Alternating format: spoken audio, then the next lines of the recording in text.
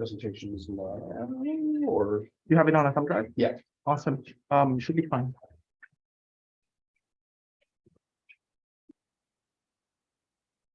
Awesome, fantastic. That's great. Do you have a let me just try this out real quick.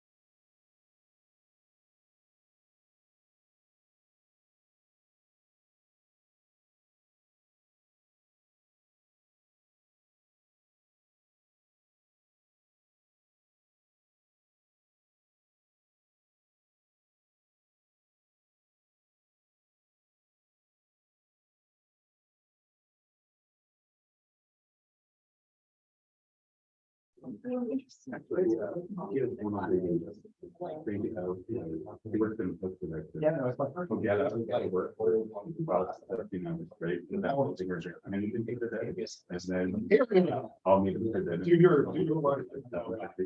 Like,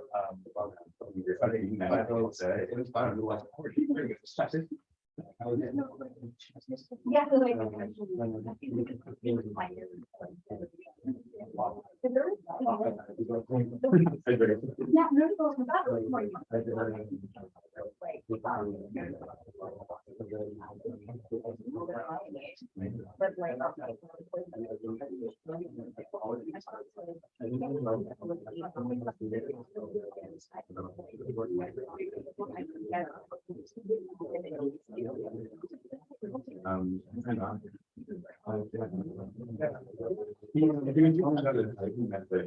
And well, that's the way it's interesting. I started using that in my head, I'm writing. And then about a week before the deadline, I'll push down and sometimes every day is great. I wake up great and and that presents me like that. I workflow. And I mean, in my head, when he told me that, I'm like, are we ready for the show? Yes, I'm like, no, actually, sure.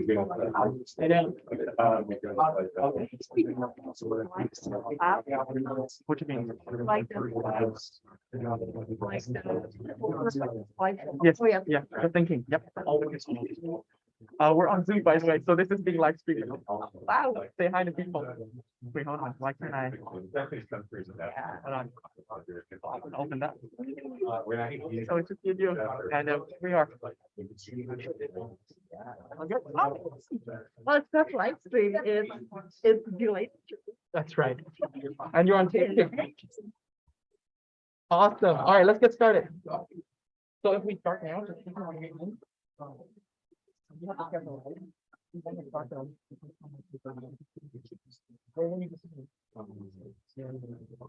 I already told, I already have Leo, Mr. Roll, put the side. Let's get started. Okay, let's get started.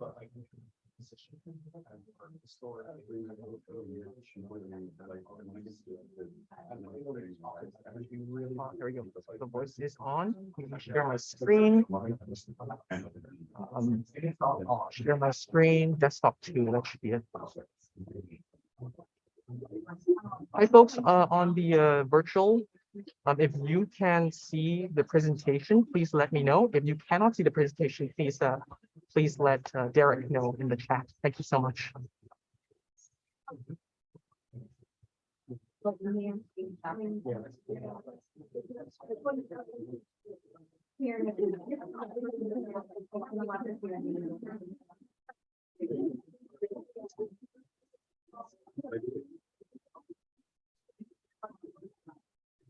Oh, Yeah. Okay, folks. I think we should get started right away. How's everyone feeling? All good? Thumbs up? Thumbs up. First of all, thank you so much for coming today. I know it is one of the coldest days of the year, especially for me. I just got here. This is my first year of my master's. I'm Richie, by the way. Nice to meet you. I'm here in my first year of master's. I studied in Vancouver for 4 years. And so there was a time when, as Sarah knows, 3 degrees. Ooh, that scared me. Now you have another 0 to it, and it's like another day, Okay, well, we shall get started. So first and foremost, thank you so much for coming to the LOSTAGAIN Symposium. We are very happy to have you. We are hoping that this will be an ongoing iteration. And first and foremost, I have to give my thanks where it's due. We want to thank the Emilio Institute, specifically Mark, Harry, and Ariana, and all of the team that's involved. They really helped us propel this space, which is where we're in, the Emilio Institute. Within the Institute itself, we are affiliated with TAG, or the Technoculture, Arts and Games Research Lab in there. And so we have to thank Rilla, the director there, and also Palermo Sinervo, which is the lab coordinator. Also for all our members here, most of whom are from TAG. Hi there. We also have to thank the Hexagon Network, which kind of co-founded Emilio as well. So we have to thank them for their funding, and as well as the Concordia Faculty of Arts and Science, because this was spearheaded by Faculty of Arts and Science Dean's Special Initiative Award. So we're glad that we propelled that within writing, and because you are here today with your interest as panelists and as participants, there is some meaning to that. So thank you so much for coming today. I think I will begin today by first of all, acknowledging that we are on the unceded indigenous lands of the Kanien'kehá:ka Nation, right? Who are custodians of the lands and the waters which we reside on today, specifically within Chichoke or Montreal. But we can do more than that, right? I mean, just a lot of acknowledgement, as you may have heard from many openings of events. In some ways, that is the crux of the event today, right? In which our past, our present, and our future is linked more than just remembering. We can't just remember, we have to understand. And in this event, in how we use our tools, our nostalgias, our pursuit for memories and possibilities, can there be productivity in it? Can there be a sense of collective responsibility, accountability, responsibility, right? I think I said that twice. But essentially, what it is that today we are gathered on lands that we are on.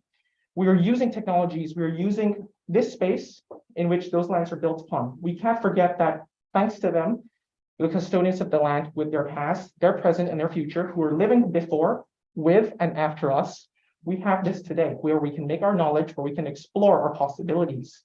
In that same strand with time, how we use our technologies, we have to think beyond our time, our responsibilities of how we use our technologies. And so, first and foremost, within nostalgia itself, Svetlana Boym says that nostalgia is remembering a past that not just was, but a past that could have been. I'll say that again, a past not just was, but a past that could have been. There's a different sense there. It's not a future or a past per se, but it's a future present. It's like when you play a video game, right? You're saving yourself on the metro or whenever you're commuting to work, you know, that laziness. Perhaps this morning when you were just getting here, you're like, oh, you know, it's 30 degrees. I'm all tired. But you're playing maybe Stardew Valley. Perhaps you're playing another game, Cooking Mama. And you're kind of remedying yourself from this disease. And this disease is what Boym says is called chronophobia, or in simple terms, the anxiety of time loss, right? How are we so much plagued today with just the act of waiting? And thanks to technology, we now have the spaces to alleviate that waiting. But we can't also forget that in order to make these specific spaces, these Zoom meetings, these specific Zoom parties, gather town, etc., we also lose things too, all the materials, the power, the electricity, the time of downloading. Also, not everybody gets access to this technology either, right? Within games, there are lots. So when we orient the future and the present together, we are cognizant of the past that brought us here, but also the past which other people beyond us hopefully won't have to feel again. This is what Boym calls creative nostalgia, which is nostalgia that isn't marketed as something that's instant. Right there, you can get it. You feel bad about yourself? Buy this Minecraft set for $6.99 plus tax. No, or reflective nostalgia, which is to labor that loss, but you always come back to the past because it's always hopeful for a future. With a future present, with your own personal games, with your own panelists, your workshops today, dealing with your own memories in your own creative ways, the future is born, says Boym. So hopefully we will figure that out through today as a jumpstart, but also through our iterations of more LOSTAGAIN network series events to come. So we'll start off today with a little video, just to get you oriented within the groove, as they say. So I hope you enjoy this little rhetorical teaser. If it works, if it works. If it works, that's the point. Here you go.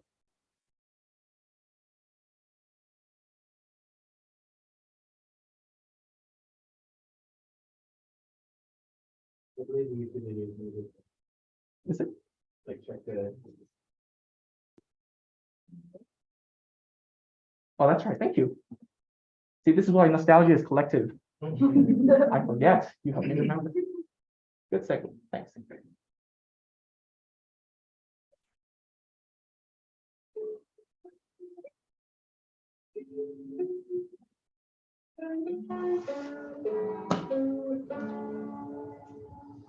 Once upon a time, not so long ago, was a little girl, and her name was Emily.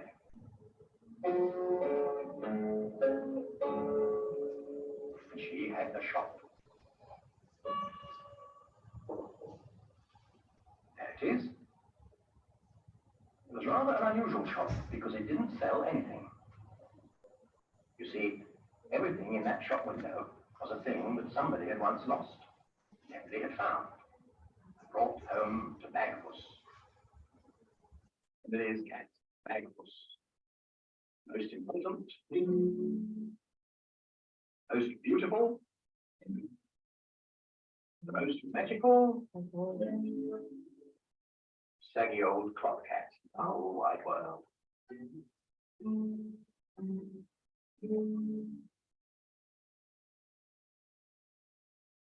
Well now, one day Emily found the thing. She brought it back to the shop and put it down in front of Bagpuss, who was in the shop window, fast asleep as usual. But then Emily said some magic words. Bagpuss, dear Bagpuss, old fat furry catpuss, wake up and look at this thing that I bring. Wake up, be bright, be golden and light. Bagpuss, oh hear what I sing.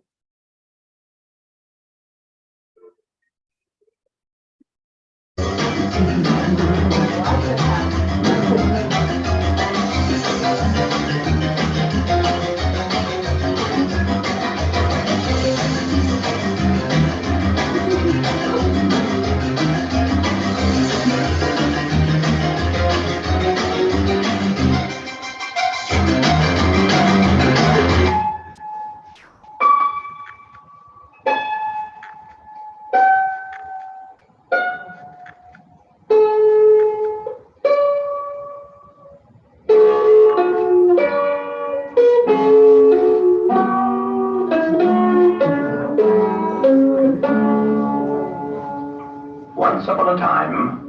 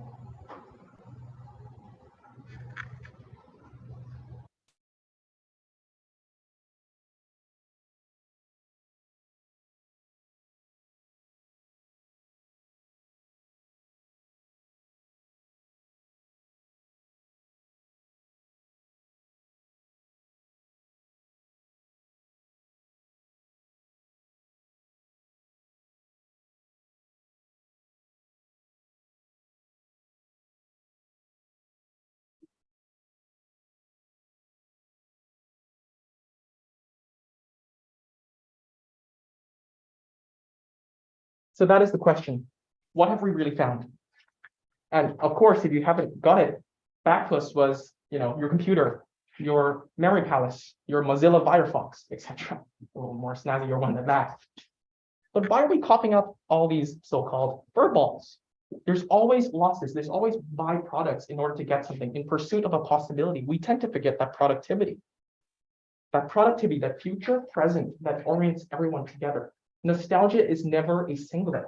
If it was not just the past that could have been, not the past that what was, but what past that could have been, it takes that collective effort together.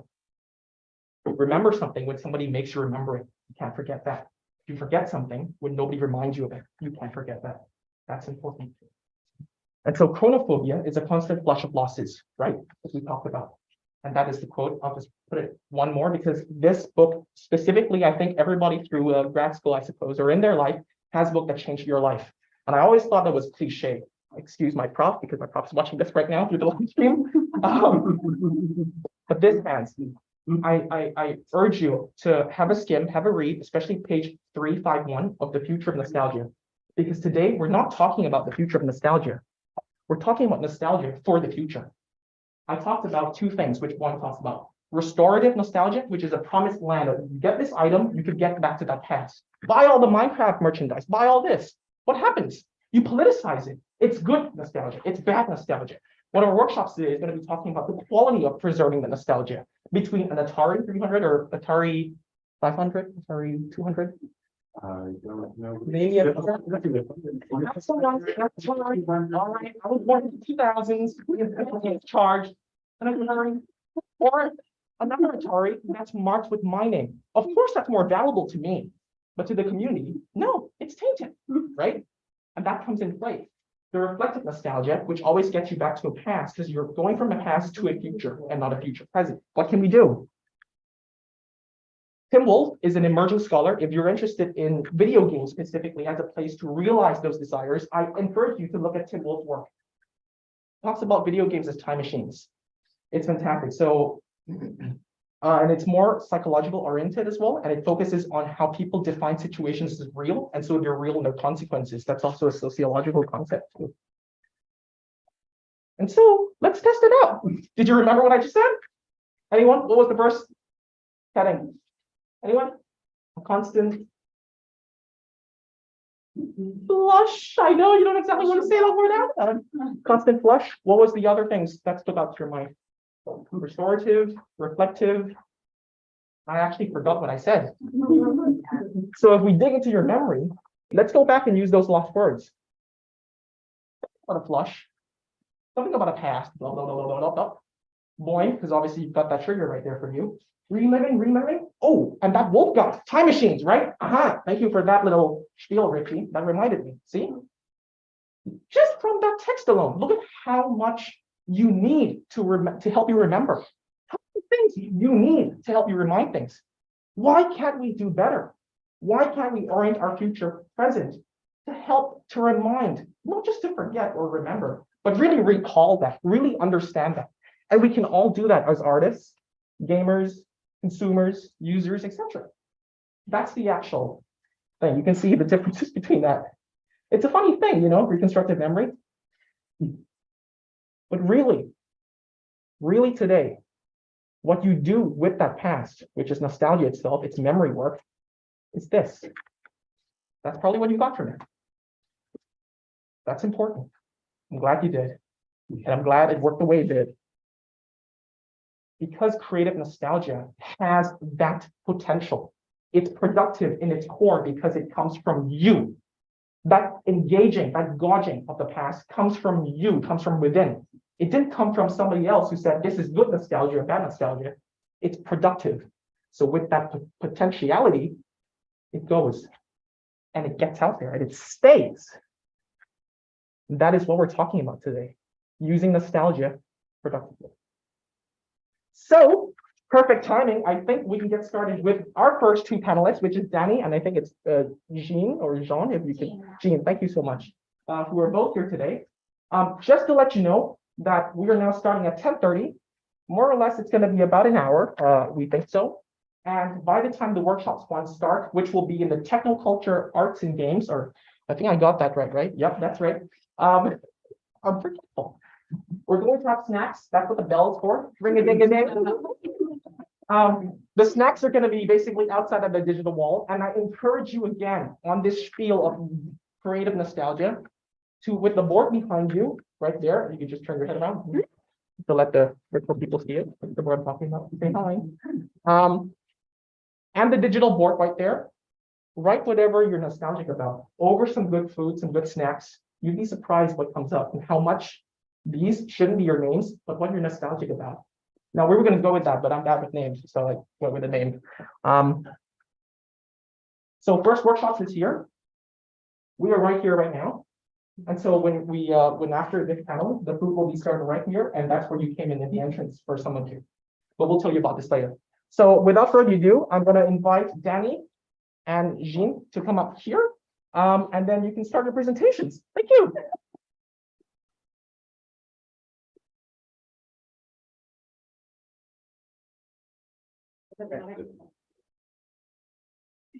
So thank you to Richie for moderating the beginning of this panel.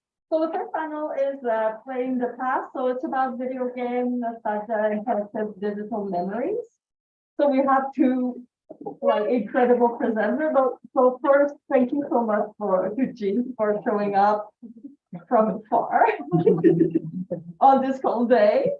So Jean is from like Carleton University and doing a PhD in digital studies. And then we have like our Danny Gay-Bélanger, which is coming from University of Montreal, which is very much less far, but just as nice to meet you.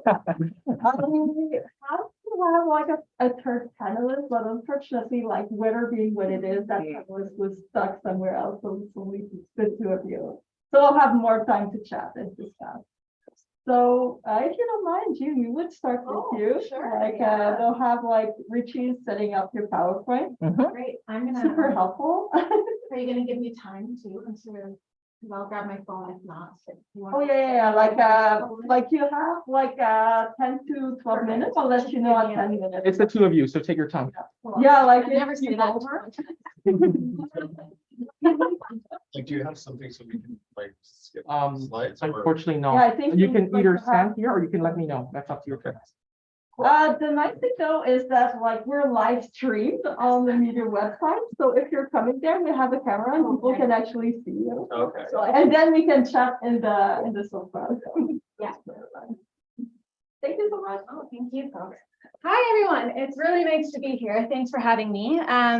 As mentioned, I'm a PhD candidate at Carleton University, actually in the legal studies department. So my work there focuses on, I do game studies in the sense of I study how games make sexual meaning and how games can help us understand the changing way or technical mediations of sex and sexuality. The legal studies piece is really around the governance of sexuality and how, all the various different regimes that serve to constrain or open up sexual possibilities, that sort of stuff, to give you a sense of where I come from this stuff from. So this is a very small piece of one of the chapters of my in progress dissertation that looks more broadly at surveillance and again, the way these regimes that constrain, control, and discipline sex and how what games can tell us about that and how they might push back against those regimes. To give you a sense of what I'm going to do today, there's a couple things. So I'm going to very briefly talk about the context from which this work kind of comes up. So around surveillance and sexuality in video games and sex. I'll talk a little bit about what I'm thinking of in terms of theory. So talking about Edelman, Munoz, and Passanen. And I'm going to briefly introduce the two games that are at the center of this presentation, which is a short game called How Do You Do It? And one called You Must Be 18 or Older to Enter. And then finally, I'm going to talk about this concept of the playful child and how that is in these two games really a nostalgic experience of being the playful child and how that can push back against some of these really constraining surveillance and control regimes that are ending the space for sexual expression on the internet, arguably, or constraining it at least very much. Which brings me to this piece around surveillance, video games, and sex. So part of this project more broadly is to look at the regimes that are affecting the space that exists for sex and sexual expression online, and the way in which that is becoming narrower, more heteronormative, et cetera, et cetera. And so in that context, we can look at things like the massive extraction of player data, right? Data capitalism more generally. Also things like sex exceptionalizing ratings regimes and other sort of, again, industrial self-governance regimes. So these are the ways that companies and platforms sort of either make space for sexual expression or don't. I have a piece on that. I'm happy to talk about that in more depth in the questions. In the context of, American law, we can look at SESTA FOSTA, right, which are purportedly around sex trafficking, but have really had the effect of, again, really constraining, shrinking space for sexual expression in the name of sort of this ambiguous notion of safety. We can look at the increased commodification of sexual pleasure. And here I'm talking about Wilson, Bernard, and Colley's work here, where it's sort of like we're increasingly accepting sort of the easy access to certain sorts of sexual pleasure at the expense of, again, this data capitalism and this sort of narrowing of sexual possibility.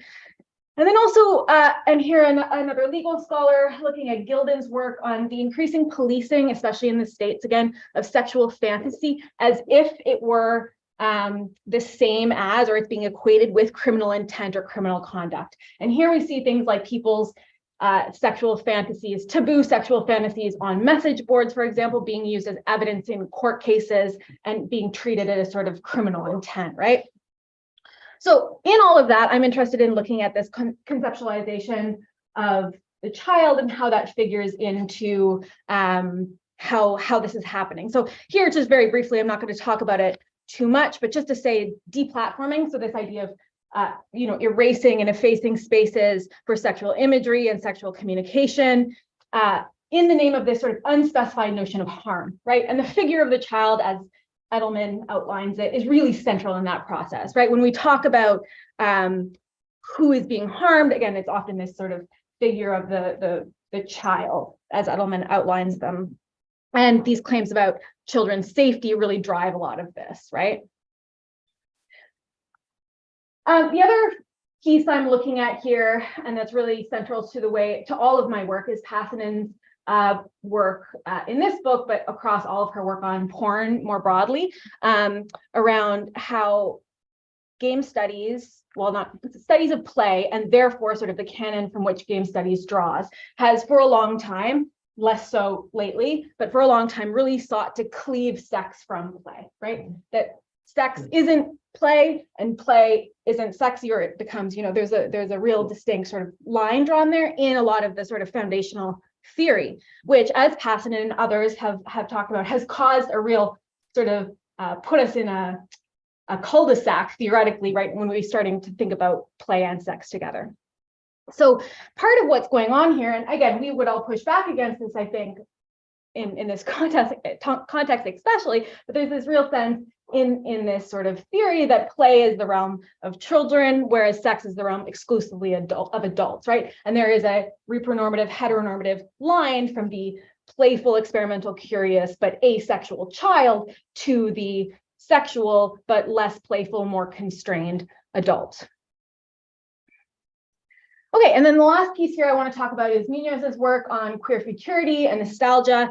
And here I'm looking at this figure, or looking at the playful child as a queer figure. I'll get more into that in a minute. But again, Munoz is defining, again, also writing in criticism of anti-relational theorists like Edelman, to say there's tension there, but writing about queerness as this horizon, a longing, a potentiality, this not quite yet here of queerness as this idea of futurity. But as I'll talk about, nostalgia plays into that as well. In part because what he does is he really articulates this value of looking into the past to build these futures, right? Which I think you've articulated really well already, right? So I think there's good resonance there. And that sort of political nostalgia can be a way of overcoming the stultifying present, the stultifying sort of sexual heteronormative present, and imagining new queer futures. So what I'm looking at, and has anyone ever heard of How Do You Do It? Yeah. Or you must be 18 or older to enter, yeah, as well. So these are both short little games. This is one by Nina Freeman and a couple other folks that was made at a game jam. So it's very short, very simple. And it essentially involves you playing as this girl who has recently seen Titanic and who has sort of come to sexual consciousness. Now, I don't know how old you folks are, but this was me. Like, I found this game so, like, talking about nostalgia, I aged with this character. It was the first sex scene I had ever seen, and I found it just mind-blowingly weird. Like, it was just like, yeah, so I found this game profoundly nostalgic. But what is interesting in this game is also the figure of the mother, who your whole point in this game is to experiment by bashing these Barbie dolls together and to figure out how they're having sex while avoiding the sort of overseeing surveillant gaze of your mother, right? Who, if she arrives home, is scandalized by your young sexual play. Similarly with You Must Be 18 or Older to Enter, which is again a fairly basic game where you're playing as a young person who is sneaking out to the family's computer room when your parents are out of the house to explore pornography. And as you see in this is sort of the interesting thing, and part of we could get into it about this game is you sort of start with really simple like boobs stuff, and then you sort of get into like the quote unquote darker parts of the internet, right? Big scare quotes around that in terms of like bondage, hentai, like you're going into the kinky stuff, which is sort of positioned as, anyway, I could get further into that. That's another thing that I don't have the time to get fully into. But anyway, it builds itself as a horror game because the soundscape is really important. And truly, I screamed in my house because you hear like a door open or whatever, and you have to like look behind you to make sure your parents aren't right behind you. Which again, if you were a child in the 90s, like holy shit, like, truly, it plays on that nostalgic like. So like I guess I was a kid with one computer that was in the family's kitchen, right? So if you had wanted to do anything sexy on the internet, you were waiting until your parents got home. And God forbid you heard them coming down the stairs, like, why are you in bed yet? I'm trying to like desperately close stuff. So it's all very nostalgic for people of a very particular age. Yeah. What I'm interested in thinking about is these games as sort of broader commentaries on the way the internet and sex on the internet is being surveilled more broadly, and not from our parents anymore. Our parents aren't the overseers. It's data capitalism. It is governance regimes. It is the government, all these other sort of this assemblage of surveillance factors that are sort of, again, constraining potential on the sexual potential. So my question in part is, does feeling pleasurable nostalgia when you play these games serve to resist the increasingly oppressive surveillance of sex on the internet? And that's a pretty like ambitious thing to say these games are doing, right? Like, it's not like they're going to fix everything, but I think they hint at a really interesting thing, which I am calling sort of the embodiment of the playful child. And here I'm positioning this against Edelman, right? Edelman's sense of this child as like this fundamentally harmful or anti-queer force, right? That everything gets sort of set up again, like that figure shapes so much that constrains sexual and erotic possibility. And here I want to set up the playful child, or embodying the playful child as an adult, as something that can sort of disrupt that. So first, I think that in playing these games and in re-embodying our childlike selves, or playing as the playful child, we're disrupting this boundary between playful and asexual child and the sexual but unplayful adult, right? So I think we sort of hold both of those positions simultaneously, and we disrupt this fundamental division between play and sex, or children and adults, right? Which I think reopens some of this sense of sex as play for adults, right? I think it also does what Passinen is getting at here, which is saying that play is curiosity towards possible ways of being and acting out in the world. So again, reclaiming that playful aspect of sex and sexuality. And I think these games, again, hint at that. And again, I think this is a nostalgic thing. It's about looking back to the sort of excitement and thrill, and also sort of fear and danger of looking towards sexual exploration. And more importantly, in the legal studies governance sort of way, I think it resists the risk safety binary. So the idea that the internet can never truly be a quote unquote safe or risk-free place, or that that's a good thing, right? Like, especially sexually, like, again, bringing in that sense that resisting that binary can be really productive. And speaking to the nostalgia piece, I think these games all look to the past and to a more quote unquote simple time, but also a more ungoverned time, to sort of think about how we could critique our present moment and look at more the queer futurity and potential there. And so I think part of what I found so interesting about these games is, like, because again, personally, I felt so moved by them in the way that they connected with my own personal experiences. But I think partially the nostalgia of these games and the affect they create might leave us, quote, shocked by the prison of heteronormativity that we currently exist within. And that play can re-visibilize this straight time. And by that, I mean this movement from child to adult, from play and experimentation to sort of futurity, reproduction, et cetera, et cetera. And in doing so, in visibilizing that straight time, it can also make more clear to us the surveillance, discipline, control, sex exceptionalism, sex negativity that fundamentally is necessary to make straight time work. And so just finally, I want to say, so this is sort of my conclusion. for this section, but basically how do you do it? And you must be 18 or older to enter, are examples of what Munoz calls rich remembrance of sexual potentiality and exploration that don't even have to be real, right? It's about, again, the remembrance of it. A sexual potentiality and exploration, which in turn feed into a transformative queer politics that includes political nostalgia for risky sexual play and a rejection of the disciplining regimes that mobilize the figure of the child to create quote unquote safe public space at the expense of capacious sexual expression. So that's it for me, but thank you so much. I'm excited to chat with you all about it.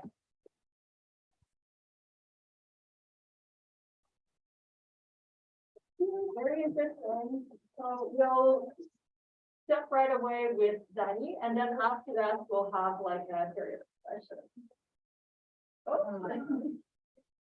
Thanks, though. Just gonna put your slides up here. Yeah. No worries. Thank you, by the way. Thank you. No worries. Now, where is my mouse?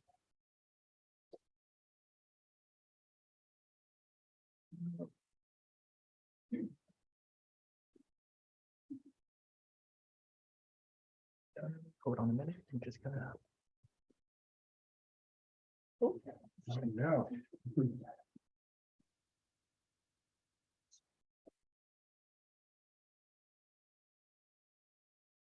Can you present this way? Sure. Yeah, I mean, it doesn't really matter. It's not like anyone can see that So I much. can share it on the screen here. Yeah. Boom. Then.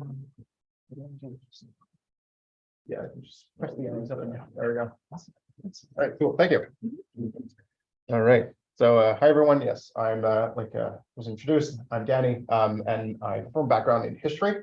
Actually, did my master's at Carleton, which I was like, oh yeah, Carleton. But yeah, so today I kind of wanted to talk about how I kind of came to the notion that maybe going towards oral history might be one of the best ways to preserve some of the history of video games and just preserving games as a whole. So I'm kind of going to go through some of the what I noticed in game history and in game studies that might need some addressing, and then I'm going to end towards with kind of how I want to. One of the ways that I think might be a good way to preserve games. It's still in the very kind of planning stages, so it'll be very brief, but still, I think there's a lot of potential there. So first of all, when I started working on game history, because originally I studied American history, but when I pivoted to video games, I kind of noticed that video game history needed to get good. So one of the issues I saw was that a lot of what was happening was what I call great game history. So I based myself on this idea of great men or great men history. So for those who might not know it, basically was this idea that what made history were great men, typically men, of course, but basically, politicians, generals, all that type of stuff. So the kind of the big shot people. And of course, there were usually men, mostly white, whatever. Depends on the context, of course, but still. And so I saw the same thing when it came to games. So, Atari, all that stuff, Nintendo. But also in terms of the people, Nolan Bushnell, all of these people who are very influential and yes, very important, but it forgets a lot of other stuff. And so I'm not the only person kind of noticed some of these issues, of course. So Makhmatov and Katerina saw what they call techno-industrial glorification, which comes to a similar kind of point where, focusing on the industry and focusing on technology very, very much. And another thing I noticed is within my own discipline of history, I saw a lot of people focusing on the history in games. So historians are very comfortable with analyzing historical events within games. Think Assassin's Creed. How many articles have I seen about Assassin's Creed? Which, are important and it's great, but at the same time, not so many people are focusing on the history of games, which I think would be probably important even if you're analyzing history in games to know the history of the very medium you're studying. And so, of course, as I said, not the only one who noticed this type of thing. Henry Lowood actually says that in video game history, at least in 2015, when he was interviewed, said that video game history lacks interpretive edge and critical perspective, mostly. I think one of the reasons why is, of course, not many historians focusing on that, sadly. But then again, just a lot of the rhetoric is dominated by industry rhetoric, journalistic rhetoric, which, in and of itself is not bad. It's only part of the picture. And so we can see that both in, the writing of video game history, even within the academy, but also in preservation. So we see that, for instance, like it's very deterministic, teleological, so very linear, centered on the industry and technology. Again, kind of the same things that I noticed on my own before reading other people on the same working on the same kind of thing. And another issue that I saw was, in the kind of early 2010s, there was a material turn in game studies, so kind of focusing on the material, which of course is incredibly important. And it's not like, no one had been focusing on players, on gamers, however you want to call them. But there was a kind of return to, we need to study the artifact and the object as kind of an area of study, which of course is, as I said, very important. However, I think there was an overcorrection, especially when we're talking about history and preservation. And it comes in the form of a certain fetishization of originals.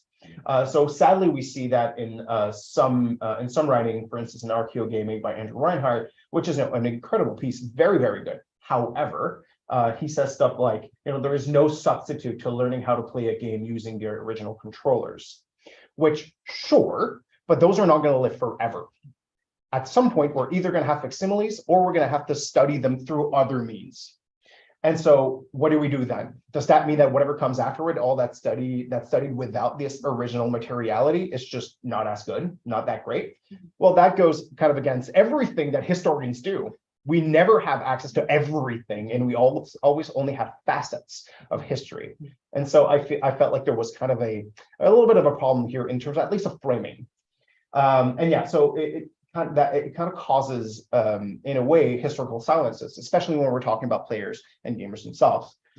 Because if you only have the material, sure, you can gather some of that memory through the material by studying it. For instance, if you're writing on your own console or your own cartridge, like that is a piece of that history that you might get, but you're not necessarily going to preserve that experience itself, right? And so it can cause, if the only thing you're called silences, if the only thing you're focusing on is the material, and it gets into archives, it gets into museum collections, where is that kind of lived memory, that ephemeral type of history? Where is it now? And so I saw really maybe an answer to that, or at least part of the answer, of course, not the full answer, into oral history. For oral history in video game studies and or game studies, or even in video game preservation, is not something that's entirely new. Sadly, there was a lot of focus again on the big shots, the big names. There's a bunch of different projects which are focusing on, for instance, the video game pioneers. That's literally the name of the project, which is important, great, also a problem at the very same time. And so it's very industry focused, it's very journalistic again. So these kind of rhetoric, like I said, which are already there, also influence the type of scholarly work that's being done. And so who are we focusing on? Developers or players? Which one are more important? Well, I'd say both are important, of course. And then some projects are kind of starting, I feel, to go away from that. We can see that with the Popular Memory Archive, based in Australia, where they say that they collect a bunch of stuff. But one of them is oral history-like material. So not necessarily oral history per se, but still you see an interest in a notion that it's an important thing. And then the Animal Crossing diaries from the National Video Game Museum, which is in the UK, where actually in those who don't know the project, so of course, Animal Crossing New Horizons comes out at the beginning of the pandemic. Everyone jumps onto it, and then they're like, "Oh my God, this is the perfect moment. There is now money to study video games in the pandemic. This is what we're going to do," and it's brilliant. So they've been collecting a bunch of stuff. People sending screenshots, just random blog posts, recordings of them playing. And one of the things that they've added also is long form interviews with the people who have submitted stuff, which is very, very interesting. And it's also a way to gather a multiplicity of experiences. So to me, that's very, very important, of course, because if we're always getting the developer's perspective, but also within even players, if we're only focusing on, I don't know, white men, that might be a problem. And doing oral history might be one of the ways to kind of get those histories that are often either not necessarily get forgotten, but are easily overlooked, especially in smaller communities and what's not seen as the mainstream of video gaming. Another project that I inspired myself from, and that's very great, was done at some research that was done at the Netherlands Institute for Sound and Vision, where they had set up a very interesting kind of interview process. I get very influenced by Let's Play. So basically, there was this exhibit of Dutch video games at the Institute. And what they ended up doing is that they set up the Commodore 64 with like 3 sets of cameras, one towards like the player's hands, one towards their face, of course, so you can very much of a Let's Play, another one towards the screen, so you could see all of these interactions. That's very good, and you get some amazing stuff coming out of there. For like, for instance, you had this mother and their child playing a game, and then their interaction of like, oh no, games were why are these games like so slow or clumsy or whatever, and then the mother was explaining, oh well, you know, at the time in the 1980s it was like that, whatever. So that's very, very interesting, and you know, very much based on Let's Plays, which is great because they're common, they're evocative, but they also have a couple issues. Of course, they're performances, so you're performing for other folks, so you're going to get some stuff from there, but it's not, you know, the entire picture. And that kind of setup with like 3 different sets of cameras and like a green screen in the back, that's not great at getting emotions from people, especially if it's kind of harder stuff to talk about. If there are, you know, if there's loss or something, it might be a little intimidating. So I figured a way of doing that would be maybe closer to kind of a regular oral history setting, might be a little bit more suited for something like that. But again, like I was saying, I don't think that going like the material turn, I think, might have overcorrected. However, I don't want to overcorrect in the other direction either. So I think there's a way of actually bringing those 2 aspects together, because I think they are complementary, they're not opposed to one another. Using objects in oral history is very, very, very common. Pictures is probably the best kind of example of that. You bring pictures like, oh, I remember this time, and then have a whole entire story, and then might diverge into other topics and just like going way deeper. So that's very, very, very useful and already used.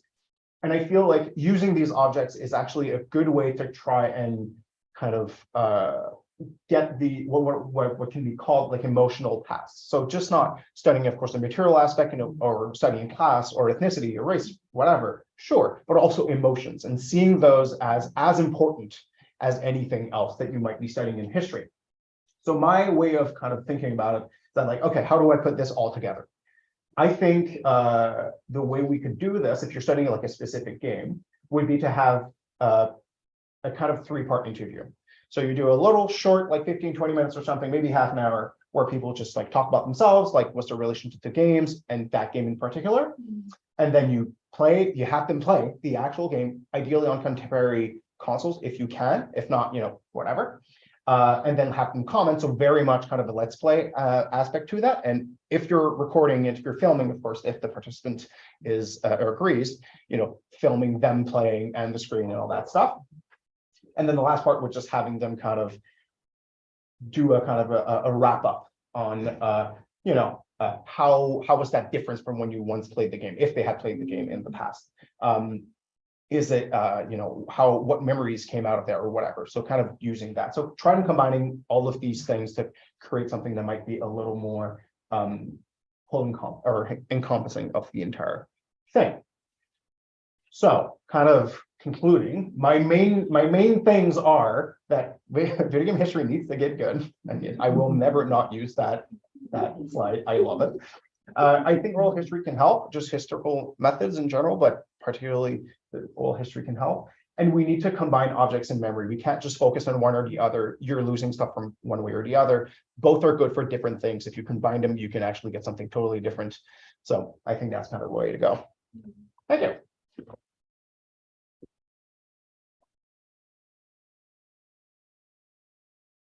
So we have like actually like a good 20 minutes to take questions. So has anyone had like burning questions for any of you? Sarah? I have 2, like, because like I have one for both, but like maybe Michael should go first. What would you have to do? How would you do one?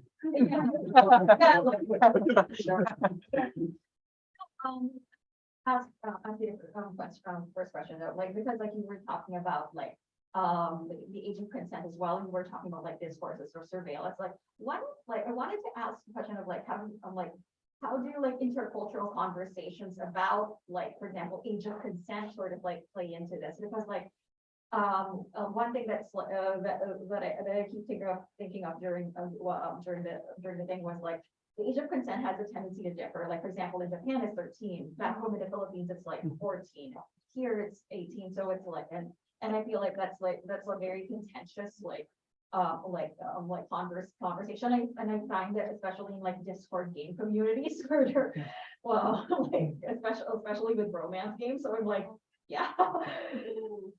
Can I ask you, just to clear, so when you're thinking age of consent, are you talking about actual sex between people? Or are you thinking more like the age at which people should have exposure to stuff, or like the idea of role playing different? Oh, it's more like how people talk about the age, Yeah. because like I feel like that's like my experience, especially going on Discord, like over the Yeah. pandemic and going to Discord game communities. Yeah. Like there's usually a contentious like this person is like, yeah, but age of consent, they could talk about like sexy things a bit more, and that's like what. And this is where the policing and Discord comes in game community. So like, Yeah, so I don't know that I can speak directly to that discourse, but what I will say is I was really surprised. I mean, so there's a lot going on. People think that how do you do it is super creepy, which I find bizarre. But that's maybe because I come from a different like pornography and I'm a sexual health educator for a long time. So I don't find it creepy at all. But if you go, I mean, I think part of this is sort of gamer gatey, sort of like sexism stuff in terms of Nina Freeman's game. She's sort of the face of the game. She made it with the team people, but the reviews on Steam are very much like, what a game for pedophiles, like very those kinds of totally. So it's very much like, okay, so a woman talking about her experience as a child of having a sexual experience is like, we can't, God forbid we do that because we attract pedophiles or are pedophiles. I'm confused about that, but there's nothing like that on You Must Be a Steamer over. And this is just a quick review of Steam reviews. It doesn't say anything about the what's actually happening in terms of player response, but just to say there's a difference in that. Is that sort of what you're getting at in terms of the response to like? Yeah, it's those kinds of responses that I'm seeing on like a bunch of gaming discords, and like which is surprising to me. There's like a bunch of these discords that are supposedly player friendly and also but Right. they only get that kind of talk on surveillance, and it's in the Discord policies. Yeah, that's right. No, No, I think that's just profound sex negativity in part. And I realize this is often quite contentious, especially how it might happen in communities, how people might play these games. But I think there's a real, I'm personally very concerned about the sort of, again, this constraint in policing around sexual expression in general. And I think we're seeing that come to a really scary head in terms of the groomers discourse right now. Yes. Right. God, like any talk of sex, especially if you're a queer person, is that you are a groomer, and therefore that's opening people up to tremendous real life violence. Like I will get pretty aggressive in my defense of sort of sexual fantasy and sexual exploration and stuff. And I feel like right now it's a pretty contentious time to say that, right? In part because of this sort of real online discourse, but also like the real violence people are facing for the way that their sexuality is seen to sort of put the child at risk, right? This figure of the child, which is a heteronormative construct. Does that sort of get at it? Yeah, because like I speak to some cases that I've found on Discord, especially where these people were in countries that where the age of consent is like much lower, so like they are mostly open to talking more about like the games and sex. But then you get the older people in the Discord from North America that are just like hammering down. No, that's exactly. So anyway, So welcome to Michael. Yeah, I have a question for Danny, and I think the high level question, I guess, and this is the question I have in my research, is where do you find your participants? But I want to pick that apart a little bit, because I think when we take this turn away from the industry and towards fans, sometimes the trap we fall into is we look for like the idealized fan, or the highly visible fan. Like a lot of interviews I've seen is like this person who has done an extremely popular game mod or has a very popular blog. And I'm wondering how you kind of reconcile with that with your work, and kind of not that you can find like a quote unquote like everyday player, but like how do you kind of like move towards that sort of idea? Yeah. So that's one of the things. So like I have some fairly extensive work in oral history, and honestly, the best way typically to do things is to snowball. You start with someone and just like, hey, other people might want to participate. So you kind of start with a like, do you want to participate in this? Like, hey, just throw it into the ether. Like for my masters, I literally put up posters in like gaming shops and just randomly on the street sometimes, and ask literal friends of mine, like, by the way, Facebook, what's up? And then you kind of get there. And you get a bunch of different people, right? So I don't think you should aim for an idealized player. You get what you get, and at a certain point, you got to stop. Like my master's project, I had like 25 interviews. That's a lot of work. I don't to be honest, I haven't finished actually transcribing those. I now ignore it, and it's in a small place in my brain. It's like I should be doing this, and I did not put a deadline when I was going to do it, therefore it's fine. So like that's the thing, right? It's just you have limitations to what you can do. And I don't think like for instance, my like the project I would do would never be like an end all be all, like this is it. No, this is what I found, and this is interesting, and you can compare with other sources and stuff. So like I feel like doing oral history interviews would be great, but then you could compare on like Discord communities, Reddit, whatever, and then you can get something better. So it's more like it's one cog in the entire thing. It's one part, and I think that's the way to go about it. You do your best to get that, and then analyze what you get. Because no, you're not going to get everyone. And like for instance, me, if I'm like just randomly asking people and I present myself as who I am, and they know who I am, I'm gonna attract some people and not others, right? I might seem threatening to some people and not to others. And that's always difficult. And when you do interviews, same kind of thing, right? Like I remember working on a project where we always had 2 interviewers, just in case. And then again, you can have 2 men, but like this one, let's say if you interview someone at their apartment, and it's like, a tiny woman, that might be threatening.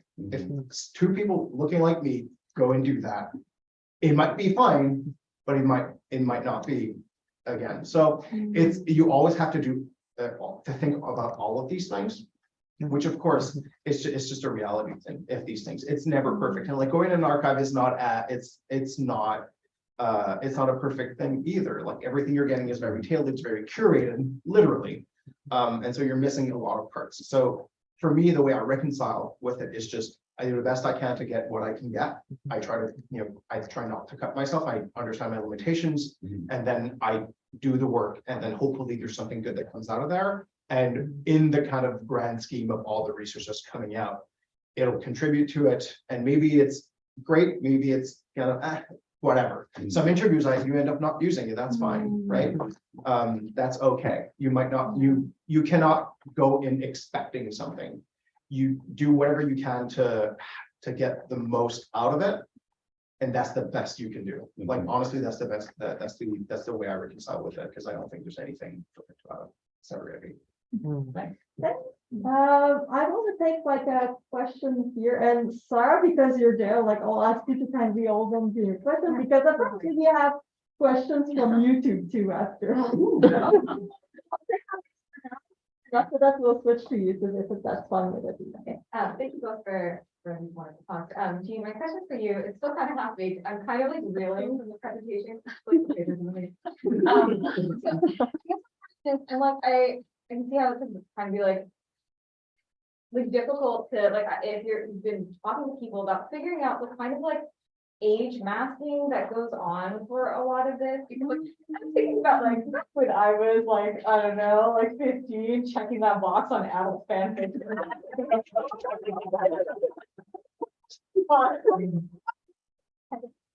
And just like, and like playing these games and like seeing oneself almost as a form of like not like necessarily like education, but like a kind of like kindred experience. And like, oh yeah, like I'm playing this game about like this kid trying to figure things out while like I'm trying to figure things out with like my parents over my shoulder, and like how that is like how kind of like young people or like older people now reflecting about being young as a kind of like proxy for the utter lack of education. I'm like, like, where have I learned about things from adult fan fiction?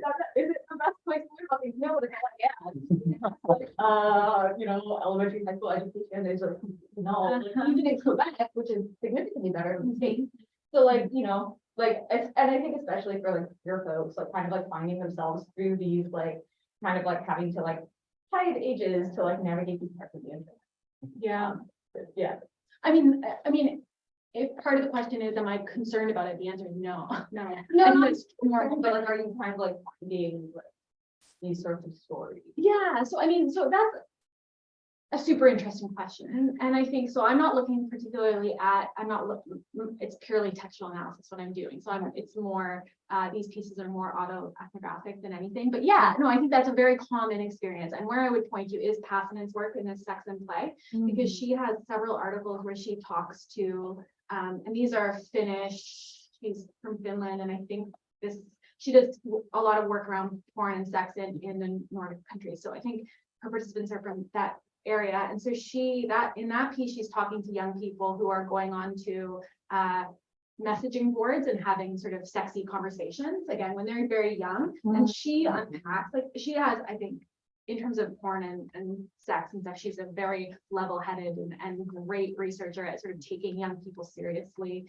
and taking their experiences seriously. And that's a very non-alarmist sort of look at how that's happening. And so, yes, I also think games are one way that happens, but I think the internet in general always has been that. I want to pick up on this nostalgia piece maybe a bit around this, because I think it maybe speaks to some of what you're saying, which is, I'm going to forget his name, I can give it to you after, but again, drawing on Passanen, some of Passanen's work around nostalgia and adults and their porn consumption, he talks about how if you ask adults, like, did you watch porn as a young person? Like almost everyone says yes, they had access to some sort of porn, like again, for me, I'm dating myself here, but like porn magazines that got passed around school until like the internet was a thing. So and nowadays, obviously, huge amounts of access. And if you ask those same adults, like, did it hurt you? They say no. Like, actually, it was thrilling. It was like exciting, and it hasn't damaged me. Lots of porn studies work back this up, right? Like, access to porn isn't killing people. But if you ask those same adults, are children now being damaged by porn? They say yes, absolutely. So it's this third person effect, right? You are affected by media effects, but I'm not. So which is, but also this nostalgia plays into that. It's like porn was simpler and I could have fun because it was easy and simple, and but now porn is so dangerous. And again, studies show that is not the case.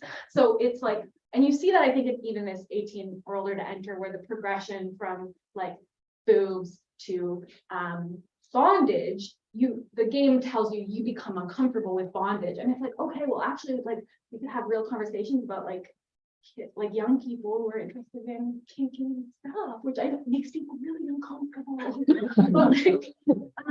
but like, and I mean that looks different at different ages, right? But I think yes, a lot of that nostalgia for a simpler, less connected, more sexually simple time plays into the way. Am I sort of getting at anything that you're absolutely? Yeah, that last bit is like, it's absolutely it. And like, because that's sort of what I was thinking, and like really phrased with like the whole like question with the Steam reviews, and like the fact that people are like, well, this person's creating a game that's like, child pornography, and it's just like, no, this person's like, engaging with their lived experience. Yeah, and that other people see themselves in. Yeah, so totally.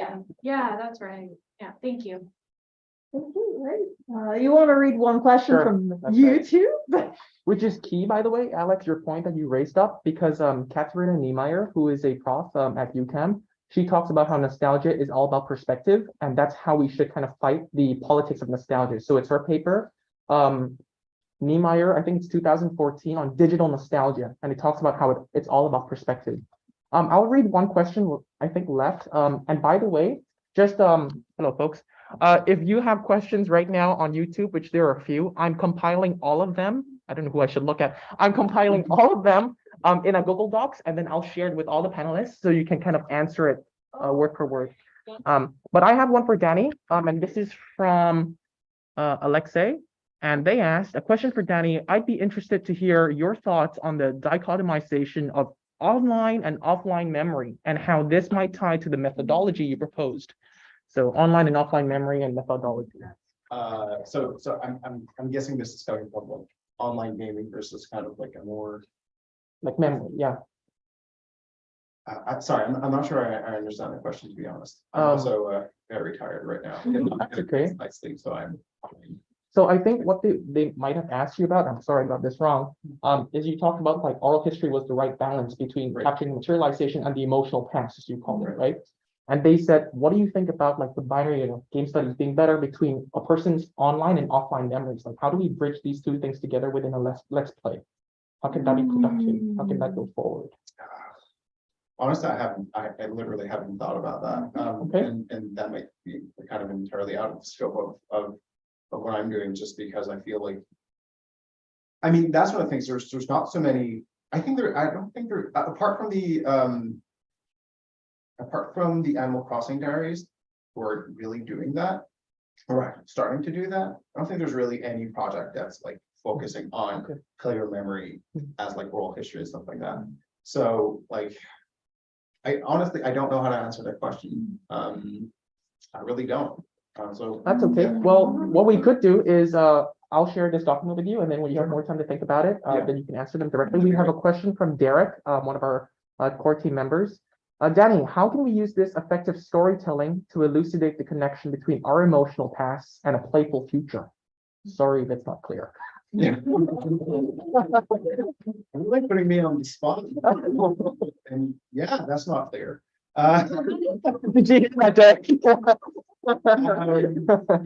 So like how I can try to take a jab at it, but like, so how do we take that oral history, so that emotional past, and then the future? I mean, maybe the way to do that, actually, I think that's something that to me as an historian, my training, I've learned is nothing really changes with time. People don't really change.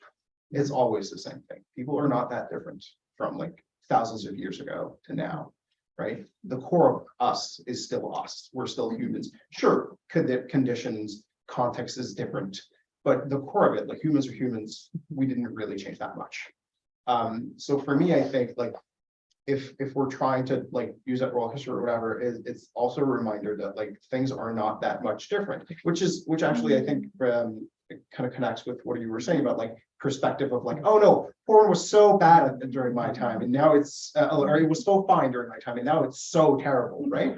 Well, it's kind of the same thing. Like so right now I teach a class on video game history, and I asked my class a question of like, are games more violent now than they were before? A lot of them are like, yes, definitely, and it's affecting us, and we're all going to get really violent. And I'm like, calm down. Like, honestly, when you think about it, like Space Invader, you're shooting like aliens, they're blowing up, you're killing people, but it's all whimsical, right? Yeah. Like Pac-Man, same thing, you're eating the ghosts. It's something more violent than eating another being, right? But it's not as graphic, it's not as explicit, right? So is it a difference in how explicit is it, or how explicit it is, or is it a difference between how about the act itself, right? Like, are the mechanics more violent versus is the representation of it more violent? And it's kind of that. So I feel like trying to bridge that of like, you know, the futures we have, the kind of present futures or whatever, is more it's more about like grounding ourselves in things are slightly different, but not that much. And I think that's kind of the power of it. And it might be, you know, like some kind of projects like mine are great for now, but are mostly great for the future, when future historians are going to take a look back into like, oh, how were these games perceived, how were they played, how were they lived, and then you can turn to that to see like, oh, well, this is one aspect, or this came out of that of like that type of research, which is something that like just preserving, as I said, material stuff might not get. So just before Annie takes it away, Derek says that's exactly the response I was looking for. I'm very confused. And by the way, just to let you know again, if you have any questions that's unanswered, please comment it in the chat, and then I will share this document with Jean and Danny afterwards. Yeah, so, like, do we have time for one more question or? A very short one, Yeah, yes. very short one. Anyone? Sarah, do you have a very short Yeah. one? Have you thought about the post-colonial, like, possibilities of the, like, because like, there's a lot of literature on orality as well, like post-colonial media studies, so I was wondering if like, if you're planning to deploy it that way as well, but as like, there's so many. So I haven't looked at that literature, and I'm aware of this. They're Yeah. just like, it exists, and I have to look at this. Here's what happens when you have to go in the entire class in a year, and so you just do on your own research. But I do have a point though towards that. And is one of the reactions I always hear when I say like, oh, I'm gonna do oral history, or I'm using oral sources, or, and even when Sabrina had to do it, and was chastised for using oral sources, and that's another thing. Anyway, but yeah, that idea that like oral sources are not as good or not as that they're inherently biased, they're not objective, while the written source is so objective. Yes, and I had to I mean, I'll say that publicly, but I actually had in my comps, I removed the part where I was just, because one of the questions I got was like, oh, like, isn't there a problem between, of course, like oral sources versus, kind of material sources? And one of my responses was, initially was like, well, that's a very colonial way of thinking. Because yes, like that's the thing, it's ranking the written source as better than the oral source, which to me, they're different. They do have both advantages and disadvantages. And it also depends on which perspective you're taking. If you're interviewing some like Nolan Bushnell or whatever, or someone who is like a higher up in the industry, versus if you're interviewing, let's say, an elder in an indigenous community, that is not the same thing, right? One is a knowledge holder, the other one might be trying to like show out how epic they were and how important they are to history, right? And so you have to keep that in mind when you're interviewing people and what you're getting out of these interviews, and also that like all history, for all it's worth, it's not great at getting like specific numbers, for instance, but it's good to get a feeling. It's good to get like a general idea. So if you're talking about like a history of a people, you can get the great lines, and that's very, very good. It's actually sometimes much better than the written sources. And like I always point out that example. That's the example I wanted to put in my conflict removed, and we'll definitely use it later. But still, I don't remember the name of the expedition, but a couple of years ago there was this huge expedition, which was like one of the 100 that they had sent to try and find a boat that had been lost in the Canadian North, right? And so like it couldn't find it, but communities there were like, oh, we had the story about like a boat that crashed somewhere, and then white people were like, no, that can't be true. Like, we'll forget it. Like, just, and then eventually someone was like, you know what? Let's go check, and it was there. It's right. They've been looking for it for 100 years, and they could just listened. The person was like, I think I know, like literally.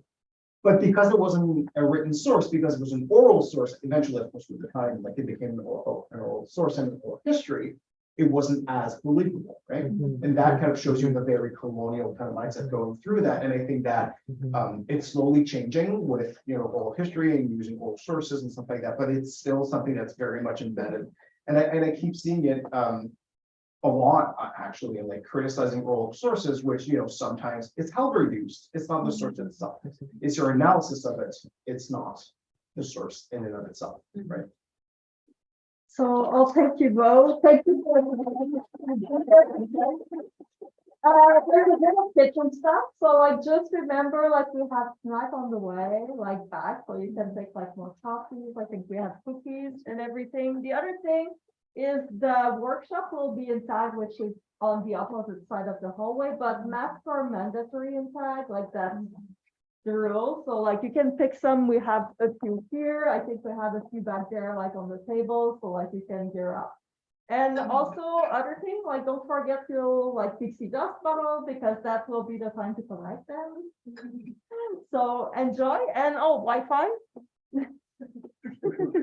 If you need a Wi-Fi, we have like please use the Wi-Fi. Yeah. We pay for it.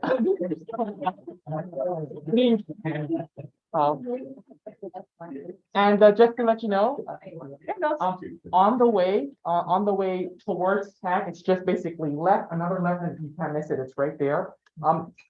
Thank you so much, both. It's what a great, strong start. Whatever you can think of nostalgic about, want to remember, etc. from Jean and also from Danny, just write it on that board. Any words, any phrases, because as we go along, that board is a collective project. As well as that QR code on that board down there. If you have any photos, any game titles, album covers that you're nostalgic about, it's very easy. Just scan it on that QR code and it'll be uploaded to the wall right there where you have your snaps. So I guess we'll see everybody in tag in about, let's say, 11:35. Okay, see you then. Please write on the board. Thank you.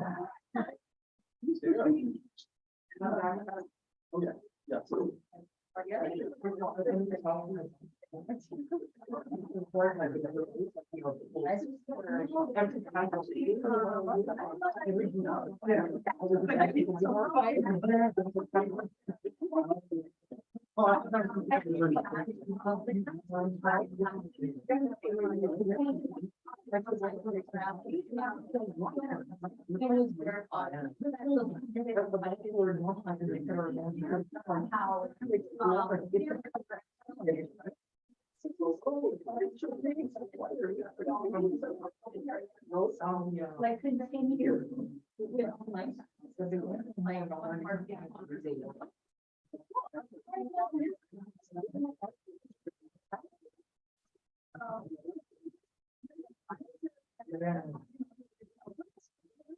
Hey, Nat. What's up? Oh, good. How do I do this? So if you just press the, I gotta drag it through. Wait, see, there's a bunch of. I think also. And then I think you were asking earlier, where's my mouse? No. Oh, it's here. I know, but actually, I think the question was. Where is that? Or do I have a question? Are you going to I think it's from Panini. There, Panini asked you that question. Yeah. Oh, okay, great. And then you can just reply directly where they can find us. Or do you want, or it depends on which platform you also. use. I mean, we can do it. You might email. Like, Yeah, no, we can just add each other up. okay, I'm dark Hawaii. Yes, yeah, that's, yeah. What is my, yeah. Yeah, I can give you the PDF, like, I can give you the PDF, so that PDF for my, PDF is for one of them for my class, and then I did a PDF. It's like, I have not yet. that- This could be like a feature, like not one, he just says more for the year, like. The next year, but that's like with these things, yeah. You know. I mean, I don't think you can call that on, your, like, you should be, no. Oh, it's fine. It's also the, it's a little, the networks are a little wonky today, actually. Oh, should I? Maybe it's because when you put a, See the announcement under North Hawaii number 7566. We will use, they ask for the numbers. I hadn't put a space. No, this is, What though? oh, the capitalization. They want the capitalization. Yeah. Sorry. No, also I feel you so. There we go. There we go. Yay. I also feel you so much on the ethnographic work side because I did 3-1 on mine, and but it was like because I didn't ask them to go on to do play histories, but like it's the people who did play history that were the most useful Right. when I was writing the history, my history chapter. So like I might. Thanks so much, by the way. I just wanted to say it's all been so interesting and thought-provoking already in terms of your like structure of the event and stuff. Well, It's like, only elevated by you. oh, wow. Thank you so much. You say. We'll have to talk more. We'll have to talk more. Okay, folks, awesome. If you're still on the the live stream on the chat. Thank you for tuning in. What I'm going to do now is I'm going to take you all on an adventure, so per se, to speak, on my phone. And I will figure this technology out with you because you will let me know if it works or not. Let's see. Can you all hear me? If you can still hear, please give a little thumbs up or write something down in the chat. And then I can just take you on a little tour, I guess, as they call it. There you go. That's how it works. Awesome. Yes, Chris Stone says Adventure Time. You're right. Although I've never really seen the actual show itself. Let's see. We're just gonna take a little intermission break. You can see me trying to slide the screens here. There we go. Now it's in.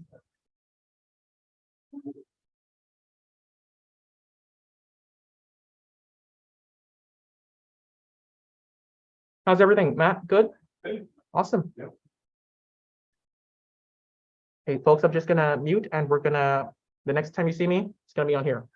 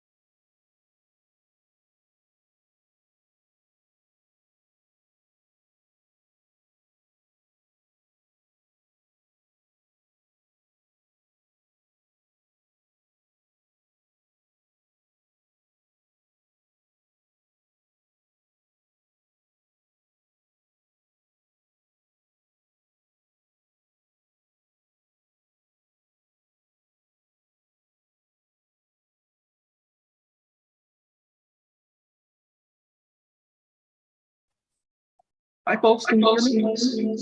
Yes, you can. Yep. Close camera. Oh, good. I'm gonna.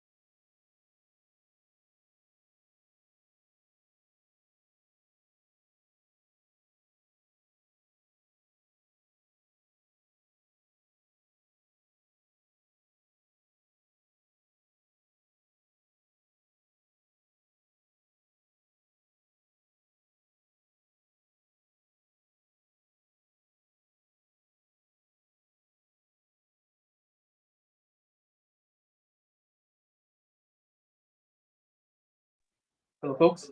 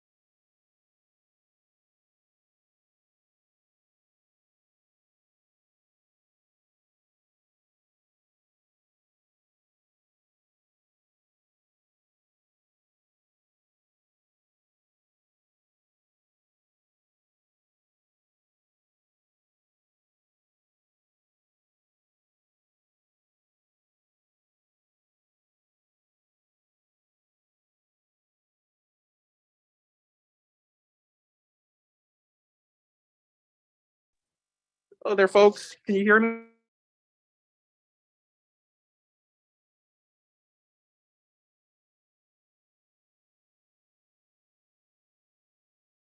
So let me just turn my computer on. And then we can get started. Hey, Liam. Oh my gosh. This is live. I just dropped my envelopes. You're going to let me pick it up. Thank you so much. Can you do me a favor, Liam? Can you just hold this for a moment? Sure. Thank you. And it's live. Oh.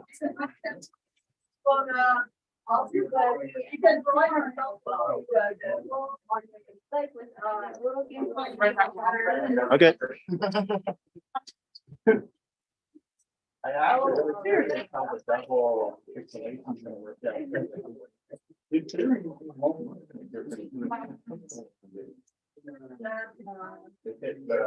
This is what we're supposed to do, right? I have no idea how to sparkle.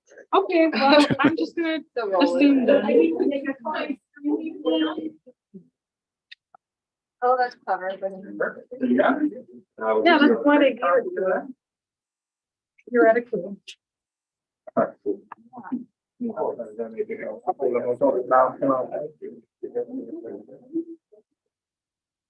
Well, it can be a temporary.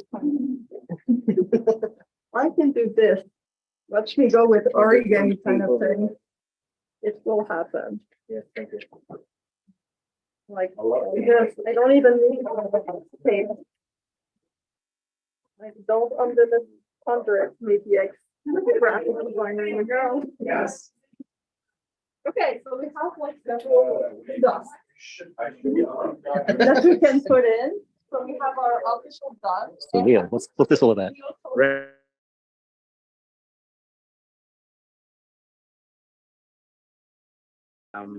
Some people are starting from a blank page, and some people are starting from templates Oh, nice. that we prepared for them. Oh, very cool. It's like a particular favorite of mine. I always not put it. And like the idea is to go as representational or as abstract as you want to.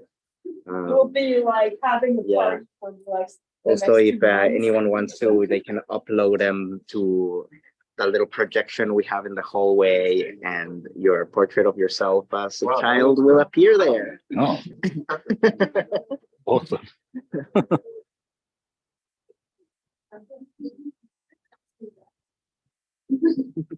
We're gathering that like as you go. So, I don't know, create the art. Yeah, all right. Yeah. Would you like to print it?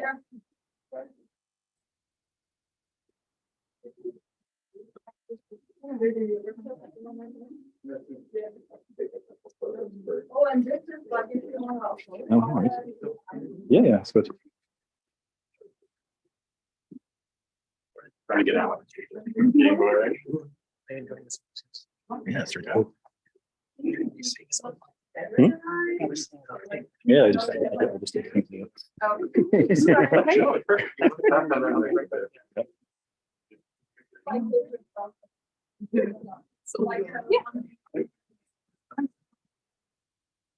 think I'd like to leave for now. We're gonna upload everything at the end and put it on to the guys.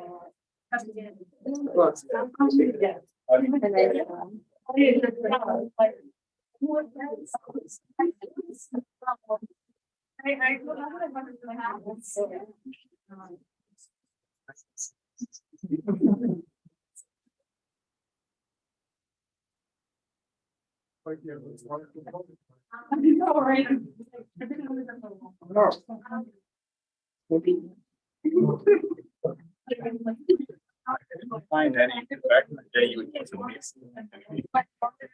Right? Do you want to show it to the folks at home? Very cool. Very nostalgic. Like the cameraman. I guess so. Yeah, I've been recruited. Yeah.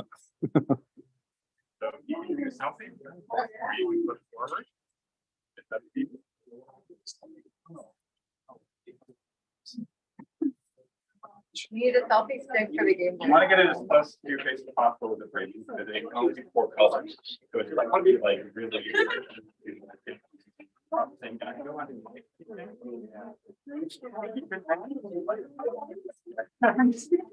Yes, it's like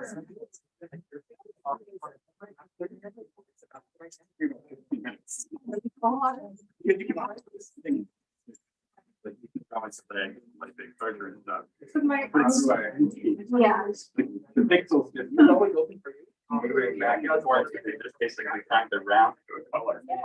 That's actually one of the reasons I like it. It's just like it's like White road. Okay. I thought. Okay, there's a. Oh, that's pretty. Yeah. And if you want to. Yeah. Thank you. Yeah, workshop.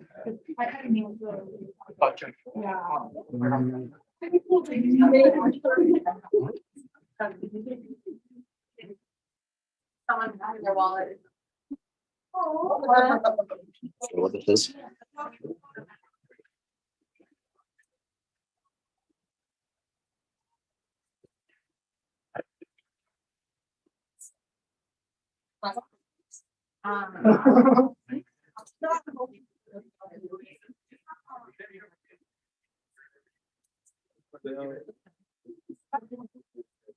Oh, yeah.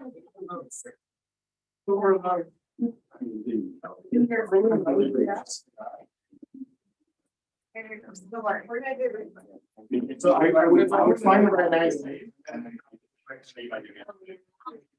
I think people online to be able to. Oh, okay. Probably online. Okay, geek. This is the little website that I set up for it. It was based on my research on libraries and specific little libraries. Oh, And yeah, then I was also researching stuff about the Internet Archive. And so I created my own little nostalgia inducing archive, which will either, resonate with you or not, depending on how old you are and how much we have in common. I remember both the deltas. That's good stuff. And then, yeah, I have some steps on how to create your own and look through the different prompts. And then at the end of it, a little reflection piece. So yes, anybody online should be able to participate. Okay, very cool. You have comments about Oh, yep. I'm not good at multitasking. Okay.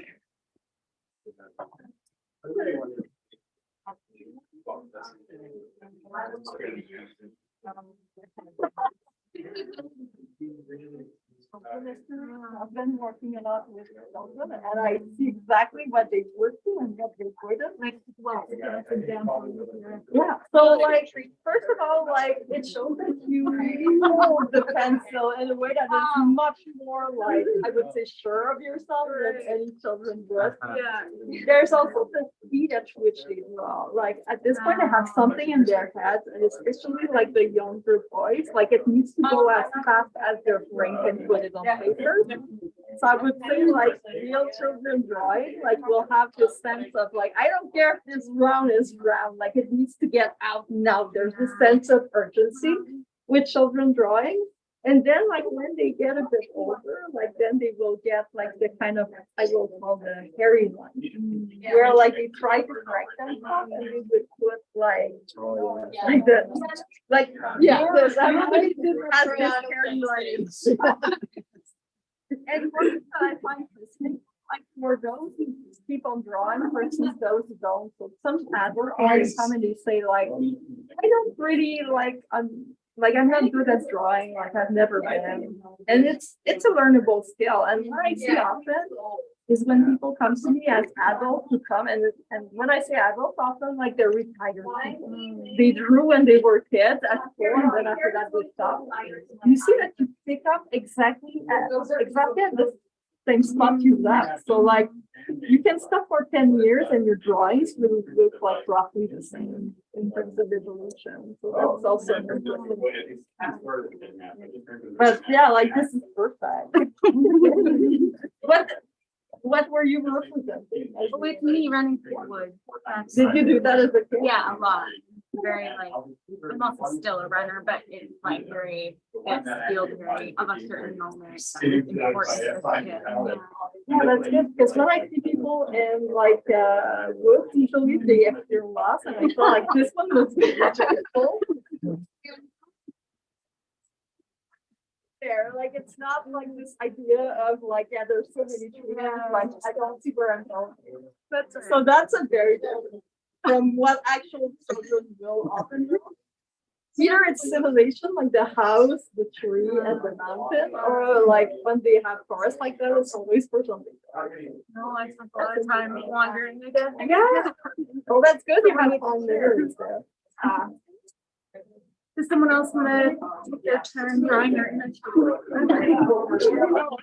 we have like butters. Thank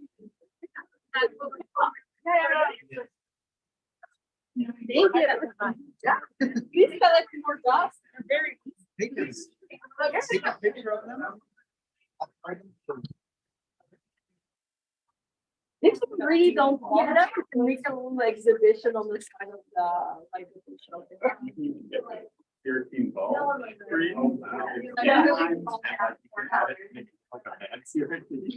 And I'm playing this on like a 27-inch monitor. I'm like, this feels wrong, but I love it. Yeah, it's very interesting. And this is cool too, because I feel like obviously like the skeuomorphs, like the one we're using online right now, but people still have Game Boys. Yeah. Like a lot of the older consoles have them.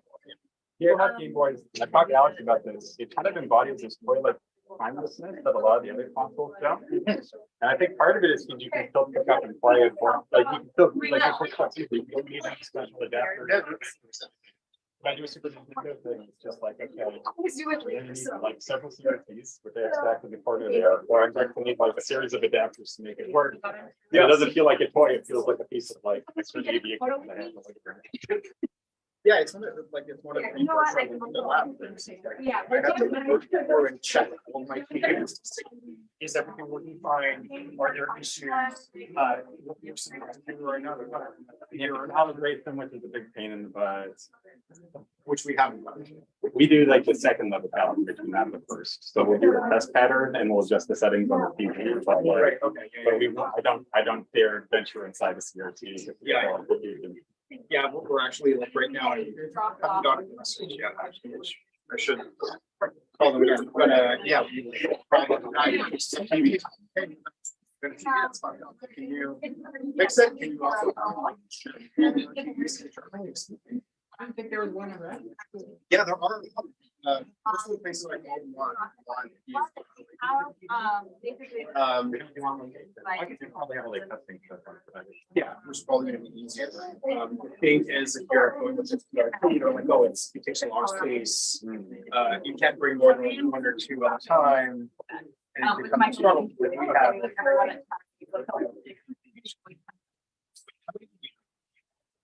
Probably at the crowd. Yeah. Yeah, I think we have time. Or we had.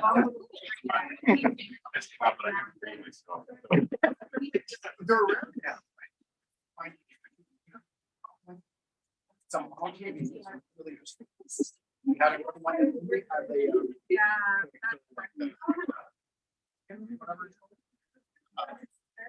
like that was. Yeah, I definitely have You never get one that has. That's been my problem.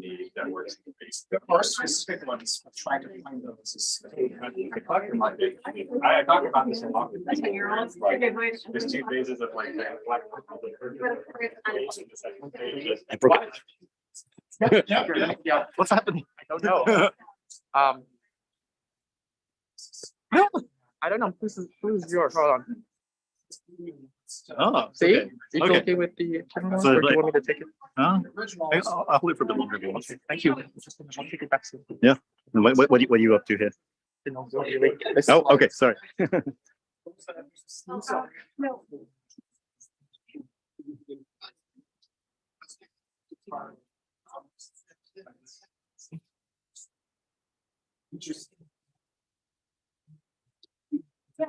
No, about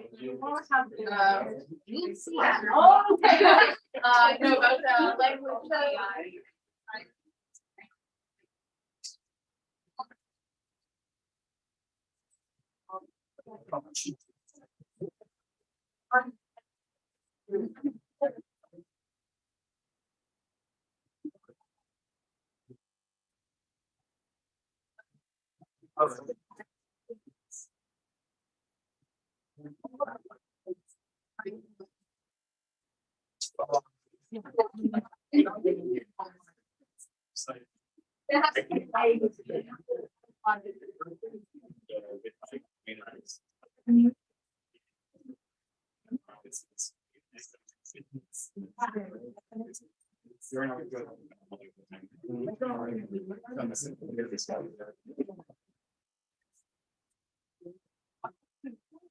Baby Yoda of the 1980s. Which is like spookier. The inner child is a rabbit. What? Never.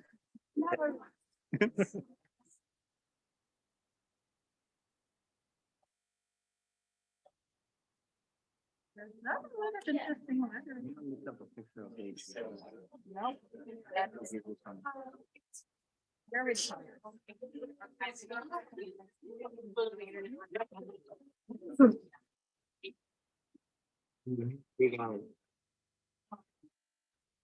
You're fine.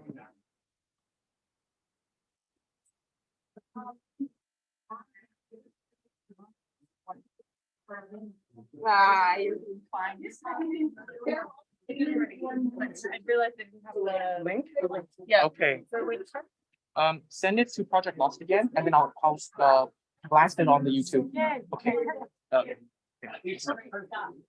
Okay, folks, you heard Elena. If you want to participate, well, first of all, I gotta pick up my papers. But if you want to, you can Look take at this on look at him. tape too. Look at him. If you want to get involved, and the only way you can do that is through Elena's workshop. So I'm gonna paste the link on the YouTube chat right now. Just log on to her website that she made specifically for Lost Again 23 to make your own digital archive. See you on there. You don't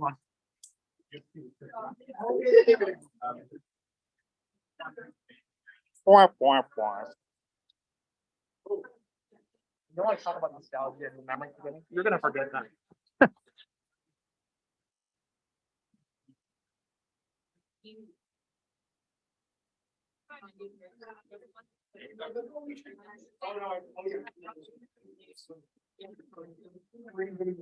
You should talk about that.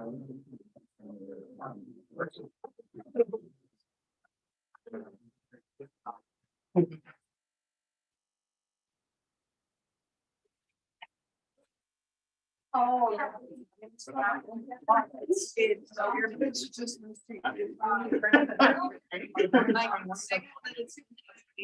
That has to be the entire. It is. You're not old enough. Just get it.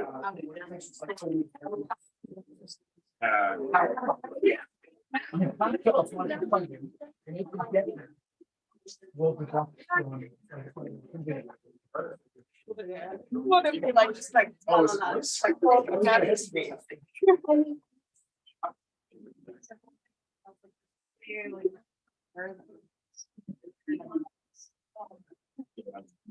Okay, this is not. Yeah. Very good. We can do teamwork.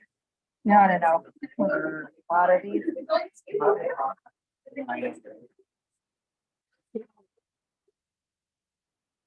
Masterpiece.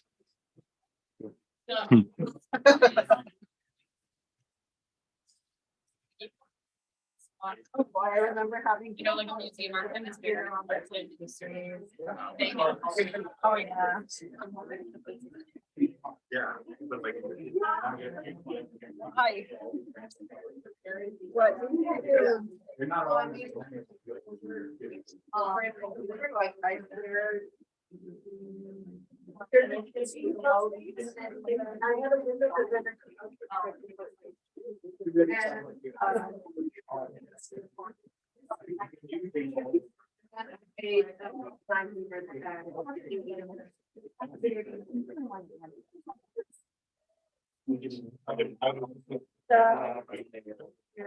have a.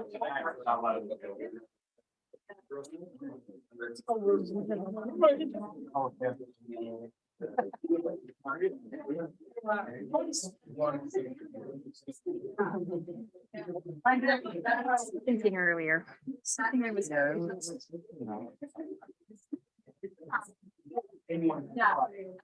you know, in the game. Yeah, they have a lot of. A lot of. Yeah. So that's games.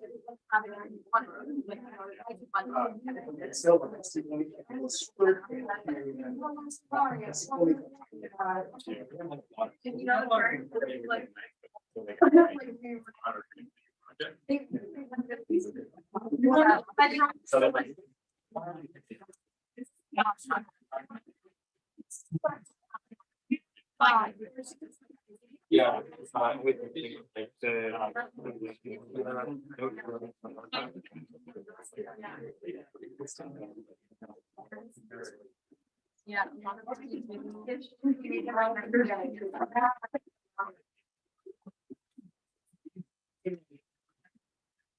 Yeah.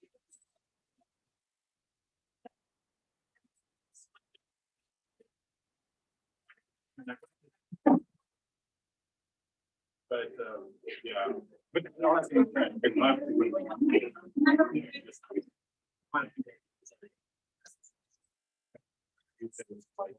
You got to know like we've also done. We probably have to be a bit more. Yeah.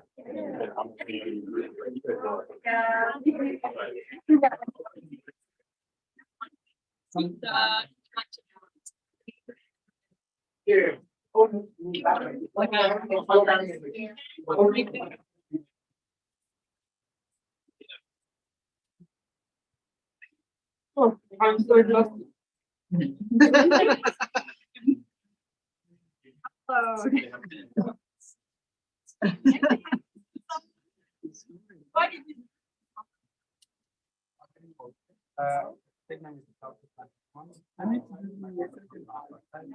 It's really small. That's we use it most of the world.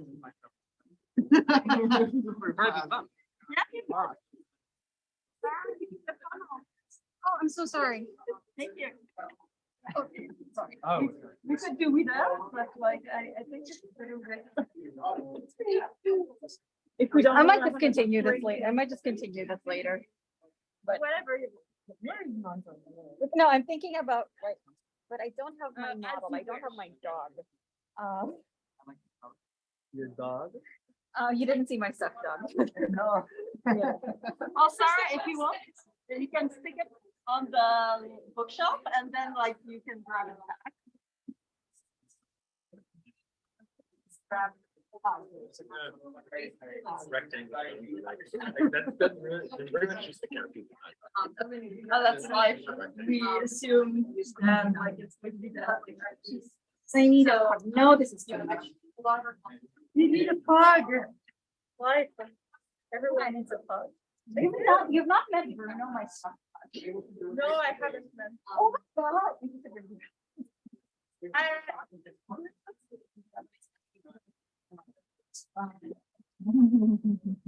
We actually have, at this point, we have 5 pugs, 5 stuffed pugs, because my mom buys me one every single year.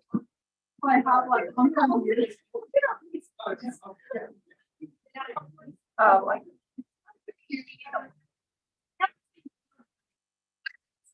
The big eye pug.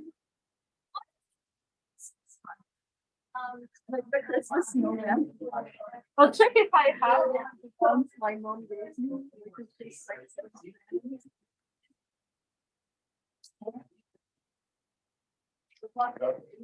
I like. Like how long have they been?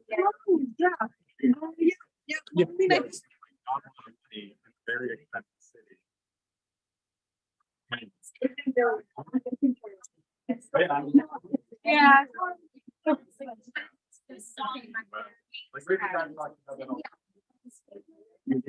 Yeah. Yeah.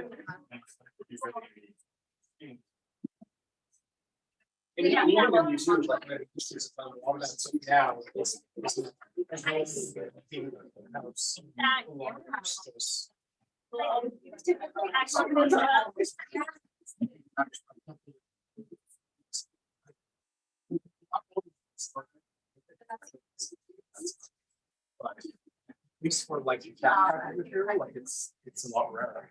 Absolutely fine, because there's not, yeah, it's kind of the obvious people who are like, yeah, sure. I don't think it necessarily. See this value? But also. The program would be like. I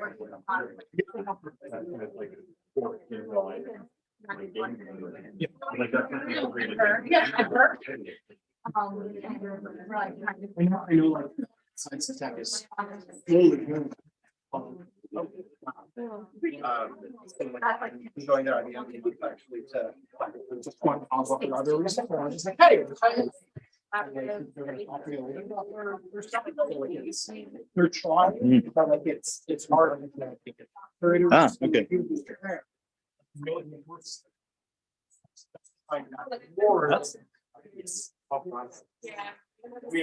Hello, folks. This was the person, one of our participants and a good friend of the TAG research cluster, our new member, Liam Byrne.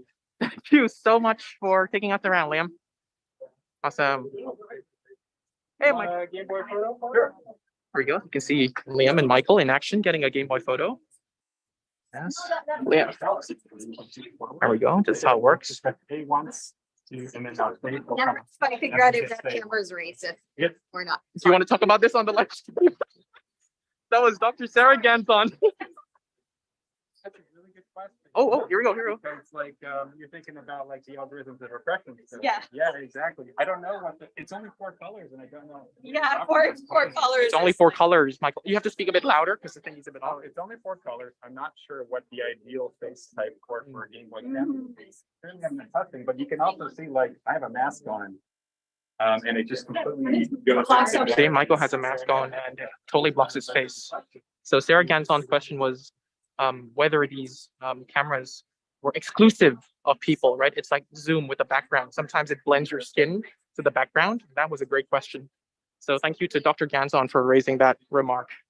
I wanted to be on camera. We are. You're live. This is Michael, by the way. This is Sarah, Dr. Ganson, Dr. Sarah Ganson. Oh, sorry. Not purely. You wanna? Yeah, so we're from me and Alex from the Residual Media Depot at Concordia. And basically what we brought today is a little Game Boy camera photo booth that has 2 parts. One, we actually have a Game Boy camera. The original technology, original Game Boy camera printer, not original paper, because we learned that the paper has a 5-year lifespan, after which point it doesn't work. So this is technically taxi receipt paper that works almost exactly the same process. It's a thermal print. So we're letting people take pictures, print them out. We're going to dump those pictures using this device, which is a homebrew device someone made that takes the print signal from the Game Boy camera and puts it on an SD card as a bitmap. Wow. And then no one uses bitmaps anymore. What I do is I convert them to PNGs and I increase the size. And what we also do is we add a color palette to them because they come out black and white. We change them to Game Boy color, which makes people feel as if they're more authentic when in reality it was always just like a sort of like grayscale kind of thing. And then on the screen over there, we have not a Game Boy camera. We have a kind of like a skeuomorph of the Game Boy camera someone coded online that lets you take photos or animated GIFs in the style of a Game Boy camera on your computer. All it is like we have the borders hidden, but it's just in a web browser window hooked up to a webcam. And we have a fun pink palette on it, but you can make it look at like a lot of different things. And it's just like this sort of enduring aesthetic. The Game Boy has this twilight quality that people really seem to hold on to. We were talking about how, like, unlike a lot of other consoles, Game Boys are very standalone. A lot of people have kept them over time because you can just put them in a drawer and fire them up anytime. Unlike an older console where you might have to get a special type of TV or cable to kind of get it going. So it's really fun to kind of see how people react to the devices. We find that they're really drawn towards them, even if it's not necessarily something that they had growing up themselves. And I must ask, Michael, how many Game Boys do you own?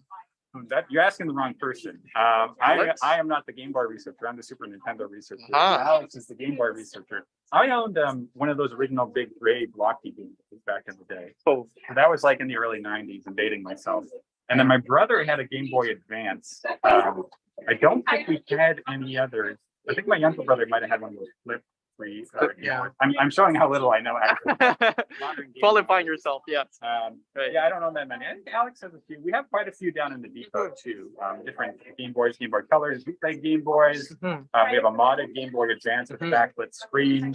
And a lithium battery pack option as well. So like a lot of different stuff down there that we can play with. Do you want to talk about the Residual Media Depot shortly? I can. We were actually thinking of opening it up at lunchtime because we've had a couple people ask about it. So we might open the garage door, but the elevator pitch is it's no longer the largest because of this Bolton collection at EFU, but it's one of the largest video game and early home computing technology research collections in North America. We really focus on really early stuff. So we have a lot of Magnavox Odysseys, Pong console, stuff like that. Eventually you get into Atari and Nintendo. And what we have is it's a working collection. So as you see, we have stuff out, we're using it, which is not always necessarily the case for this type of technology. And sometimes it's not even practical for what we have. A lot of our collections very fragile. So we tend to do stuff like Wii modding workshops, homebrew game design. We'll go out and we'll kind of just talk about the collection, talk about our box art, because we have a lot of original packaging as well. And just the value in being able to see like a lot of different contemporaneous technologies next to each other, some of which that nobody really cares about anymore, and to trace a little bit of a history and to kind of engage in some critical historiography about video game history. Actually, a lot of what Danny talked about in his presentation this morning is something we think about as well, because we want to get away from those teleological histories of video games and kind of more cultural user histories and really get into the materiality of the objects as well.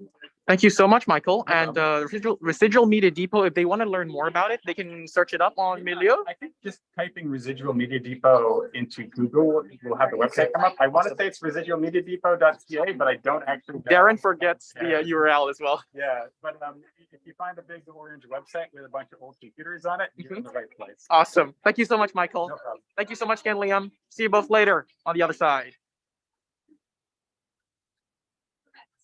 There we go. So that's just one last look. By the way, if you want to, this is so weird, the fact that I'm seeing myself. This is the first time I'm wearing one of these. It's a good thing you brush your teeth, huh? Why am I saying this? This is live.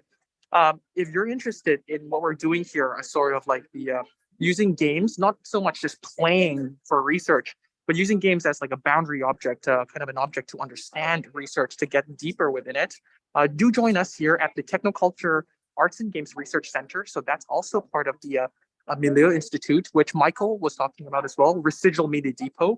We are an institute here of research creation, specifically focused on the technoculture and how we use it in our daily lives and the implications that comes with it.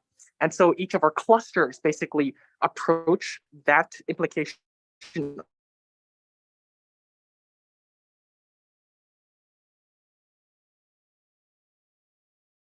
down to this, to all our clusters. So we're on the 11th floor right now. That's as well the participatory media cluster. We have down here the maker lab. So that's with like bio materials, speculative life, which is more about like the anthropology, the ethnography, about how we position ourselves as digital citizens of the world. I've talked about the textile materialities, post-image research cluster. That's more about VR and how we can imagine our future is reflected by devices that can reflect future and past, media research history, and the Le Parc. So this is part of the Milieu Institute. If you do want to learn more and get involved in any of these as a Concordia undergraduate, a graduate, or just as someone who's interested, do check them out. I think absolutely on this, let me see how I can do this.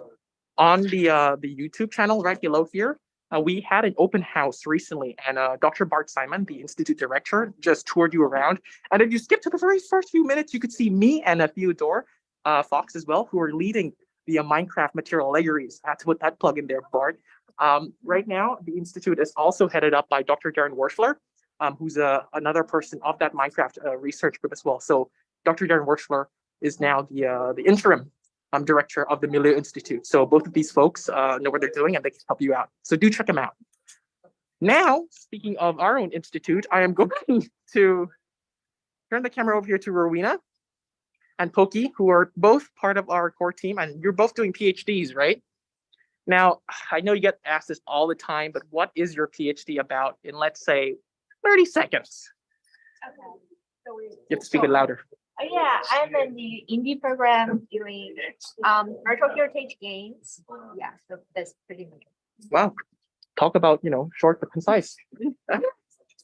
Hi, I'm Lena. I'm a humanities PhD. I research like mimetic aesthetics of nostalgia and creative production in late capitalism and how we make different machines. Yeah. So that's a lot of research creation, right, involved. And if you keep your eye out, by the way, I think you might have an event coming soon. So all good with the reception? Going well? Do you want to talk about the wall, Pokey? Yeah. So now I think Pokey's going to take us to the wall, and Swarm's right here, one of the panelists. Yes, Time Punk. So don't miss that. That's coming soon after lunch. Woo! All right, Jerome, I'm going to skip you. Actually, no, you both have the same thing. So this is Sharon Ali and Muhammad Sharon Ali, actually. And this is Pokey Chan, both of whom are working on the wall with Leo, who you may have seen from the drawing workshop. And I'll let you take it away. What is this? Okay, take the lead. You might have to speak louder. Thank you, Sharon, for helping to set up the wall and do the programming. So this is a digital wall.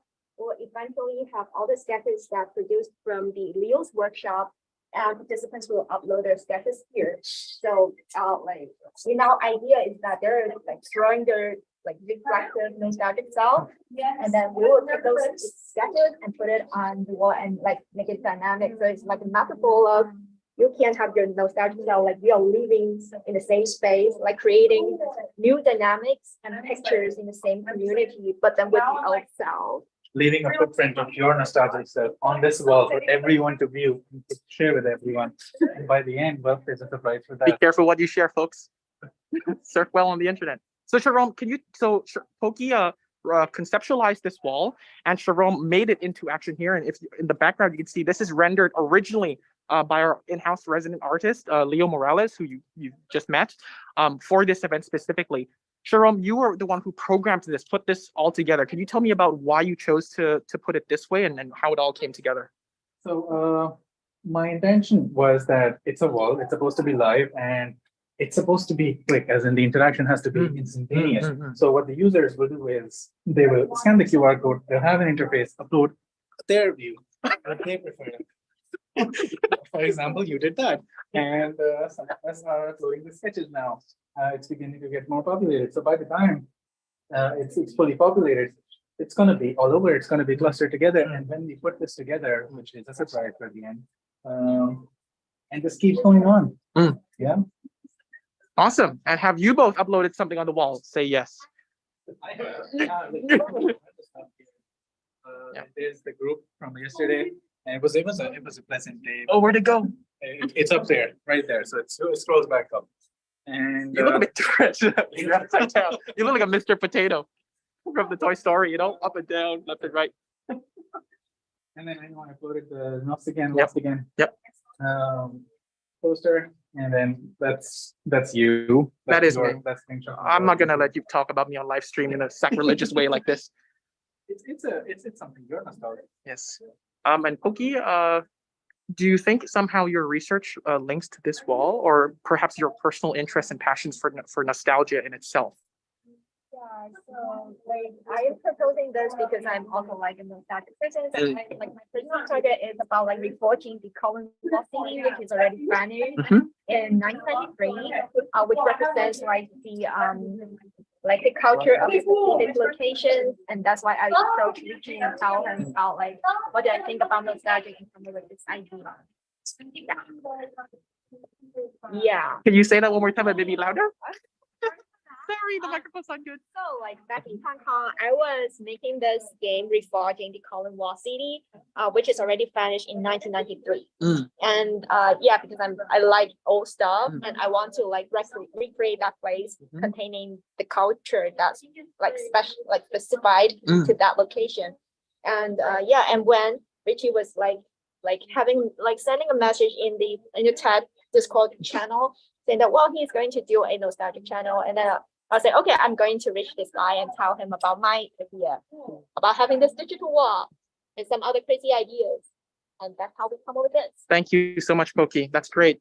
What we're going to do now also as part of this little, you know, extra is that because I haven't eaten yet, I'm going to review the snacks for a little bit. So I should tell you it's going to be Richie style. Here you go. This is our first contender up. Good.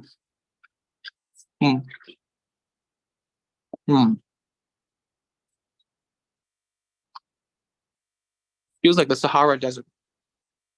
You good there, Danny? Yeah. Hitting the bottom of the bottom of the canister. Sorry? Hitting the bottom of the canister. That's one This is feel. the only thing that's keeping me alive. That's right. Hello. Is this like recorded and It's live streamed right now. Do you want to say something to the people who maybe? Sure. Yeah. So hello. Hi, this is Danny. Hi. I don't know if you've seen my talk, but yeah, I'm Danny. I'm at the University of Montreal, and I am an historian working on the history of video games. Why are you moving with the camera? Oh, yeah. So yeah, I'm a historian. I work on the history and preservation of video games, and yeah, no, this is a great little event. It's very intimate, which I enjoy because big conferences are they're fun, but it's a lot. So this is very more kind of friendlier Symposium. Yeah, more symposium, which I love. There is a difference between the two. Egg or the chicken, right? Does anyone here know the difference between a symposium and a conference? I have no idea. Danny? Essentially. I love how you're just speaking like that's undergrad. So I'm like, okay, no, that's all of us all the time. That's right. Like the thing is, like I think the higher you go, the better you are at faking it. Yeah. Yeah. I was shaking when I was up there, and like I've talked about this, I don't know, dozens of times. I've like, it's my research. I've been working on this for like years now, and like I presented on that very often, and now I'm just like I have to do 10 minutes, and I'm very nervous. And like I know most of the people here, and I know it's gonna be fine, but I'm like, ah. Like the only undergrad here, probably. Actually, we have a few. Leo, with the wall workshop. Yeah, he's also an undergrad here. So I guess I was gonna say first of all that the difference between a conference and symposium is probably the size, but I think it's probably conversations like this. Because in a conference, it's so huge where you don't get a chance to speak to the person spoken, right? Yeah, that's room after room. Yeah, no, that's what so for instance, so I used to go to Congress almost every year, Congress of the Social Sciences and Humanities, and they always split between like 1 year it'll be in a big city, and the next year it'll be in a smaller one. So like first time I went, it was in Toronto. Second time I went was in Regina. Oh wow! And honestly, like okay, Toronto was great. I got to visit a bunch of places. However, that's the problem. Everyone's like at the conference and they're like, "Fuck this! I'm gonna visit you." And then when you're at a smaller conference like Regina, where there's not, I mean, there's cool stuff. Yeah, but it's a lot smaller. Yep. Everyone just ends up like either at a pub or something, or going for dinner, and then the conversations that come out of there and the friendships that come out of there are much better. Oh, for sure. Yeah. And to me, at least, like it's not even people who work on the similar topics than you that like you end up working with. It's people who you get along with. That's right. And then you find kind of commonalities. So for me, it's like I prefer big, small conference doesn't really matter. It's really like where it's located. If it's a setting that does promote talking, Mhm. that's the best. And food does that, right? Yes. Good food, which hopefully is coming soon for lunch. Yeah, I'm like eating crackers and I'm like dying. Yep. So our food team is on that. Having a savory option. No worries. We got it all covered. All right, I'll talk to you both. Thank you so much. I'm actually trying to- Oh, yeah. Oh, yeah, by the way, Different nose. I tagged somebody else. Did you see? I did. I tagged it. I guess so. I don't know if it's you, but I'll check again. Anyway, I where didn't get can? a The Danny notification. you probably tagged has a wider nose. Yes. Oh, well. You Um, don't have a wide nose. I mean, No. it's a nose, but That's the highlight of the. I have it. That's the highlight of the symposium. yeah, it's this Danny, that person. That's one. Yeah. Well, I'm not gonna. That's not Stop. you. No. Well, But it's because I have, there's a G in there. Is this uh, you? There's a Danny G, but it's Danny G. but- Yeah, because I have 2 family names. Okay, It's so just apparently- Which one? shortened it by just, so what is your Twitter where people can find No, you? There you are. Where, let's see. we can show it, yeah. Oh, okay. I tagged the right person. Oh, good. Oh, I guess So don't get notifications. I didn't Okay. see. I didn't- Yeah, you tell me about it. That's I good. barely am on Twitter, but I try to be because Yeah. I'm like, that's where all the academics are. Yes, that's But right. like, I always forget. And then I go on like once in a blue moon and I'm like, oh. What?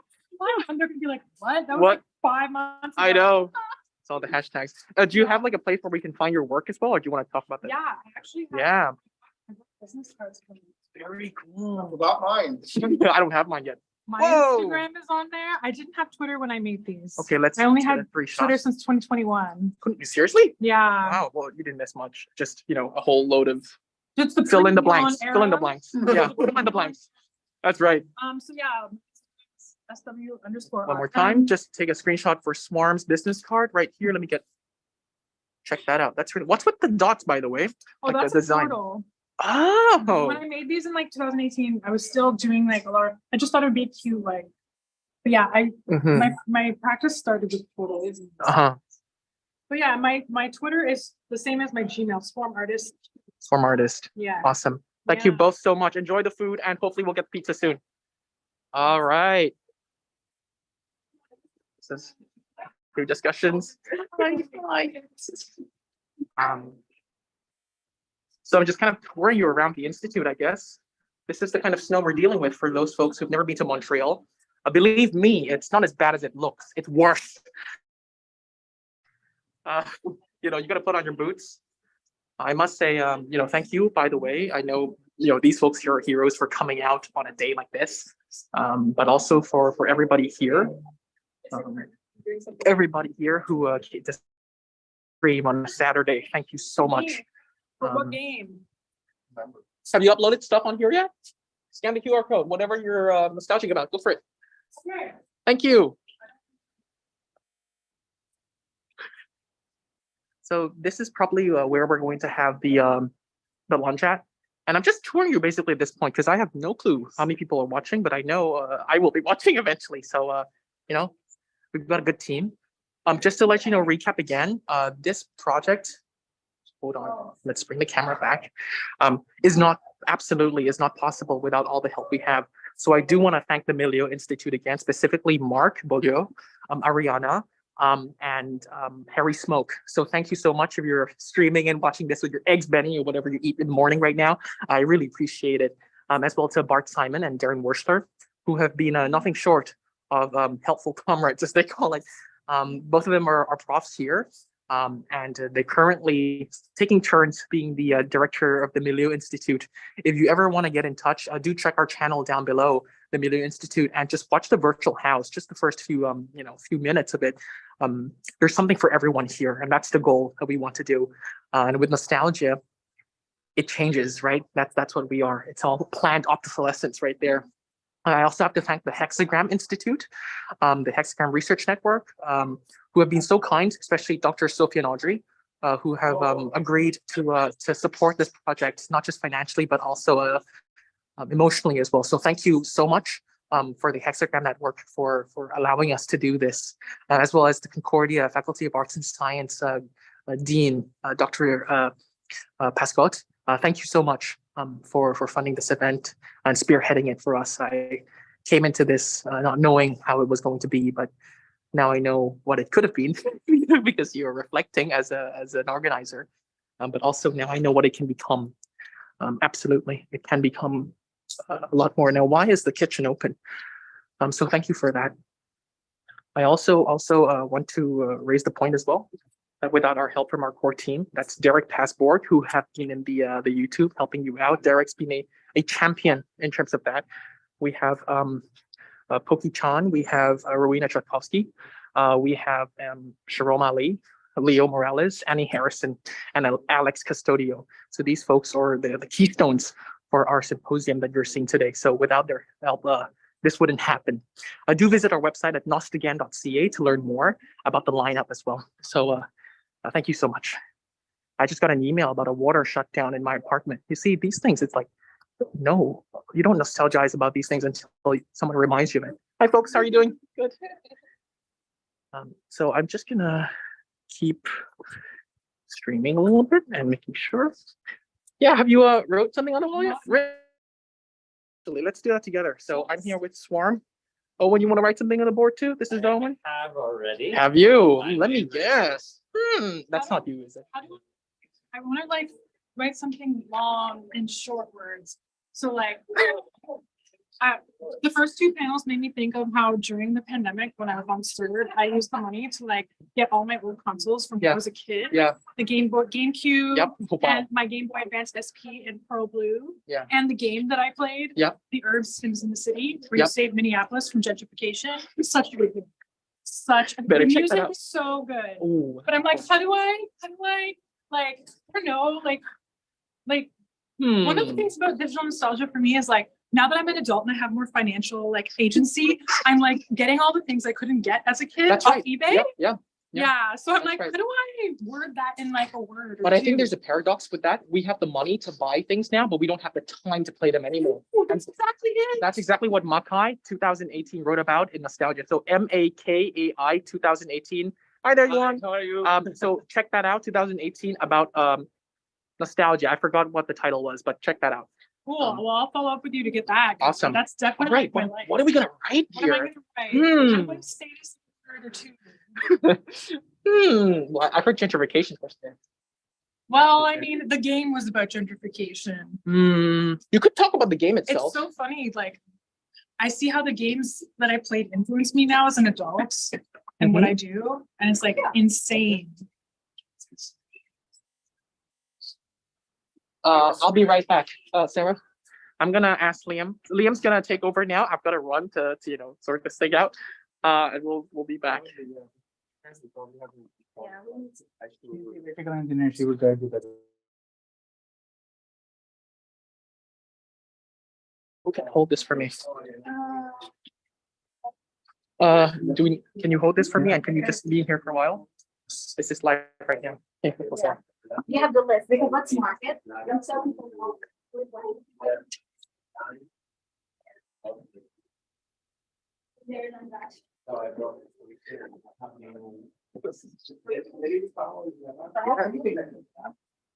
I'm starting off right now.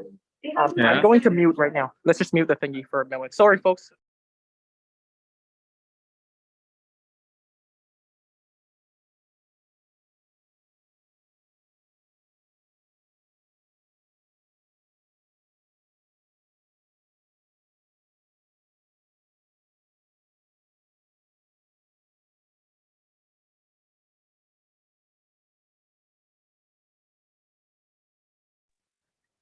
So you can see it's a bit of a rowdy house here.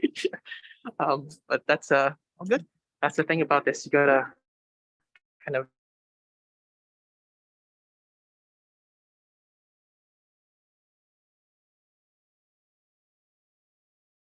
I could not have when they were new because my parents said no. Tell me about it. Sometimes my boss says no either. Like, Memories of being at Zeller's and being like, Mom, can I have that? Dad, can I have that? No.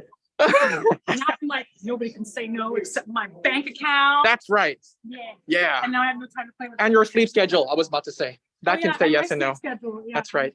Or like my lack of ability to stay awake late as I age. Okay.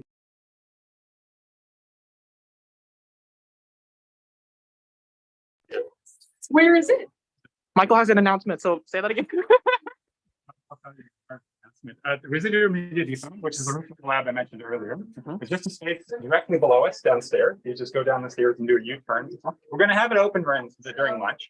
People can't really come in because you'll see why. It's basically like a small hallway, but we can kind of just show folks kind of what we do and what we have down there as well. So down the stairs and do a U-turn. Is it open now? Oh, yeah, we have it open right now. When should I pop by?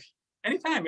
We're not doing a presentation or anything. Oh, are you and Alex gonna be there? Yeah, Alex is down there right now. We'll be down there. We'll be all right. So people can come down and just kind of snack in the back. I'll go in there around 10 minutes. Anytime you want. Okay. See you then. Thank you, Michael. I know, right? There's so much more to the symposium. It's like the whole institute. What is that? What does that say? I am nostalgic actually about some. I don't know. I'm sure you know this. Compact. Club Penguin. I never played that. Oh wow. I never played Neopets either. I feel like Neopets, you're not missing out. Like Club Penguin, that's why I started grad school. Club Penguin. Really? Yeah. So there's something else. Oh, I need to write about The Sims. Oh yeah. Which one? 1, 3, 4. A lot of people like 3, but I like 2. 2 was pretty awesome. Oh, okay. Pivotal, isn't it? The classic Dell 2005 black desktop. Oh my gosh. Oh, I thought that was a Sim edition. No, that's what I played The Sims 2 on though. Aren't people using that now in classrooms that haven't been upgraded in a long time? Probably. Yeah. But I want it back, and I will literally go. But I have to get it back. Did you hear that? If you have one of these Dell classic black desktops, black screen, yeah, black computer, I need it back. If you have it and you want to keep it. But if you don't want to keep it, hit up Swarm. Yes. Yep, that's awesome. That's a collector's item. Swarmartist@gmail.com. That's right. You heard it again. Swarmartist@gmail.com. The Sims. The Sims. I do like the second one. It's quite nice. Let me see if I can- That's right. Oh my God, I'm gonna be writing on this thing all day. Can you help me pull this thing? Yes. Thanks. Sorry, I didn't mean to steal your laughter. No worries. I don't know. We're just conversing. We're nostalgizing is what I call it. Legos. Oh, I love Legos. But they're still around, right? Lego? Yeah, that's right here. Lego sets. Oh my God, Bionicles. Oh, those. My brother was obsessed with them. Oh, Red versus Blue. Yes. Oh my gosh, these are Tom and Jerry. I love Tom and Jerry. Tom and Jerry. Oh my God, this is so much fun. Legend of Zelda. Is the best symposium ever. I love that. Do you have the cap? I do. Well, here we go. And boop, singularity is achieved. Yes. Singularity is achieved. Oh, you have the cap. Oh. I get that reference. How dare you? I will go with you. I'm a little embarrassed right now. Oh my gosh. Let me just check everything's okay. Pizza is good. Okay. Oh, I am relieved. That's where they're coming out. Yes.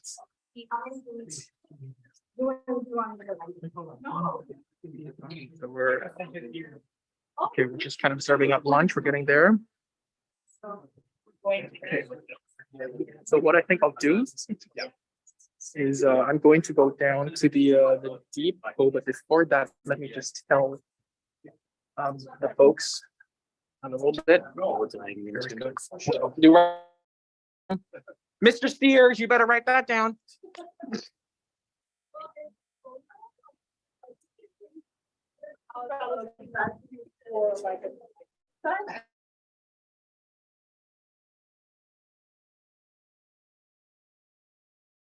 So, question. All right. I'm now going to take you down to the Residual Media Depot. Yes. So while you're munching on your lunch or your late night snack, I'm guilty of it too. Liam's writing it down. What is that? ALF?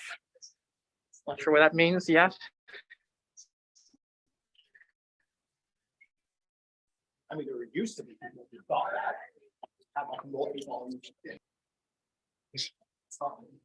Here we go. See, I have the clipboard. Looks like I'm a health inspector. Oh, wow. Perfect timing. Yes. I got you both to myself. Hi, this is Alex.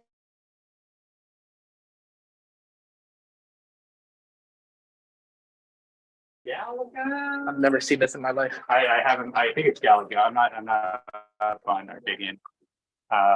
Alex actually booted this up. I don't know anything about this device, so if you have questions about it, I will redirect them to Alex. Hi. Hi. We have an arcade board here with a bunch of games. This is one of the things that we take out as a sort of little open house nostalgia machine for folks to go back and play some classic arcade games. But this is the Residual Media Depot, which is led by Derek Bushler. I'm the lead research assistant, and we decided to open it up because this is essentially like a nostalgia bunker. We do a lot of work on the materiality of nostalgia and what that means. A lot of what we have here are hardware in the original boxes. So we believe in the importance of using things like box art and other paper ephemera. A lot of what we do is kind of media archaeological in nature. So working with materials, sort of kind of, talking about what Dan was mentioning earlier, about working with the materials, but also kind of like looking at how people actually use them in fan communities, how they circulate. So if they want to learn more about how this space works, so like what equipment you may have, is it on your website? And if so, where is that? Digitalmediadepot.net is our website. We have a couple of blog posts that kind of talk about what it is that we do. We do try to be here every now and then. Terrible staff. No, not the best. Not the best. But, Yep. yeah, and we work on different research projects and collaborating with like engineers as well. That's right. As just like mostly humanities scholars. And I think you have your first round of visitors, which is perfect. I'm going to leave you both to it. Thank you so much, Michael. Don't die again. Oh, there you go. Go. It's the Residual Media Depot. They're open for lunch, so that's great. That's the Miliotech floor, by the way, as I was just saying.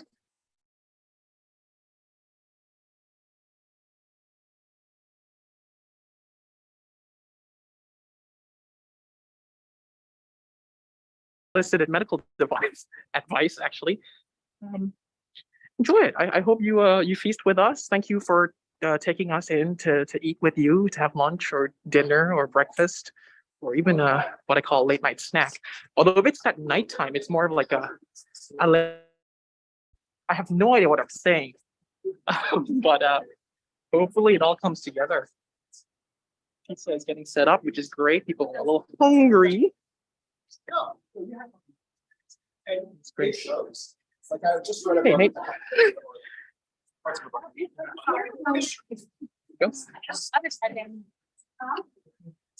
Okay, so what I'm going to do is I'm going to stop the stream right now, and we will recommence soon. So let me just say that everything.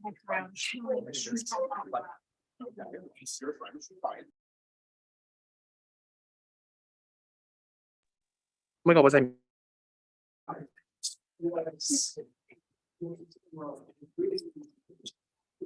Oh my goodness. Hey, yeah. Wait.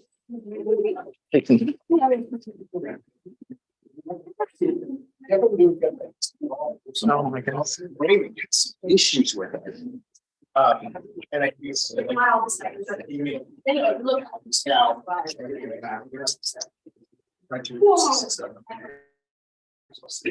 I apologize. I'm such a rookie at this. I muted myself.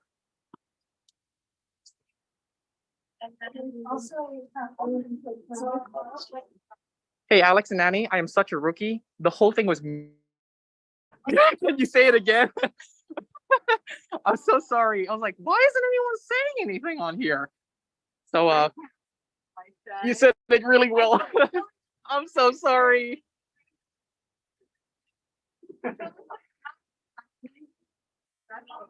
Oh yeah, I don't want to put that stress on you. Hold on, let you finish this Pac-Man game first.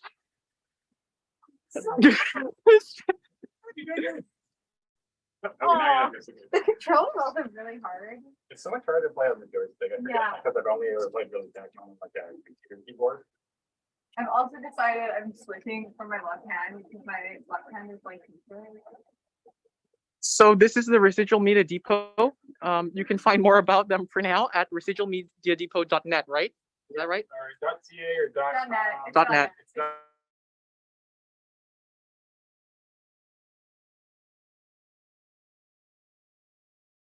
Always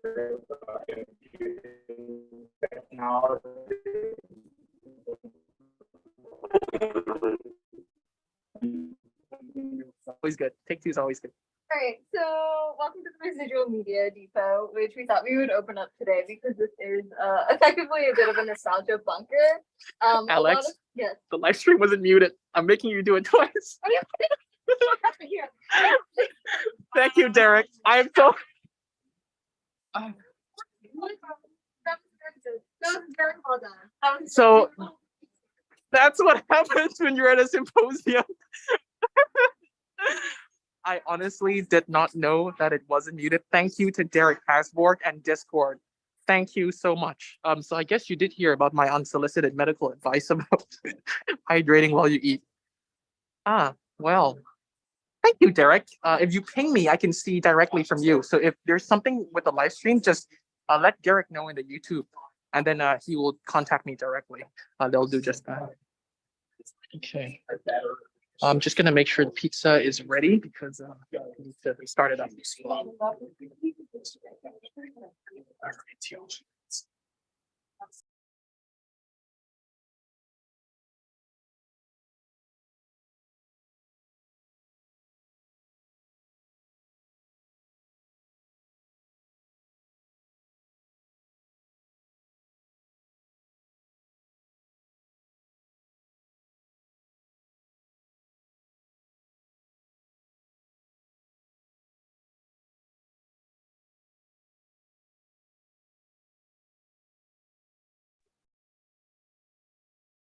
Hello, folks. I'm back. Hope you can hear me.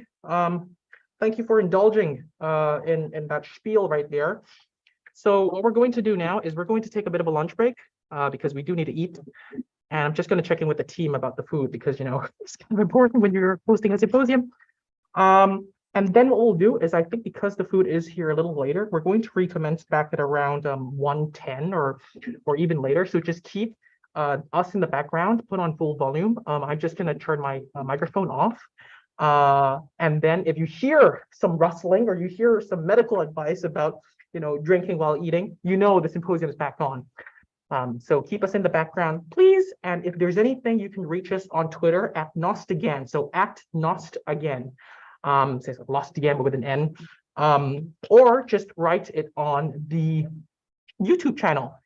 Until then, I'm going to just mute and turn the camera off and see you soon. Thank you for coming.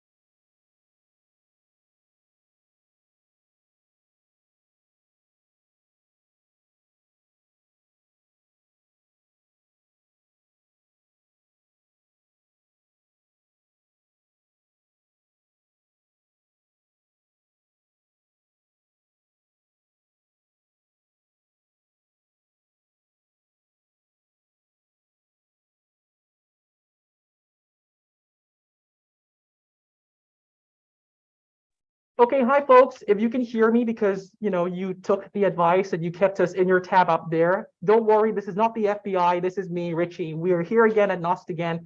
We're going to reconvene now. If you're running from your kitchen or bathroom, wherever you're at, in 8 minutes. So hold your horses. We're going to be back in 8 minutes. All right, wait.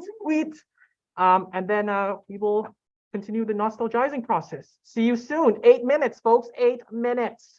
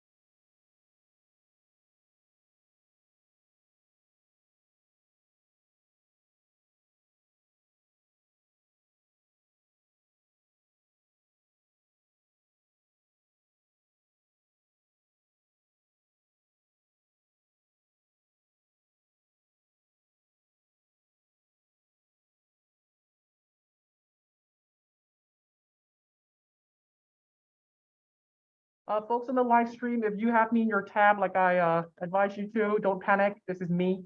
We are back in session, so please run back with your cereal or whatever you eat at wherever you are. We're going to start the regular programming in about 2 minutes.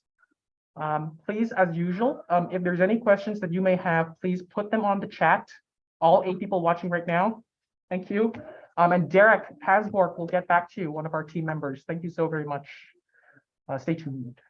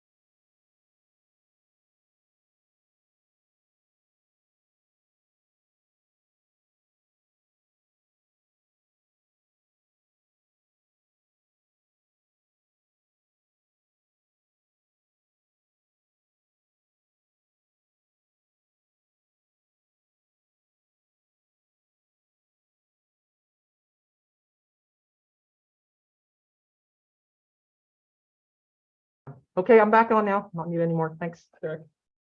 So I think just to digest ourselves back into the groove, etc. Hopefully your vocal cords are open up because you ate a lot. So if you can, call and response. Let's try this, right? Dun dun dun dun dun dun dun dun dun.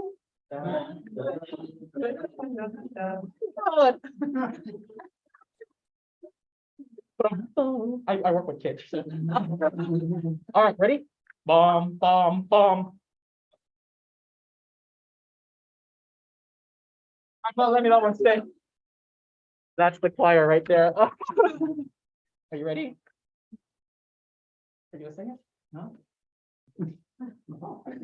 What is that? What does that do? I love when someone comes from backstage and hands you a prop. That's You're right, Rowena. I'm nostalgic about my ICT lessons. I wish I paid attention. Okay, cheers. Cancel, not now. All right, last one. Dun dun dun dun dun dun dun. Out louder. Come on, ready? Ready? You gotta get into this one. It's important. Ready?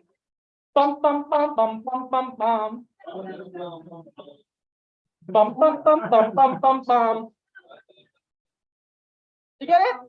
It's the same tune. Dun, dun, dun, dun. Oh. You get it, right? Yeah. It's the Mario. So you can see how the same line, if we're talking about melody, can be used differently, right? That's like the same tune paired with a different image. That's all what it's about. So today in this second panel, which Rowena will lead kindly, we're reading between the lines, right? The importance of text, the importance of coming together, making things do. And the past, like Niemeyer actually like Boym says, it's not about the past that was, but the past that could have been. One past experienced the same with a different present, right? Here we go. So we're going to start off our second round of panels. Over to you. Okay, so I am super excited to be moderating this panel. It feels like a little bit intimidating because everybody is like, oh my goodness, so many folks are here. We have like a really fantastic panel here with a lot of works that are in conversation with each other, focusing on language, identity, and that interplay with nostalgia. So today we're going to start off with a pre-recorded speech from our panelists, Dr. Katharina Niemeyer from the University of Quebec at Montreal. And then we'll be following that with some amazing presentations by Anash Prokop, who's a master's student at Columbia University studying English. Wow, I am Ronnie. It's okay. Ronnie, who is a PhD with the practice of arts and language at the University of Quebec in Montreal. Okay, let's get it started. So I'm going to read a little excerpt from Dr. Niemeyer to all of you. She is, unfortunately, she can't be here today, but thank you for Dr. Katrina to send in something. So here we go. Dear colleagues and conference speakers, sorry for not being here with you today. I knew from the beginning that I could not join you in person, but Richie invited me to join at a distance. The strange contribution I decided to share with you is an attempt to bring together two types of creation I realized in 2020 during the pandemic. I have recorded around 150 videos from my window during the lockdown for no specific reason. That's what we do. That was my ad-lib, by the way. During this period, I was invited to write a short piece for the Global Warning book related to a Marshall McLuhan exhibition in Frankfurt, Germany.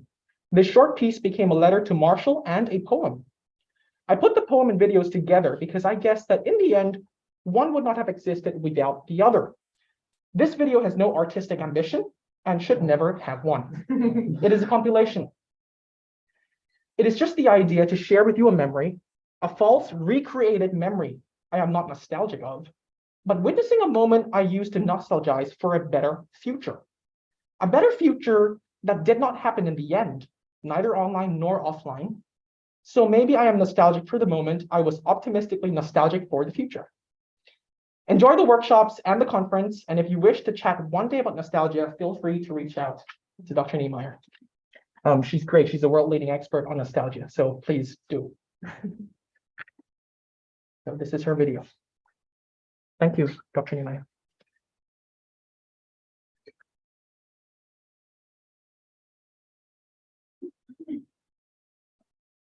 Remember, the city is a funny place, as Lou Reed reminds us. No acceleration or deceleration, no vanishing point. Thrown but not drowned on strange land. You can see the clouds in the sky from your window and click them away. Blink of an eye, the clouds in the sky from your window become your new friends. Viral storms of blizzards bursting out from sides. Throughout the day, long and short stories the blizzards tell make you freeze, while others run systems, breathe steadily in attempt to alleviate pains. You surf the waves, all day in circles and chains, blocking waiting for better times and for the moment to seize. The flow of bites and hypes shut your system down to flatten the curve of the enigmatic crown. It's almost easy for those who work alone from home, still trying to cluster and to nourish the rhizome.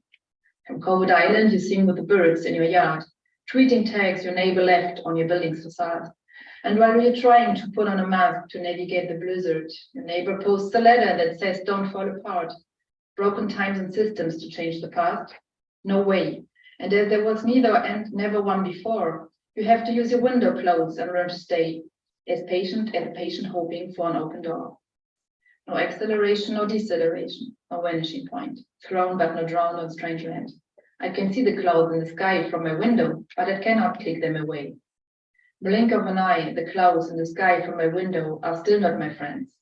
Viral storms of blizzards bursting in from all sides asking me to pay attention and make the best of my free time, gin, tonic and lime. Learn Japanese, bake bread and write a novel of crime. Click, check and do whatever I could not do before, or even try to live life that is delivered to my door. Step by step, I see you getting packages 5 times a week. sent by the amazing Jeff with a quick smile on your cheek. And mine you speak while watching snow falling down on the road. We never thought that we would like the slow kind of mood. And as I can see from my window at night, you follow the instant tips to stay as healthy as my Instagram friends who move their hips. To the rhythms of the nights and times they spent on islands, they can now only dream of listening to their favorite bands. Alone in the dark, the mouse and the pad have up like your fire that might revive your energy and get rid of your lack of desire. As you find your courage and brains to stop the denier who never asks where the news find their wire. Behind your mask, what is your secret and what is your shape? Erasement, hate or rape? Your garden does not keep you safe anymore. Virality is sometimes good to cry and out loud for. No acceleration or deceleration, no vanishing point. Thrown but not drowned on strange lands. They can see the clouds in the sky from the windows, but they click them away. Blink of an eye, the clouds in the sky from the windows are still not their favorite brands. Viral storms of blizzards bursting in from all sides, asking them to endure the gray. While monuments fall, others seem to miss the wall. Surfers forget the window clouds to ride and love. Your other takes on every night with a mask and gloves to save them, and if possible, to save us all. Zone of indetermination, conspiration, contamination of time, while others would try to find a dime or rhyme. Future moments stripped away, suspending wishes yet to come true. Obliged to copy and paste dreams with virtual glue. Baby, I'm on COVID Island. No.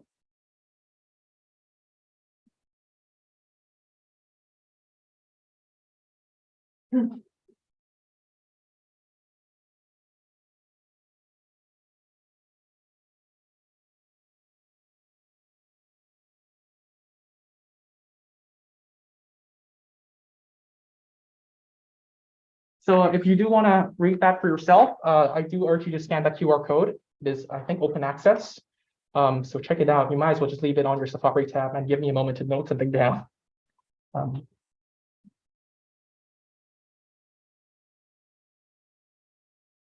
good? That's COVID Island. Okay, move on. Okay, so next up, I'm very pleased to introduce Anash's paper, which is about erasing. If found, is returned. Erasing to imagine a new queer identity.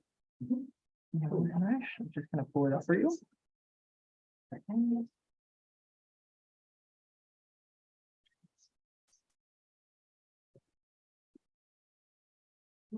I'm going to share that on my Zoom.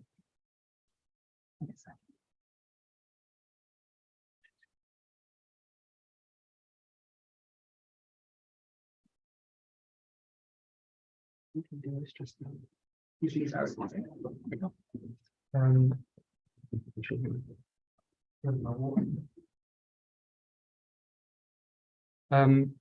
It seems strange to leave that one without applause for that poem unless everyone's sort of meditating on it. I don't know what the feeling is, but I kind of wanted to end it. So can we clap? Yeah. I promise I'm not taking that for myself already. Yeah, thank you to the LOSTAGAIN team for having me. Thanks for turning up in person and online.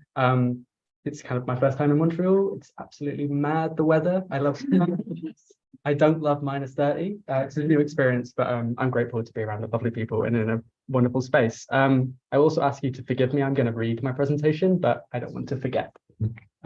Okay. So as I said, it's actually my first time here in Montreal, and I'm staying with a friend of one of my roommates. They met at school, and the other night, this friend showed me a yearbook from their time together.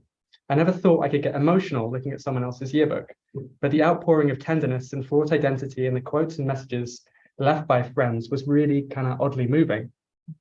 It's this kind of feeling, from the act of being let into this deeply personal time in one's life, that I want to talk about today. I want to try and explain why the 2020 Irish narrative video game, if found, is so important for how it engages and transforms the idea of national and personal history to imagine a new queer history.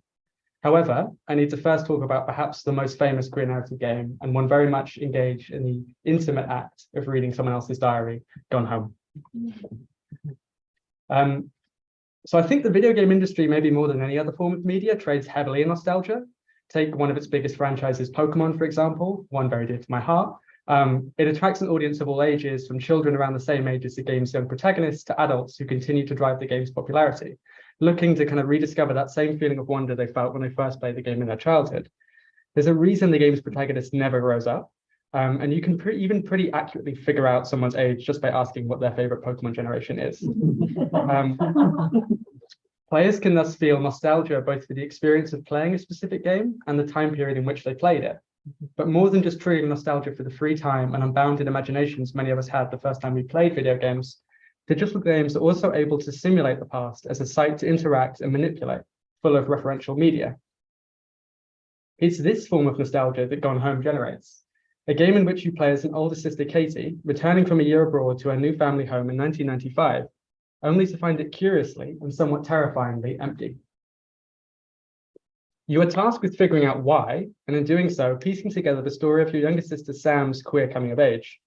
The setting and narrative is typical of queer narrative indie games that seemingly always either employ nostalgic settings to a near historical time period, the coming of age story arc, or in a return home.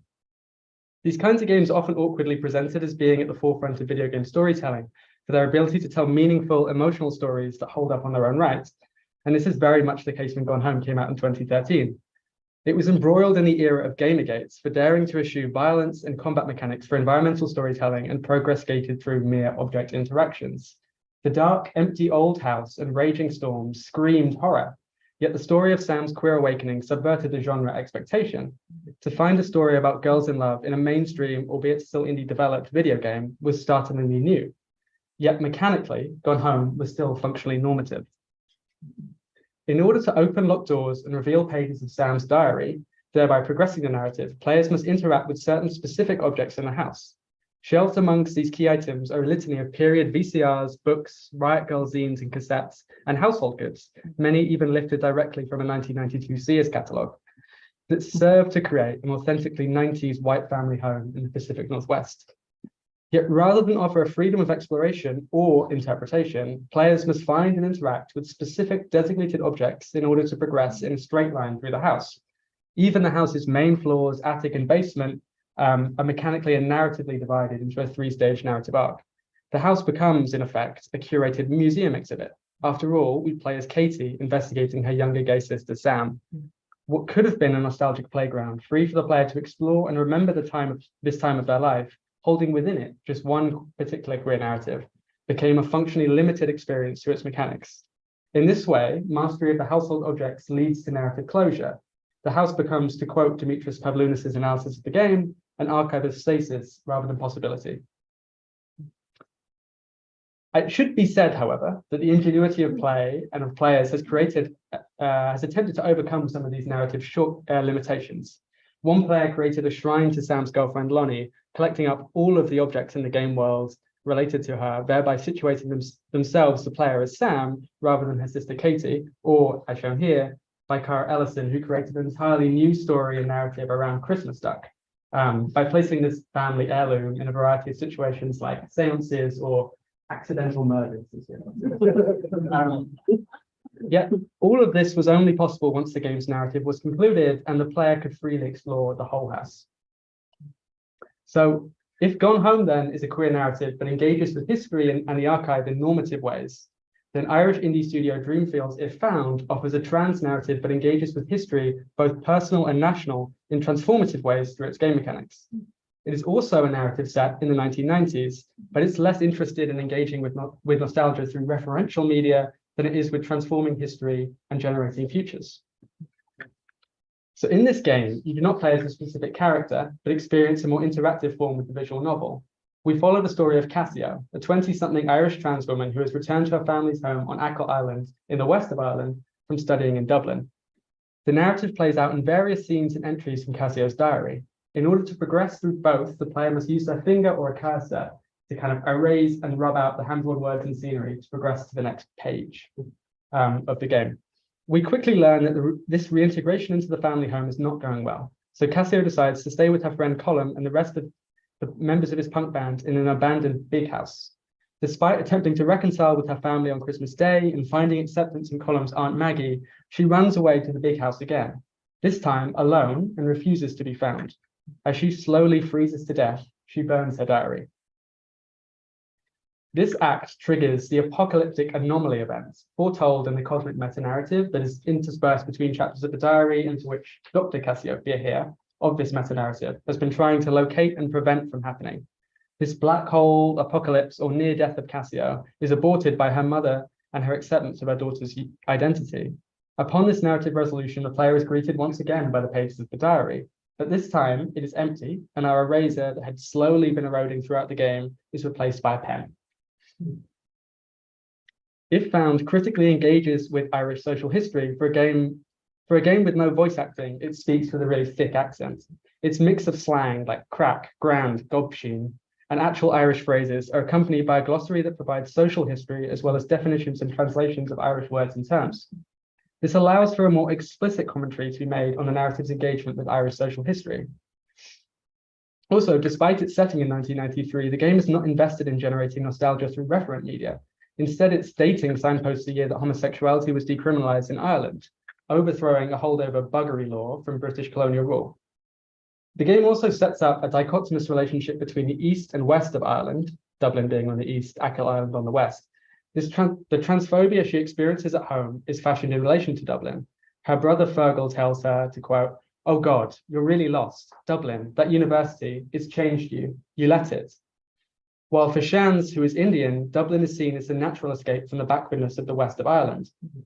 But this relationship is subverted in the cosmic meta-narrative, with the destruction of the solar system occurring in Achill Island, and with Cassio's mother's ultimate acceptance serving to deprovincialize the west of Ireland. By having its queer characters squatting in the abandoned big house, which you can kind of see here, which were old mansions historically associated with wealthy Protestant Anglo-Irish landowners, these symbols of colonialism are also inverted into pseudo-havens for the marginalized, although this is not an easy transformation, with a leaking roof, crumbling building, and persistent threat of eviction causing them to leave, as well as drawing Cassio closer to death when she hides there. Instead, it's Column's 63-year-old Aunt Maggie that provides more of a real refuge, offering food and shelter, as well as a recognition that she herself is a bit queer. This linkage through the generations helps to provoke the ultimate familial acceptance that Cassio receives, finding her place in Achill. This discursive transformation of the conventional villains of the Irish literary tradition, colonialism, religion, and the family, is all accomplished through the mechanic of the eraser. By erasing the pages of Cassio's diary to progress the narrative, the player is made complicit in Cassio's attempt to erase her social connections and ultimately her own existence. A definitive archive is defiantly rejected. Both national and personal histories are erased in order for Cassio and the player to be able to write their own. So once Cassio has found her resolution and the player is able to write instead of erase, what was seen as a destructive tool reveals itself to be the necessary process by which Cassio clears the way for the reclamation of her own story. With this new pen, we, the players, are able to both choose our own possible endings to her and her friends' stories, as well as to create a portrait of Cassio and a small concluding vignette that functions like a dress-up game. Just as mechanically the game eschews the desire to create and collect a definitive history or archive, in its epilogue, the player is brought further into the story to create a unique version of Cassio for themselves. For me, my Cassio is somewhere between her friend Shans, and myself. In a sense, this narrative is a piece of speculative historical fiction. By engaging with a near historical setting and tenets of Irish history and the literary tradition, it subverts and complicates the idea of a definitive history and national identity, creating a place for queer identities. By making the player complicit and also constitutive of its narrative journey, the place is found for us too. So to conclude, why it's important to kind of draw out the differences between these two games' mechanics and narratives highlights specifically what queer narrative games can look like beyond a queerness that ends at the representation of characters. Gone Home merely collects and completes a diary, but if found, engages the player in Cassio's reflection on the painful moments in her diary to see them as creative and transformative, to see the creative and transformative potential in erasing them. As Dreamfield director Laura McGee states, her diary contains her secrets, but also in the end, it holds her future.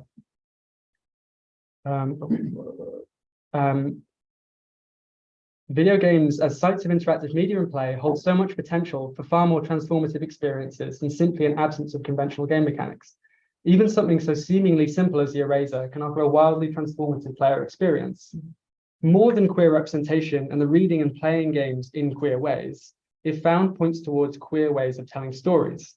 The promise of queer worlds and possibilities and imaginations is what awaits. Thank you.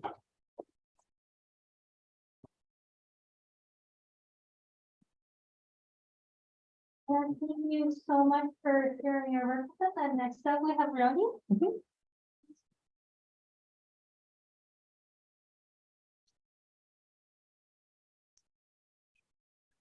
Yeah, do you want to use YouTube? Like, you're gonna put it on YouTube, right? Okay, that's fine. It's on. The link is in your presentation. Oh, sure. Just with it, that's right. Give me 1 second, okay?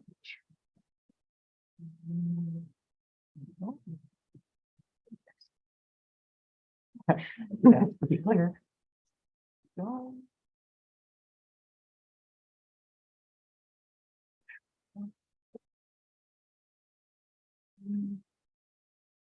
I'm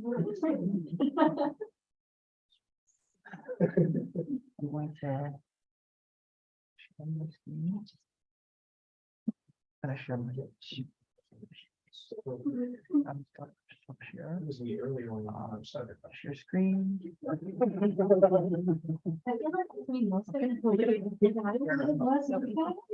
Like this? That's yeah. Do you want to open it? Sure, sure.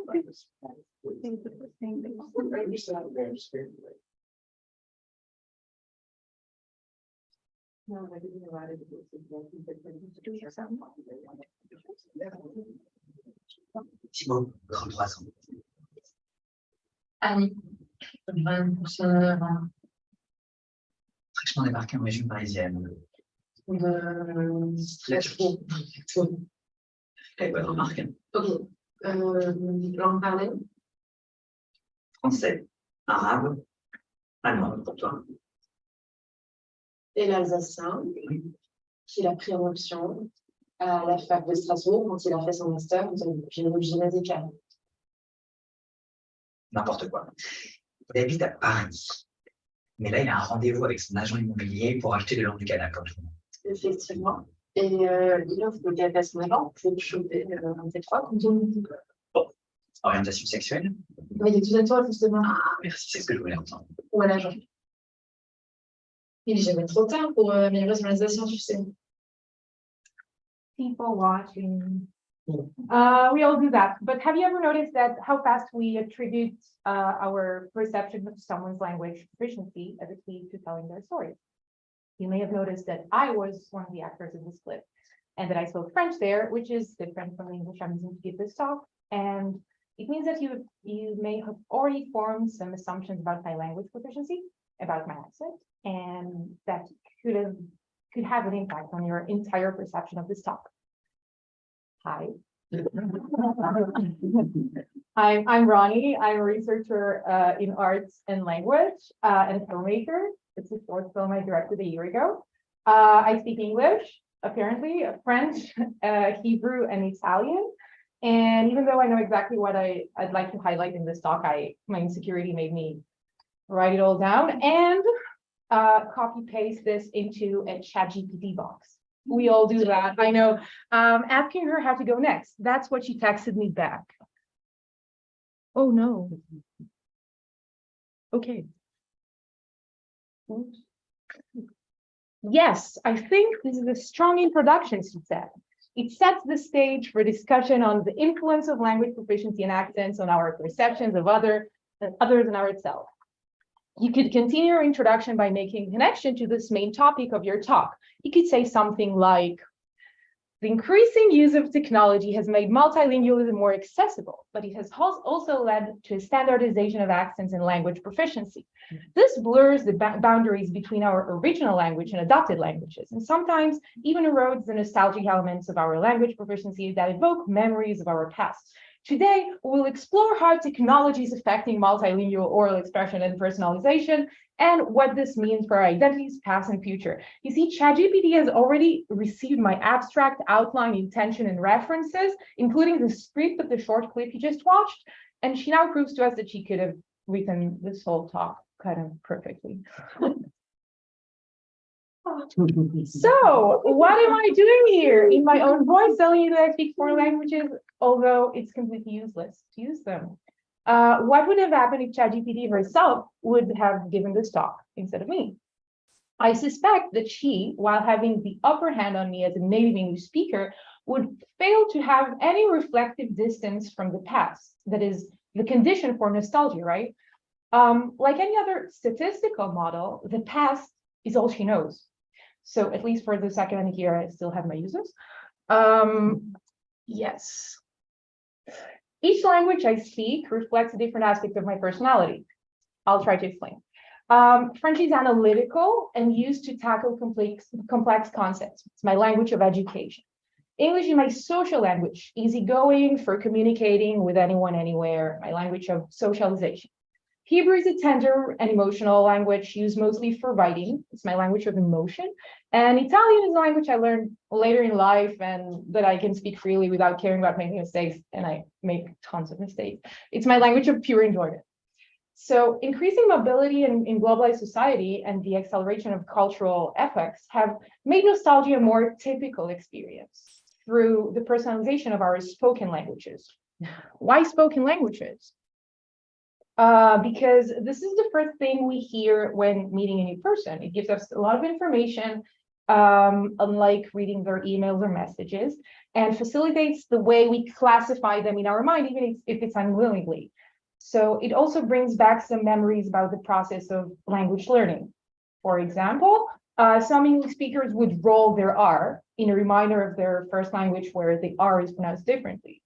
For me, my accent in English reminds me of how I learned it as a child through popular culture and this somehow nostalgic yet a bit disturbing TV show I'm going to show you that teaches English in Israel. I don't know how to.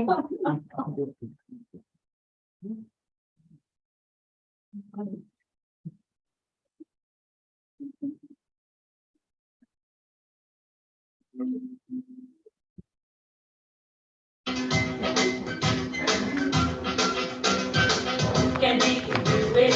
Candy can do many things. Candy can do it. She can speak and sing. She can laugh. She can cry. She can be a friend. Yes, I can do it. Candy is a real good friend. I can do it. She can do it. Wow. Candy can do many things. I can do it.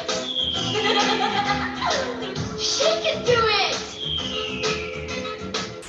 We can do it, and you can do it too! We all can. How do I get back to my, yeah?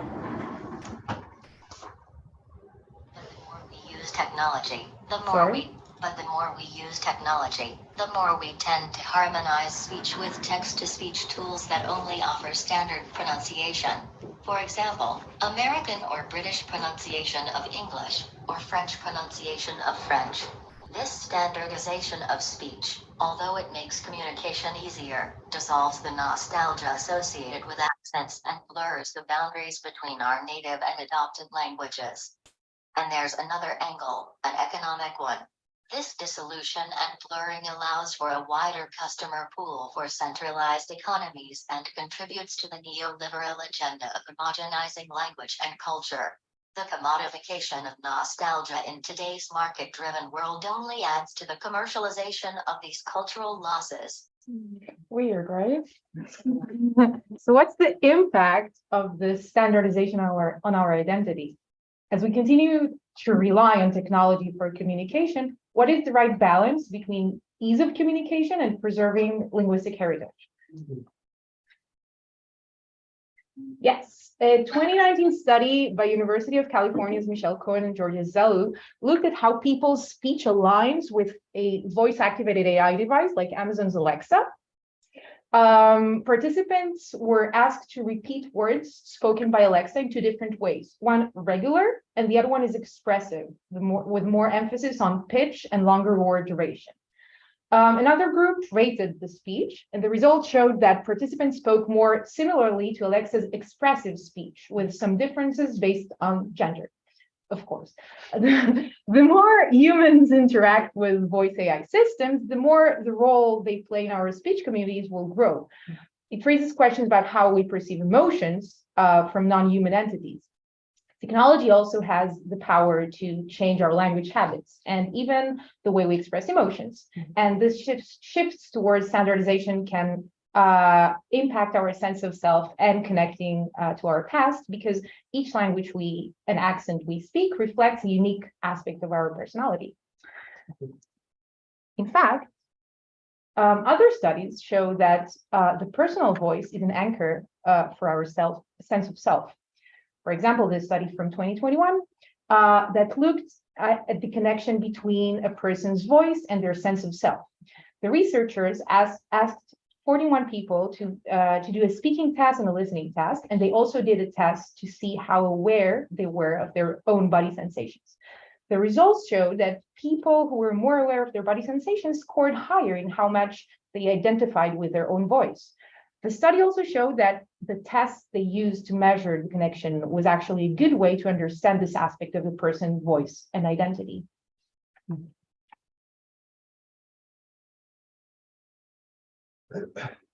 In conclusion, let's not forget the power of our personal voice and the impact it has on our identity and connection to our past.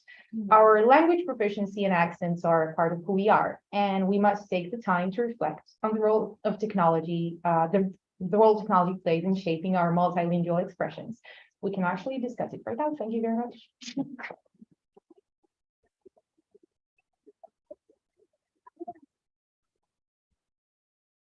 Thank you so much for that fantastic presentation.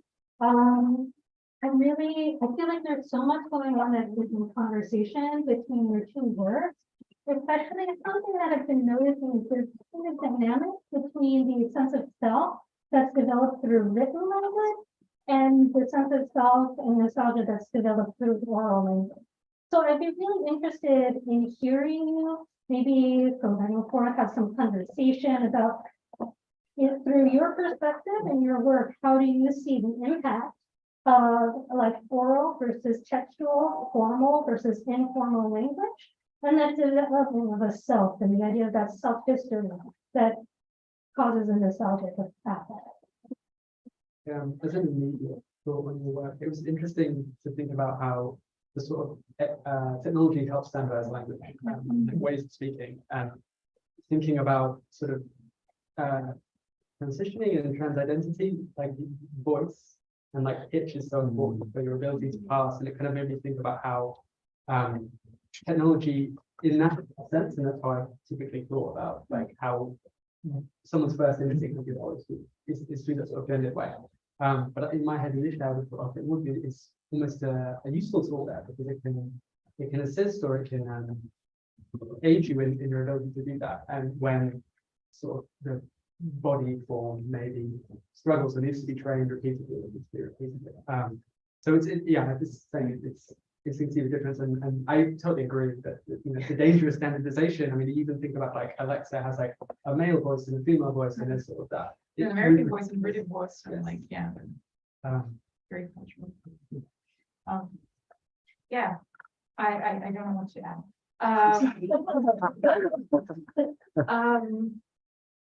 Yeah, I think there's a huge difference between classifying people by their language proficiency and their tone of voice. I mean, they're two separate things. Yeah, I will talk about something like my master thesis that was in cultural studies, where I interviewed around 40 people from, let's say, countries that had no colonial past with France and that went to French lycée français, like French schools, for their the whole duration of their studies, like high school studies. And then they decided to immigrate in France because the only connection they had with French language was through school and French language as a cultural language, although the language is not at all spoken on the territory they grew up in. So there's, I mean, and the way, I guess, the way they felt like towards French language and French culture was so different in France, and it created a lot of gaps between, like, communication gaps with Franco-French people, whatever, people born and raised in France in French language. So I guess they're like, these are two separate topics. I mean, the language proficiency and the way you articulate language, like you said, voice, tone, speech, etc. Yeah. I think that's fantastic. I kind of want to follow up with another theme that I found shared a lot, which was which was alluded to in both of your answers with regards to the dangers of standardization and some of the issues that come with it, the way that you learn and accept language. I'd be interested in hearing your thoughts broadly, kind of about that dynamic between stasis and possibility in language and stasis and possibility in nostalgia. As we look towards the times maybe when we were either developing a linguistic self through language acquisition or through using language to explore the queer identity and like moments of queer becoming. So I'd love to hear a little bit more about that tension, what might be productive, what might be exciting to explore. I think language, or at least verbalizing identity, is a big part of sort of the Western like coming out story. Even thinking about these, like specifically Gone Home, in the way that like the diary is all read out, and if you're kind of waiting for those moments of like hearing Sam say exactly what it is that's going on, exactly what identity is. And I think play for me is such a useful tool, kind of actually thinking to the two games that you brought up and how often your first queer experiences are not recognized in language as like named as a specific thing, and actually it's what I think is the possibility of play is the ability to sort of have those sort of have those experiences without necessarily naming them, without sort of categorizing yourself. I think personally it was a very jarring time when you sort of going on a Tumblr and seeing like these lists of all these things and kind of be like, okay, how do I fit in? And there is a playful aspect there. You can sort of try things on, but I think it does limit you under this. Maybe my point of view will be about immigration. I think immigration is a huge, like, it's a very important process where you actually get to realize how the language you speak and the way it actually is spoken in a certain territory can create a crisis or shock or cultural shock. It's also some kind of an identity because you learn how to speak a new language out of the same syntax, grammar, and vocabulary. So maybe I like that's, and you can create and recreate your identity out of like in a new territory with the exact same language, although it has nothing to do with your personal feelings and nostalgia, let's say, and the way you've learned it before, although it's the exact same language. So, yeah. I think those are both amazing points about kind of the different ways that language experience, the things that we have changed the way we see ourselves. And I love that like kind of interplay between the reflective nature. And I know that we're coming closer to time. So I kind of wanted to ask one last question before opening up and seeing if the audience has any questions to ask. And that would be kind of like, one of the things that is going on in our world right now is that there's increasing tensions about identity and language, identity and kind of assimilation, kind of in some places like south of the border, queer identity itself and queer becoming is increasingly under threat. So I think I'd love to know a little bit from both of you about why this feels important and pressing and important and essential to engage with this nostalgia and the sense of identity and becoming in our current complex moment.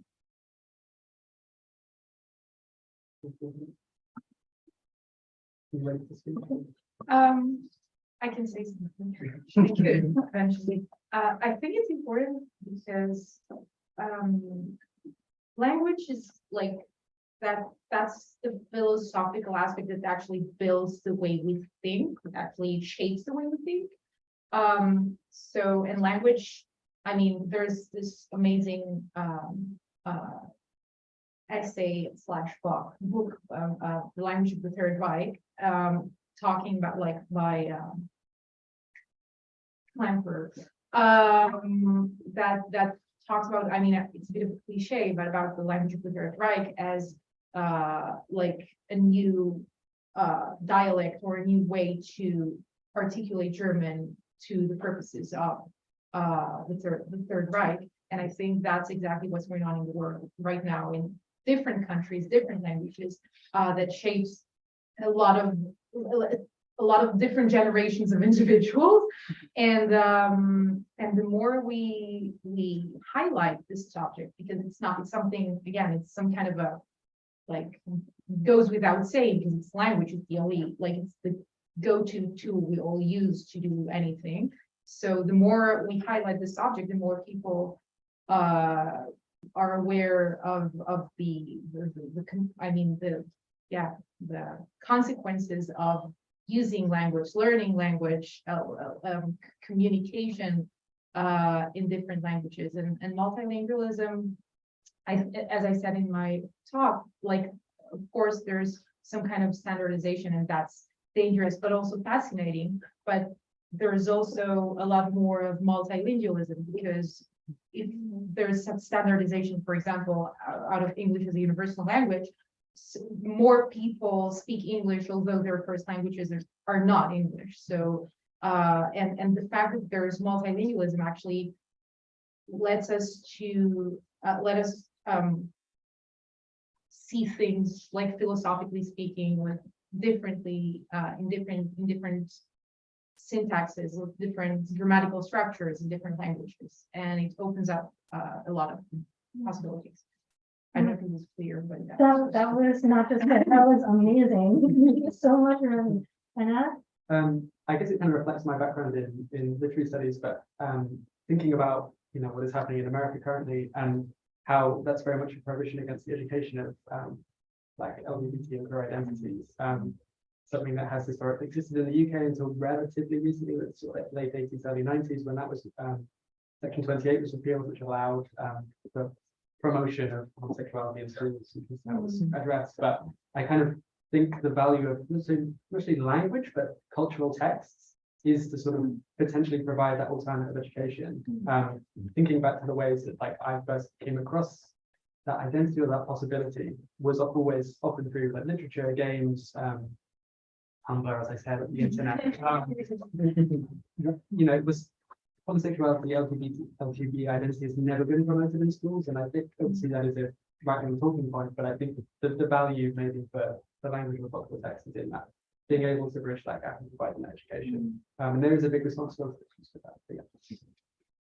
Okay, that was fantastic. And because I'm sorry to just jump in so quick, but because we're short on time, I want to try to take in the next couple of minutes 1 or 2 questions from the audience. If anyone has questions for our panelists. I had a static question that I'm still kind of trying to formulate in my own mind. So both your talks, which were absolutely great, but it really made me think about, you know, you're kind of talking about how you're both talking about how, you know, we kind of see ourselves through stuff, but also how other people kind of see us in a way. And that really made me think, especially because I was like an avid listener of American news. And I saw parallels with, like, what's happening in Quebec right now with, like, this whole idea, like, in Florida right now, with, like, trying to attack wokeism, you know, where DeSantis said that, like, Florida is where wokeism comes to die. And same thing in Quebec, where, like, the was like, me kills the woke. I put my own explicit there, but whatever. I think that's what he thinks.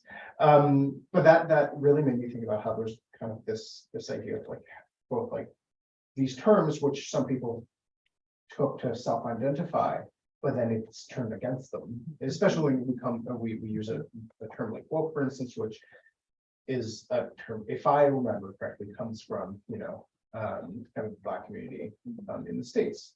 So yeah, I just kind of wanted both to hear a bit more from both of you on this idea of, you know, kind of how we identify ourselves and how we also force our own identities in kind of a reaction to how other people treat us, and how also that changes through time and fairly quickly. Self-identification is an important paradox, because I like, kind of, it's a matter of belief, I guess, because I mean, I always say that when people ask me, what are you exactly, also, like, professionally, like, are you a researcher or a filmmaker? I always say that it's not, I mean, it's not for me to decide, it's how I am perceived from the outside and like, and yeah. Self-identifying myself as something doesn't mean, I mean, it means a lot for my sense of self, but it doesn't mean a lot for the outside, because like the small exercise that just did like at the beginning, the first thing you see when you see me is this person. The first thing you hear the moment I open my mouth will determine some part of my, I would say, instant identity, you know, to people. So it's an interesting, I don't have a solution or yeah, just that I believe you're like, you are speaking about, for example, the Third World War, for example. You can't identify yourself as, for example, Jewish or not Jewish, just because this is how you were identified from the outside and there were consequences. Yeah. So it's always a mixture, I guess, between the way you identify yourself and like, yeah, from the outside. Yeah. It's interesting you saying self-ID, because in my head I immediately think of Britain and what's going on there with sort of the transphobic backlash and against this idea of self-ID, which when we're talking about self-identification being important to yourself and maybe less so about how you're perceived, but actually we're talking about individual mistakes. And I think for queer people, trans people, people of color, I think being able to identify comes with a lot of problems, but I think the main hope or the main attainable goal with it is to receive state recognition, which can then afford you benefits and protections and access to healthcare. And I think it's a very weird moment in Britain where I think we have a national healthcare, but it's very difficult to get access to healthcare on that, and you kind of have to push this fight about self-ID. You know, when transphobes are talking about bathrooms, and it's like that's so miles away from the actual argument. And it kind of goes back to what you're saying about the way that sort of terms get appropriated by the right and the media. And I think that is one of those really difficult things where how the language we use to define ourselves gets mutated and turned against us so easily. And I think back to my own experiences and how often not having the language has been almost opens up more possibilities. But it's that tension between the individual and the state, and how you kind of reconcile that. And I don't necessarily know entirely how you do. You know, we need healthcare, we need protection, so we kind of have to engage with that a little bit. Thank you very much. That was so amazing, Ronnie and Ash. Thank you so much for sharing your work and your analysis with us. I feel like this has like opened up a whole like assemblage. Let's work.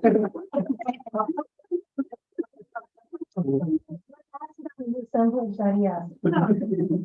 Great. But I think that this is like a kind of fantastic way of opening to the fact that maybe these things where we have a commodified nostalgia, but there's something that touches so many parts of our identity beyond that, especially the way nostalgia is expressed through language and the process of becoming. So thank you so much.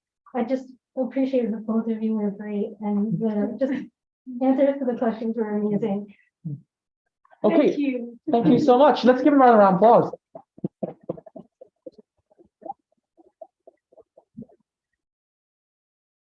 Okay, so what's coming up next is the following. I don't know if that sounds more like school. I don't know what setting that is. Hold on, where's my mouse? There it is. Okie dokie, folks. So this is it now. So I know you've had the pizzas, which is great, awesome. Now we're gonna. Why is the thing there? I don't even want to talk about the technology right now. I'm so annoyed. Yep. So get up, get around and about. Just to let you know, we have 2 rooms this time for the workshops. Now 2 rooms, as in right there across the kitchen, which that panel will be opened, so you can walk directly across. That's more of a mediative, more conversational. So it's led by Nathan right here, and it's also led by Pauline right there. So Pauline's going to talk about the history of the internet, and Nathan's going to talk about the third space. You know, maybe you've heard about that, Oldenburg. He will tell you about that, and virtual nostalgia. Within this room itself, Juan Micelli right here, all the way from Argentina. You are here at the Concordia Milieu Institute as a research intern for 6 months. So get to know all of them. And I think we're going to set up one's workshop here. So give us about 5 minutes. Right now, what I can urge you to do is get a toilet break, talk to the panelists, and please keep filling that wall. Right? Keep filling that wall and get some good food. See you in 5 minutes. Thank you. And Ash, thanks so much.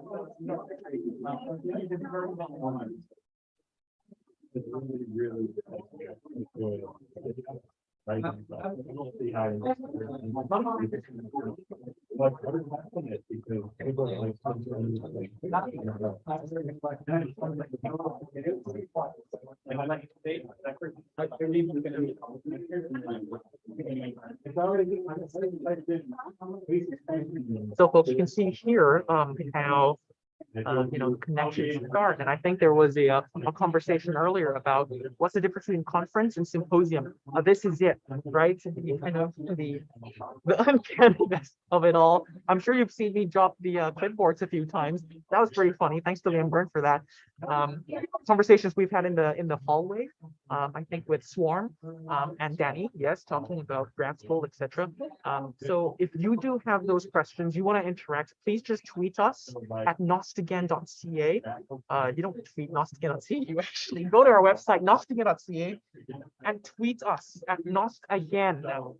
Or just send your questions here. If you have any questions for Roni or for Anash, please send them here in the chat and I will add them to a Google Doc to get them later. For now, stay tuned, folks. I'll be right back. I will be right back.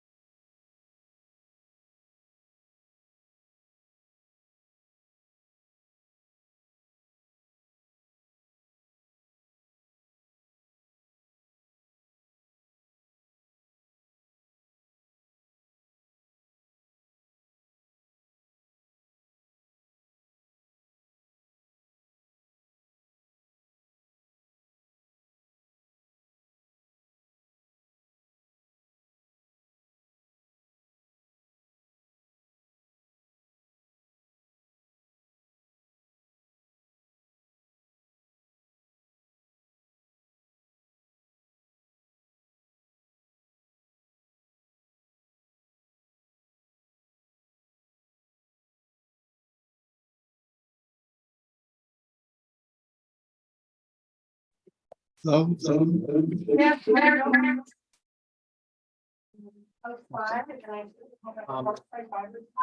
you, Milton. If you can hear me, please give a thumbs up. So now we're starting with part two. Thank you so much for bearing with us. Can anyone hear me? If you can hear me, please write on the YouTube channel that you can hear us. Well, you're probably okay. Like this person was like. One hydrate too, don't forget that. Very important. Anyone hear us? Like You really can handle solve it. it, really handle it. So I think you're okay. Very kind of. Yeah, Yeah, we can, like some- we have some, I think. Get quiet. Tags. Richie, do you remember the screwdrivers? Yes, it's all in tag. Do you want it? Yeah, I will need them. Okay. Pliers? Pliers, Yuan, why don't you come with me to tag and then we can get the stuff you need. Okay. I will. Oh, yeah. Okay. Oh, wait, it's not. Oh, wait. I'm not anymore.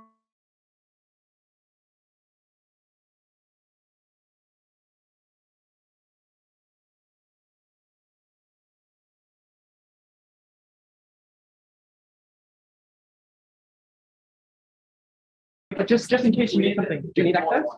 Oh, I thought you told me to come. Oh no, I I don't know. wasn't coming to you. Okay, then I'll go back. Sorry, Storm. They were like there. Yes.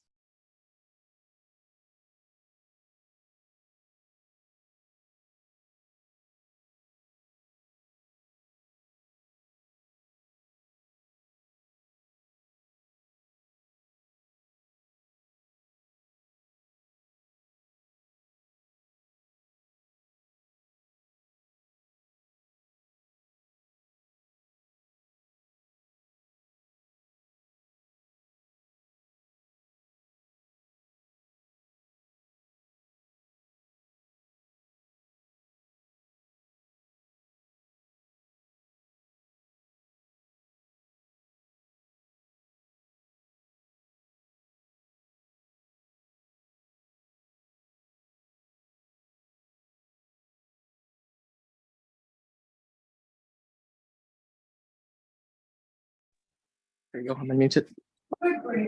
Thank you, Moking. It's quite related to what the previous panel was speaking about. Not breaking is a kind of language. You know, it's like something that works in that direction. It's something really easy to break.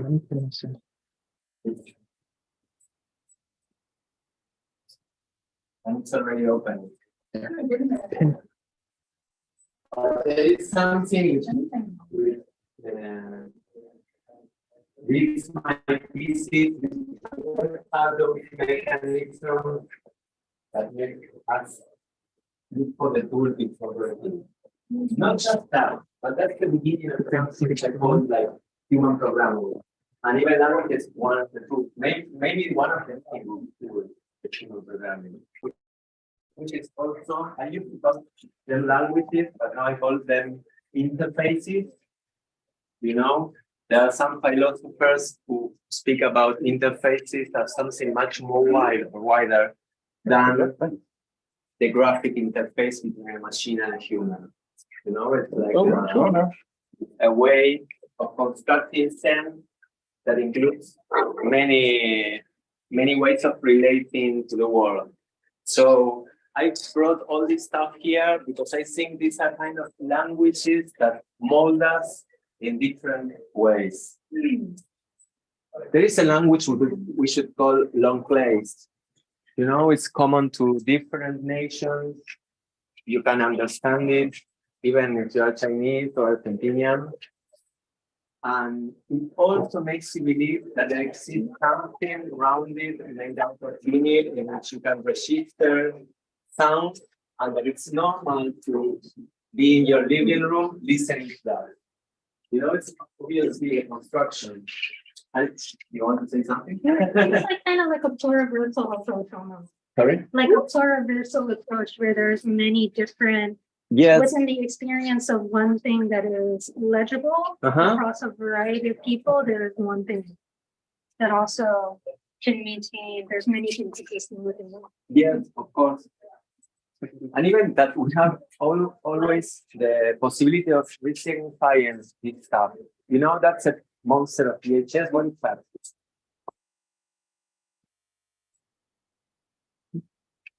I find this particularly attractive, the way it unfolds. Yeah. Creating like I could call this I'm really interested in this work on the idea of the genealogy of media, and we could find a relationship between this and the prehistory of animated images. Even though this is not an animated image for sure, but for example, if we had more time, and if we start putting lights to this, we will start seeing reflections on the walls. And these reflections would be for sure the prehistory of the animated image. So the idea of what I'm pursuing is to find this common principle between all these interfaces. I started with VHS in a very simple way. I opened the boxes. That was the idea. I started to do first with artistic objects, working as an artist. But then I started doing as educational item. You know, it was like all the time. Like actually, they say that the educational system is broken or finished or whatever, and people is very critical with this system because it's obvious that the system tends to program us. I ask you, can you relate in some way to this idea of programming in your education?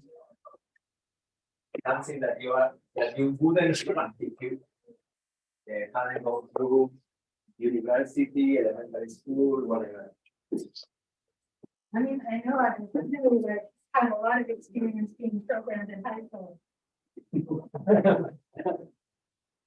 We really, in high school, wanted to be friends with kids with their Python. Yes. I mean, it'll work.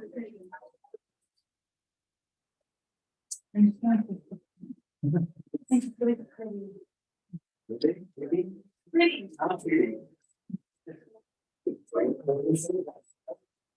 Amazing of language. When she said pretty, I understood creepy. Yeah, that's my lack of ability to mention. I think.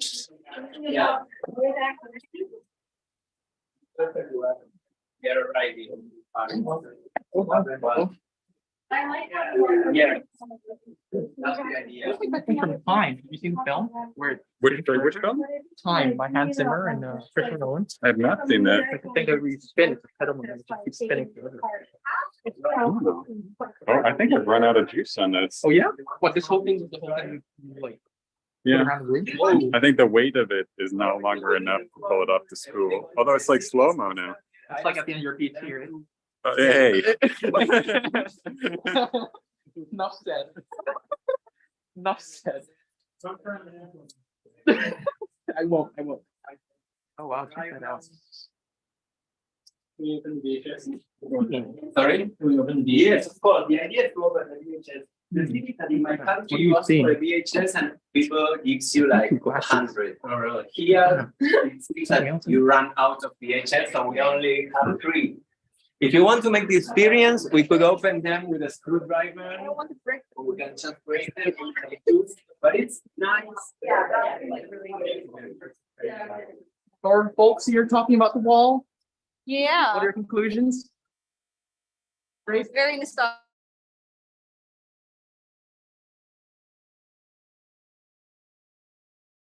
Apologies.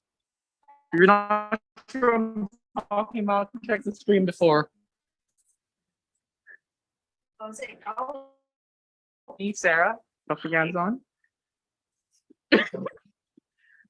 I'll be on screen.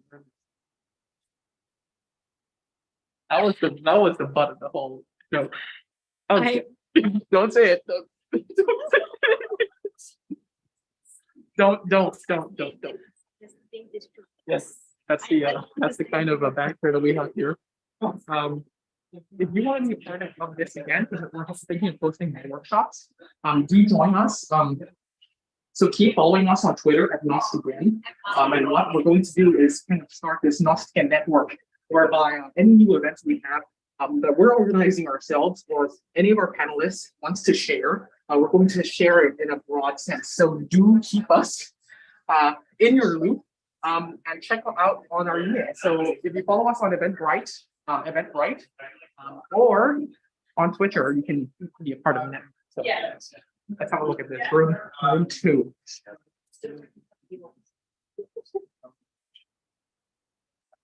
This is hi Pauline, how's it going with your workshop? Pretty good. People are very nostalgic about the 2000s, 2010s. We got one right here. Yes. I messed up. I wasn't born yet.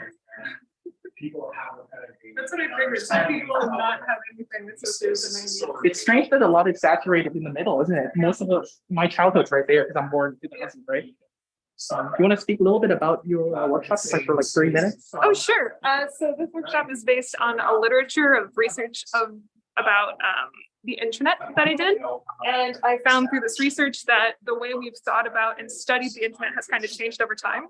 So like during the 90s and 2000s, we tended to speak about the internet as if it was like the second space that's very separated from reality, where you can be anyone you want, do anything you wanted.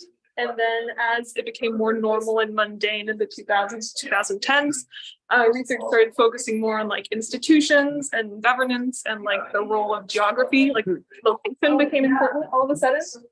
And then, between the 2010s and 2020, there's this big panic about the data collection and algorithms and what's happening on the internet that is no longer easily observable because of like black box algorithms and stuff like that. And then what happens after the 2020 is still up for grabs. But so I use these categories from my research as suggestions to think about the past of the internet. And I'm just asking people to fill out this wall with memories or emotions or technologies that they associate with different timelines and try to see where they cluster, because that's what I'm interested in, seeing where we have clumps of interest. So I wanted to ask you about this as well. I think I first contacted Pauline about this role. You brought me with your paper, and you wrote a literature review on it. What have you learned about this research creation of almost content? Did anything surprise you about how people saw these categories of internet? Did they agree with you? People are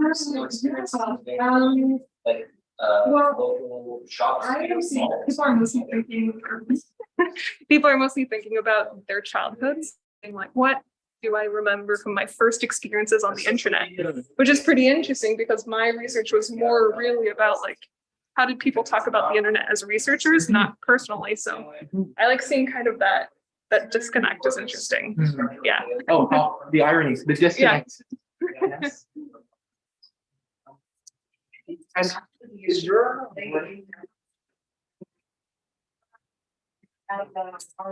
where could they find more about your work publicly? Yeah. Just keep your eyes peeled, I suppose. Keep your eyes peeled. You can read my article if you're a Concordia student. I think Concordia has access to the journal, so I can look up my name and it comes up. Okay, and what's the first thing they can search that you'll probably get your article on? Pauline Hobanks on Google Scholar. That's Google Scholar. the first result. Yeah. History of the internet. Thank you so much. Thank you.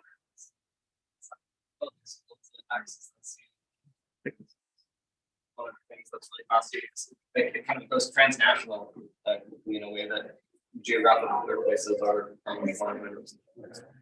But I mean, I also find, like, you mentioned the social media thing, it's like social media kind of role plays, Interesting.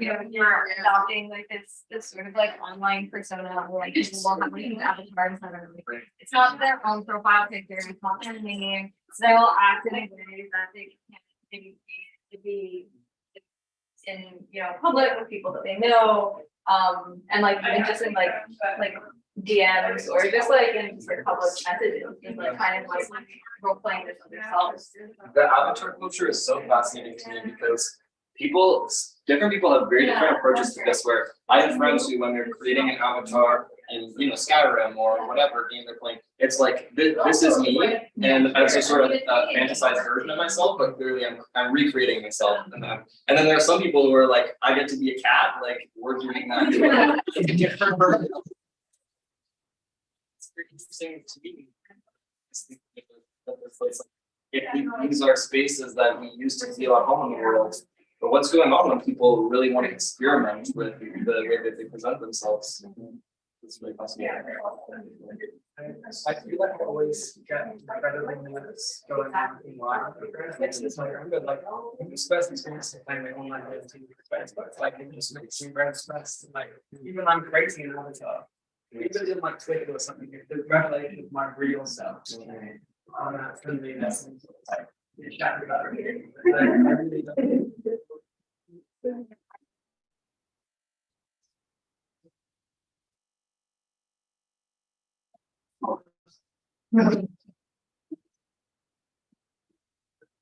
Yes. So just to brief you a little bit, if you didn't hear much about Nathan's workshop, Nathan is an anthropologist here at Concordia University, so he's affiliated with the sociology and anthropology department here. And so his workshop in its crux is tackling what we call the third Ray Oldenburg, right? And classically, the third space is between work and home. So it's where socializing happens. Now, it doesn't have to be a social space because, speaking as a sociologist, a space can be made social, just like as nostalgics here today. A memory can be nostalgic, but also can just be a reminder that you have to just drink some water. There's nothing nostalgic about that, right? But the third space is a space that is not work or home. And it's more of what do you do with that time that you have, right? What do you do with that? And it's finding a timely place, right? It's not finding time. It's not finding a specific space because, when you work, you're on time, right? You paid for time. And when you're at home, you're in a place of comfort. The third space is a timely place. Directed. It's where you feel that there. And this space happens to be social. There's a clear distinction there. And so what Nathan brings in the third space is about online spheres, right? There's a common thing called the magic circle, which is by Huizinga. This is within player studies. And the magic circle stipulates basically that, let's say, if I was playing my game here, right, on the TV, the carpet in my room that surrounds and connects and touches me sitting down on the carpet and the TV screen, that's the space of play. When my mother yells, "Richie, it's time for dinner, what are you doing up here?" Then that magic circle is left, not so much broken, but left. And there's a distinction, a binary that game studies have suffered for a while between what's real and what's not real, right? And there are a plethora of books and scholars who have debunked this, even though it shouldn't be, because much of play is life itself. One thing you can check out is Dr. Mia Consalvo, so Consalvo, Mia Consalvo's 2009 article, "There is no magic circle." It's a great read and it kind of situates all of this.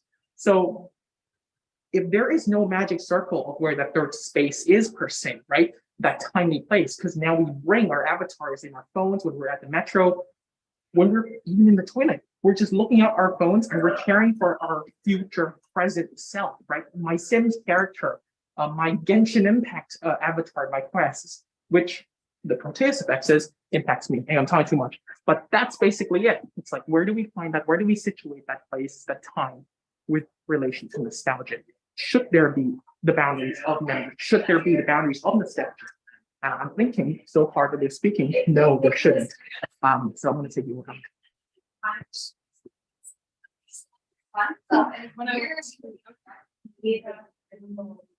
Yeah. 17-ish, and they had just gotten like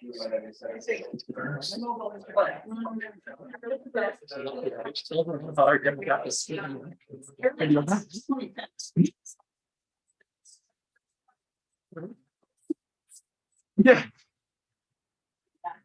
What's the 2010s? I agree with that. Early YouTubers, Facebook, Vaporwave. I see what Gavin saw. I just forget how long. That's 2013. Remember Gangnam Style? I'm not singing. I'll get copyright. Gangnam Style? Oh, the guy who was dancing with the horses. I didn't watch TV until 2005. It was on YouTube. It was the first video that reached 1 billion views, I think. Really?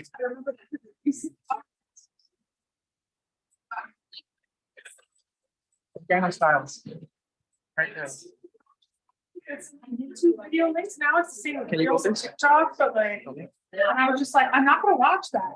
You know what I'm saying?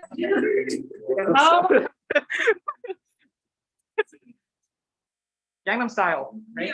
That's right. Yes, and you saw both versions of that. I'm going to leave now in embarrassment. Don't put that on there. Don't put that on there. Oh gosh. The texture is just so mesmerizing. Yes. The texture, the sound, the tidiness. You're like a cat. Absolutely. It's mesmerizing.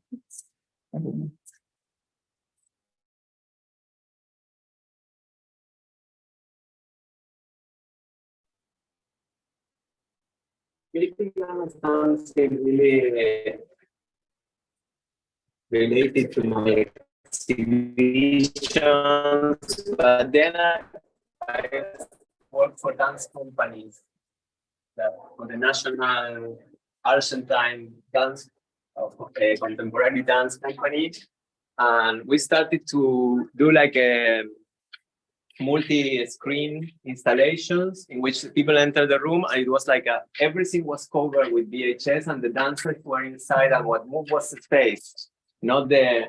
So what I want to mean is that when I began, I didn't even imagine that could work like that. That even when you get close to a materiality, you discover things that weren't in your imagination even previous to facing it. Right now, I want to share this because it's my newest obsession. I'm taking, for me, I see it, formally it looks really different, but for me, conceptually it's really close. I take clay from constructions in my city. So asking myself, why do we buy clay? And with a partner, we make these tea sets. That's why Richie bought that tea set, I think.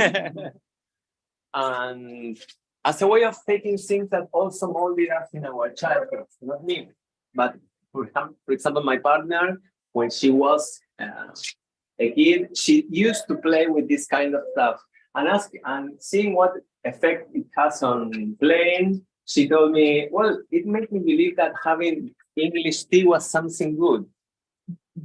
No, it builds the idea of something positive, of something on something, but it's really amazing how it works without us noticing that, you know, and without even rationalize. Yeah, I mean, without giving a thought about that. Here is the first time I started to see what happens when this VHS being splits. These are dancers of the company. These are some exercise we made to try stuff, not the show. But it's interesting to think that from from each being, VHS being, you have two that are the same. That really sounds sweet. You know, it's like life itself. So right now, which interests me also is that arts start becoming something which is related to life. So right now, for example, in terms of the ceramic project, we have like different kinds of people taking clay of constructions and making open workshops where they teach how to produce this without buying the clay. Without a lot of things, right now this is a project that is which I took to my university as part of investigation, because we discovered that it's really possible that clay is contaminated in the cities, because all that the industries, I don't know how it works here, but for sure, everything that the industry throw, Hence, they are arriving at the city. It's because they are like,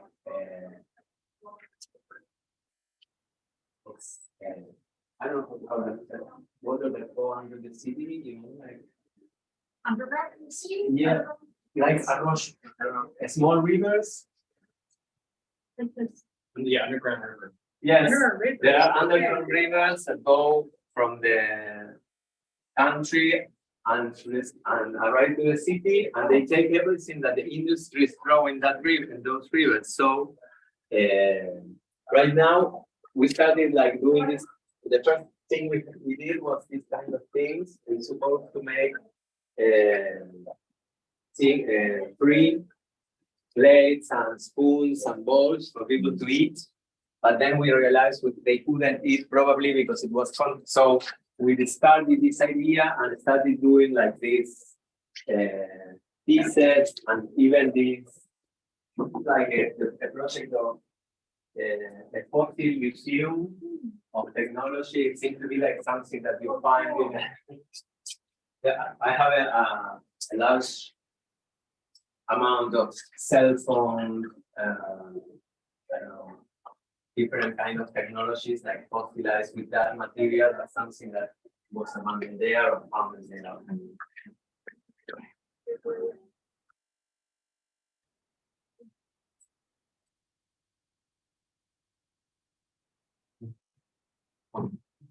Then, okay.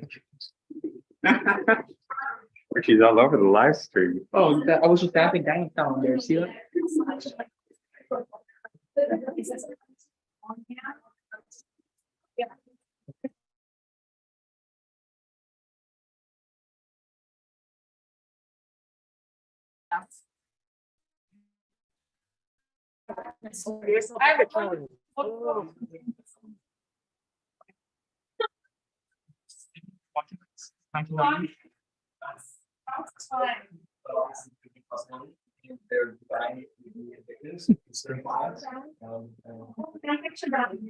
Oh, wow. Oh,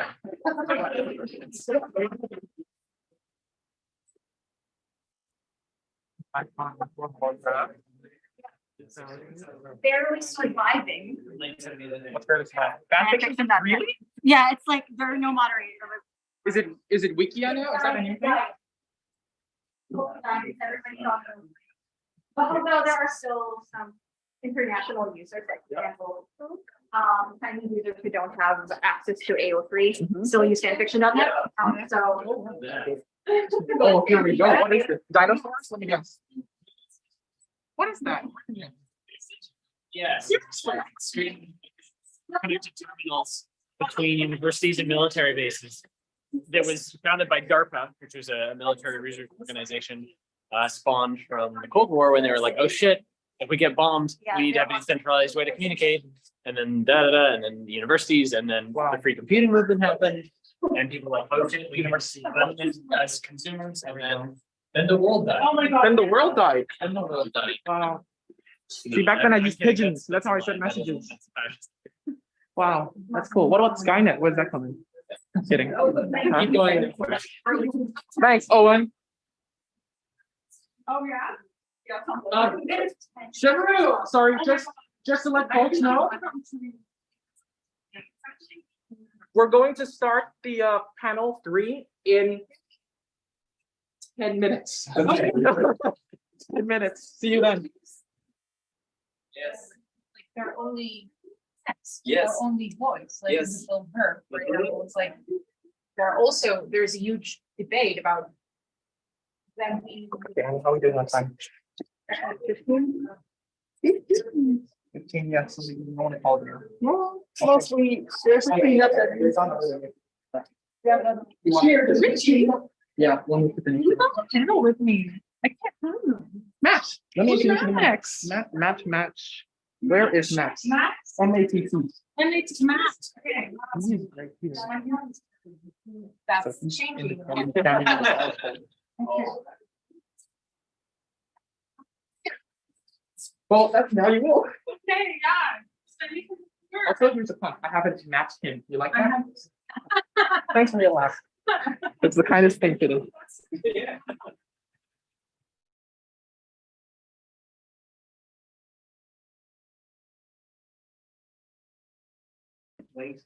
Oh, basically it's like. Yeah, I'm gonna push it to the end. Art or whatever made out of clay that I found that I get out from construction areas in my country. I always have the question, why we buy clay? Why we buy, I don't know, the other day I was about to buy and I went to the sea. Thanks for the email, by the way. The recycling stuff. There was a different cup, so why will I buy a cup? Even I can't recognize the difference between the. Hey, Nathan, or how was it? Because I didn't get a chance to. Yeah, the conversation went. Oh, Yeah, I want to know how it went. Yeah, the conversation was like really generative. Definitely a lot of like people connecting with each other over shared virtual third place experience, which was exactly what I was hoping for. Awesome. And some good reflection about like ways to improve the virtual third place moving forward. But I think mostly we were kind of like connecting over, well, exactly what the third place is about in my analysis, which is like shared experiences, shared ways of like navigating space and building relationships using the features of whatever environment you're part of. And I think I was overhearing as well. You were talking, I think Anash was saying that how scary it was to play the Facebook games. Yes. Right. And you were talking about like how in World of Warcraft you're one thing, and then some players just like to be a cat. For Yeah. example. Yeah. Where do you kind of envision that now that we have virtual reality? Does the medium really affect the third place? Well, I think, it's fascinating to me because for a long time, I think people identified these online games as a place where you can really experiment and play with identity and self-representation in ways that aren't possible in the real world. But in the last 10 years, self-expression and self-identification has become so radically opened up in even the outdoor world, you could say. So it's interesting. I mean, I'm not sure how much more freedom you have online than in the real world. The only thing is, if you're a kind of person who experience in this concrete space, then the virtual space is like a great playground for trying new things on. Playground rather than a place, because you asked earlier whether it's freer. I think we should kind of reflect back and think, what was the first place? Right. Or do we contain ourselves within these situations, right? As we do in real life, roles we have to play. Yeah. Even in games. Right. So we better burst that magic circle and add another one. I'm a sucker for Venn diagrams. Thanks. Oh wow, check this wall out. These two walls are populated. Right. So are the cookies, which Rowena and I are gonna have one right now. I'll have one for Rowena then. Yeah, you one for me. There you go. Get that on a GIF or GIF or whatever.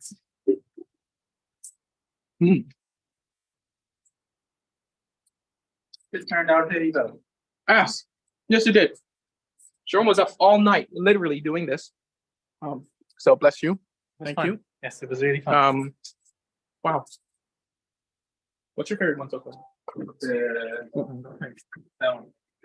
That's the one. This one? You pointed it. Yeah, this one. Not bad. Yes, this one's the best. I'm eating a QR code again. Last time I showed this happened. Which one's your favorite? Which one's your favorite? SD card. That's Leo's. Enjoy Jerome. Whale sticker. Hell yeah. Hey, I recognize those. I bought those. Where are you at? Yeah. Where's yours? This one good. Does.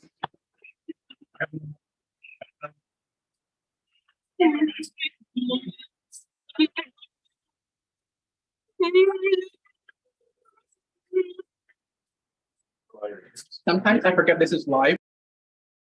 Sometimes I forget that this is live, and I'm just like zooming with my friends. We're all friends here, right? You're all mad here.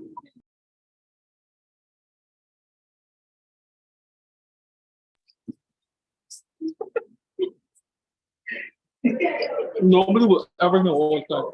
Yes. Good going? Okay. I promised my friends that I could. Yeah.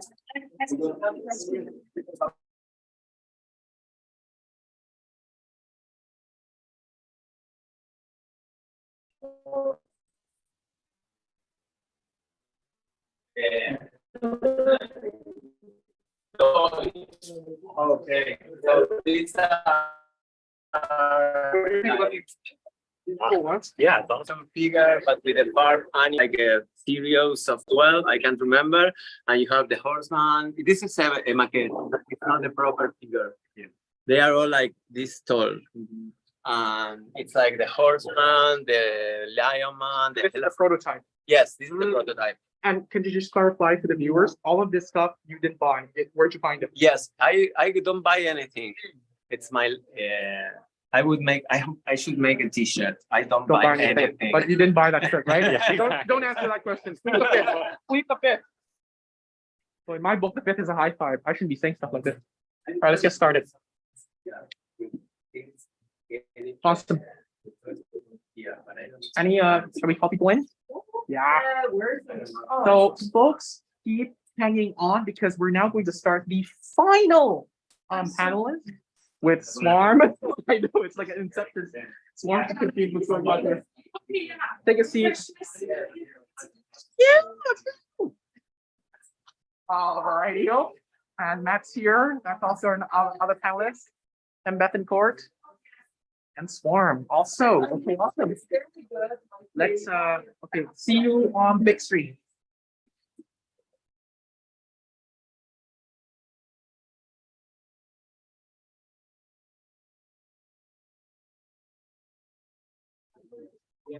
Awesome. Can you all hear me? I hope you can. If you can't, send a message on the YouTube. Yeah, absolutely. Don't forget it though. Okay.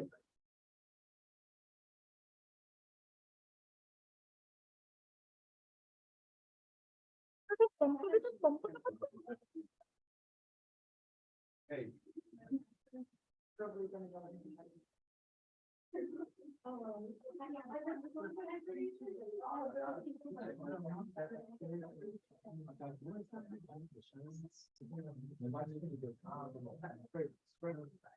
What a lovely workshop, a lovely mess.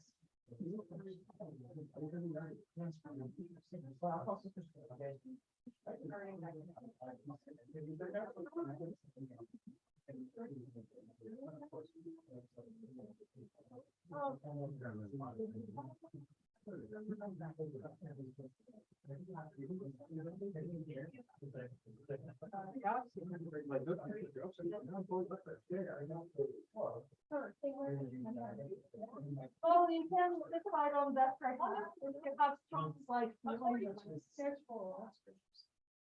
He's first.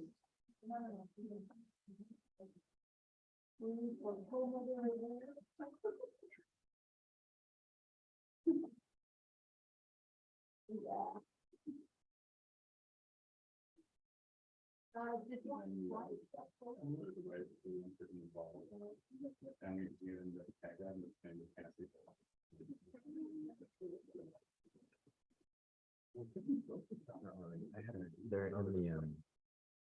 They're on the desktop actually. Oh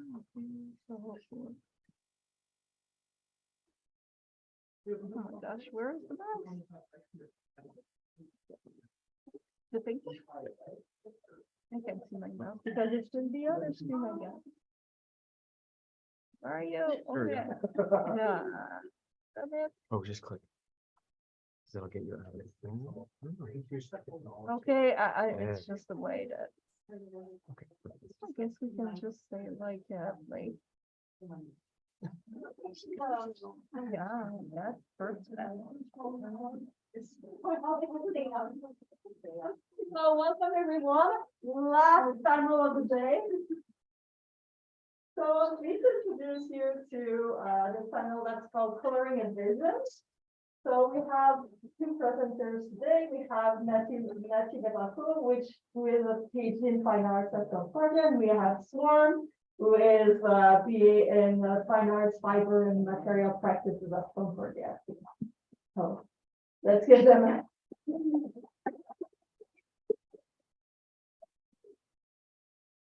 So Matthew will be presenting first, like his presentation is what's the opposite of nostalgia.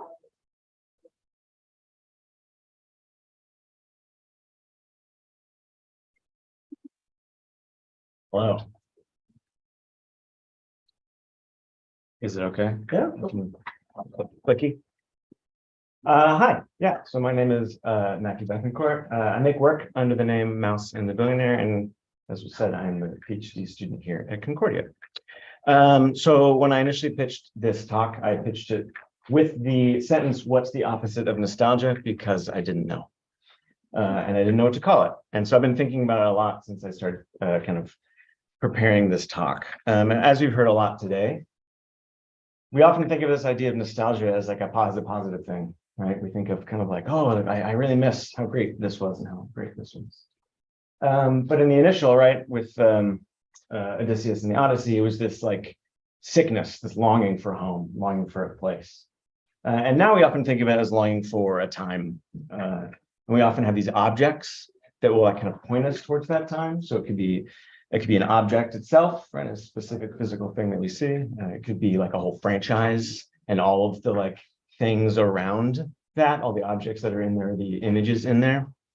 It could be a specific aesthetic, whether that's fashion, whether that's architecture, furniture, just general graphic design, right? All of these things point us towards a time or a place or a something that we long for and that we miss.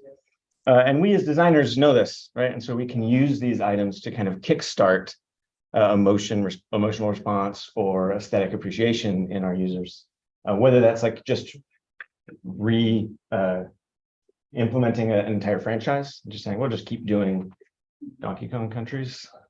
Or is it just through direct reference, right? Referencing something else and then saying like, hey, buy a Lego, it's an Atari.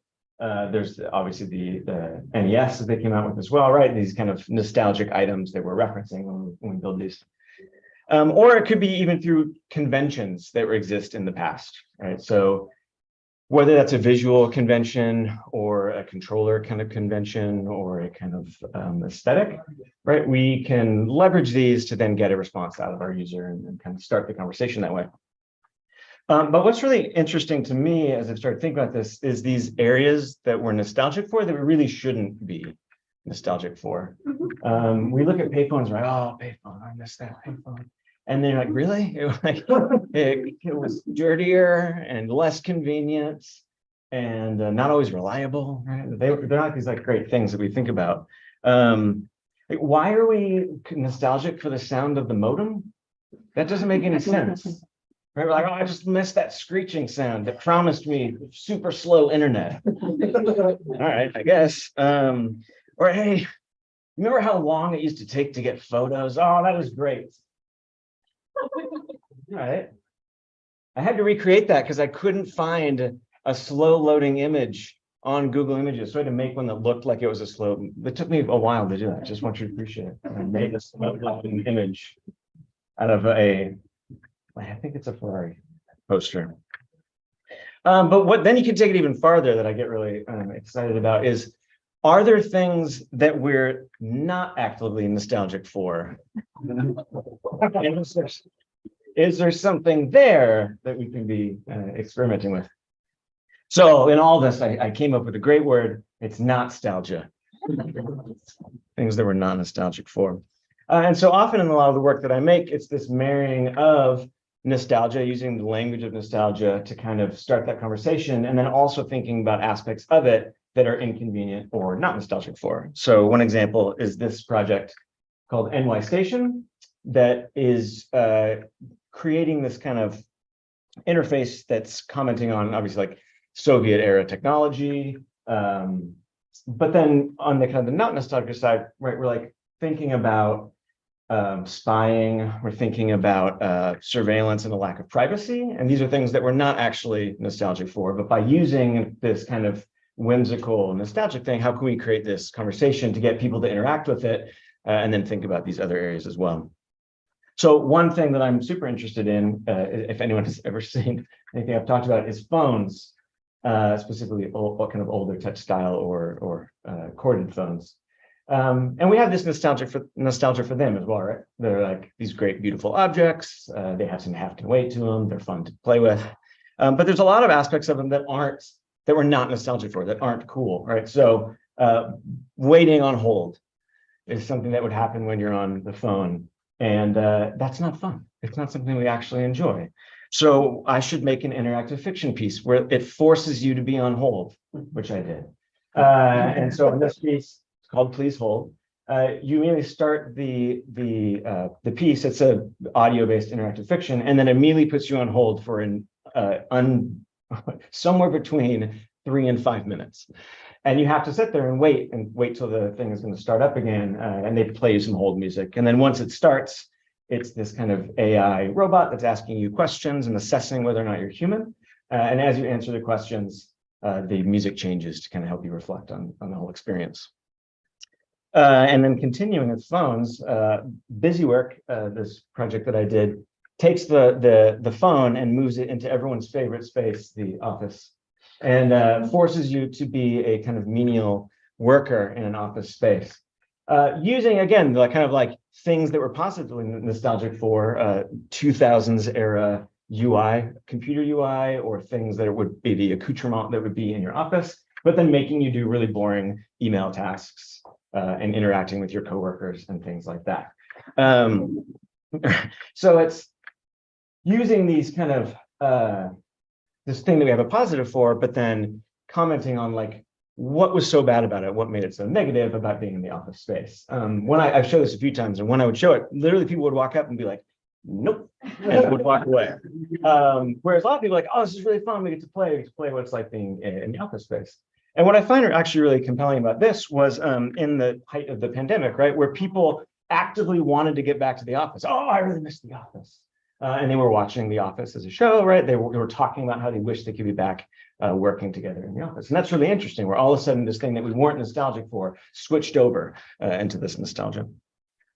One of my most recent pieces is called Tecatmos, and it's based on, loosely, shopping malls, the space and time that has some kind of nostalgia, but less so for me because I worked at the shopping mall, at a kiosk in the middle of the mall where I sold diploma frames.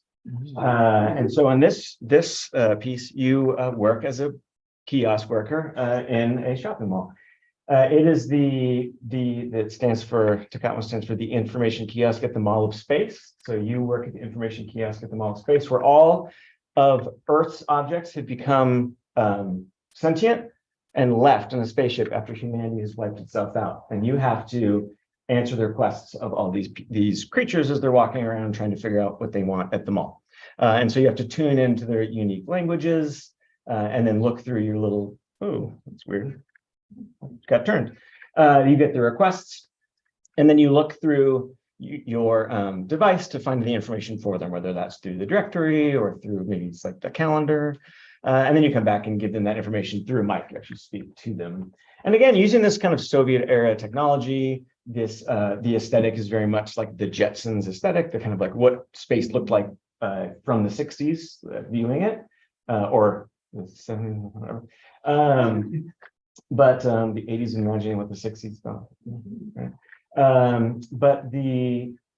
But making it this kind of like tedious, boring experiment where you're kind of most of the time not doing anything, and these creatures come up and talk to you. And when making this and thinking about all this, I think about this idea of like that friction that comes from that, where you're forcing someone into an uncomfortable or like not fun situation and trying to make that fun. And I'm wondering if that gap isn't part of what makes nostalgia compelling. This idea that if we think about the like 6 fundamentals of user experience design, whether that's appearance, texture, sound, space, motion, or time, if we make some more friction in those areas, is that what kind of brings us that nostalgia? If we force more time, if we force a different appearance, if we force sound that maybe doesn't match up quite right, how can we explore those areas and try to make more reflective experiences and less easy experiences, less like immediate experiences that we're normally used to giving people in their kind of experience design? If we make that a little bit more frictionful, does that make for a more compelling experience? That's it. Thank you.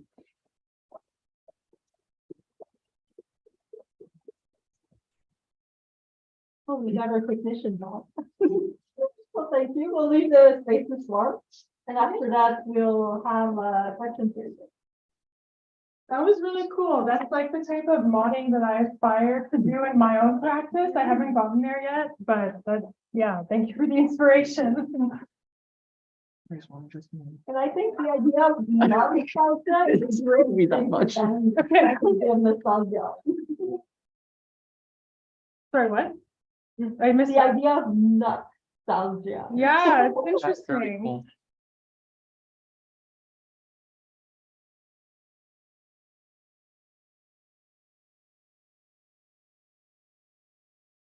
So now you all have to wait for a little bit. Are you nostalgic of that? Did you figure out a way to the screens? Sure.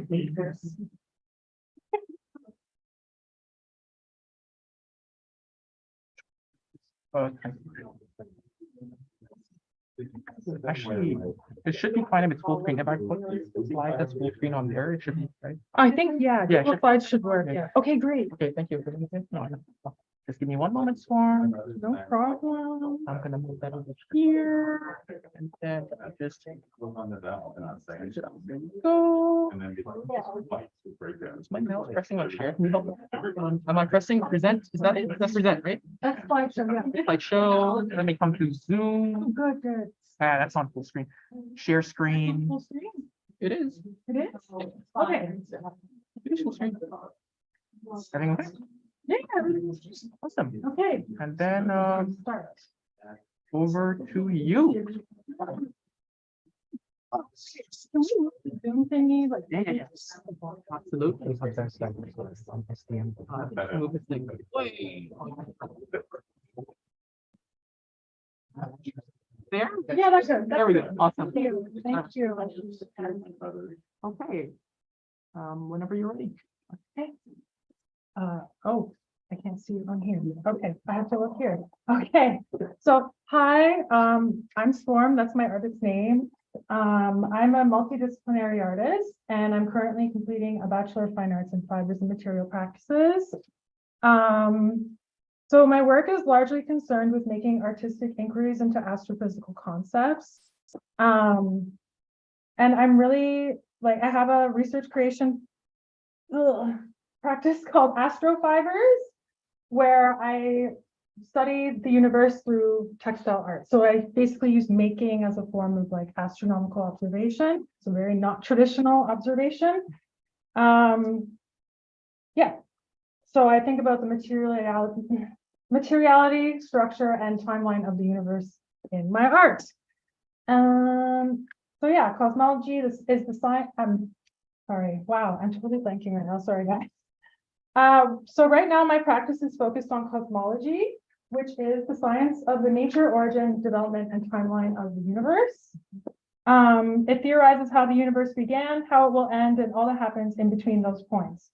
So right now my work is largely concerned with the Big Bang and the early universe, like the really, really early moments of time itself. And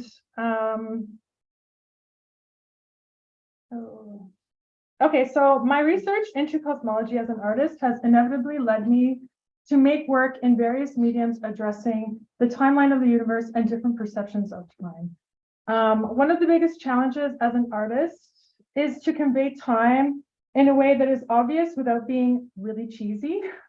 For a while, I grappled with this specific question, like how can I add a temporal element to my artwork without it coming across as just abstract art? Because I find that when I read about cosmology and the timeline of the universe, I translate it into like lines and like in specific patterns, and like that's not really something that's accessible to the viewer temporally. It's like I could explain it, but they wouldn't, like I want it to be, I don't want to have to explain all the time.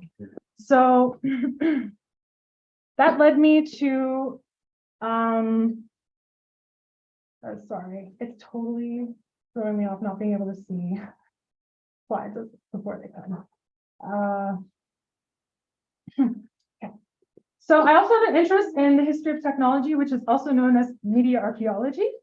As we all have witnessed, technology moves incredibly fast, and it is moving faster and faster all the time. So this gives technical objects a temporal property that I'm really interested in as an artist. And sometimes this happens in a really short time. For example, smartphones aren't actually that old. We feel like it's been forever, but like, I didn't get an iPhone until 2013. And before that, it was like point and shoot camera and your phone. Now they're combined and it's like, it feels like it's been forever, but it actually hasn't been that long. So I started collecting techno relics. I'm sure that's what everybody calls them. A couple of years ago, and I use them in various ways to add a temporal dimension to my work. These are specific ones that are in pieces in my talk. This is like my favorite point and shoot digital camera. It's from 1997, and these are both phones that don't work anymore. Well, this isn't actually a phone. It's a toy phone for kids, but I found it at the thrift store and I love it. So yeah, for a while I thought like this is a huge stretch, making connections between cosmology and history of technology. Like nobody's going to get this. You can't do that. But I decided to do it anyway, to try and do it anyway. It's taken a long time to like percolate it in my mind, and I'm still working on it. Like I've done, like compared to like all of the art that I've done, it's like a very small portion of my body of work, but I'm really excited about it and I'm really excited to keep going with it.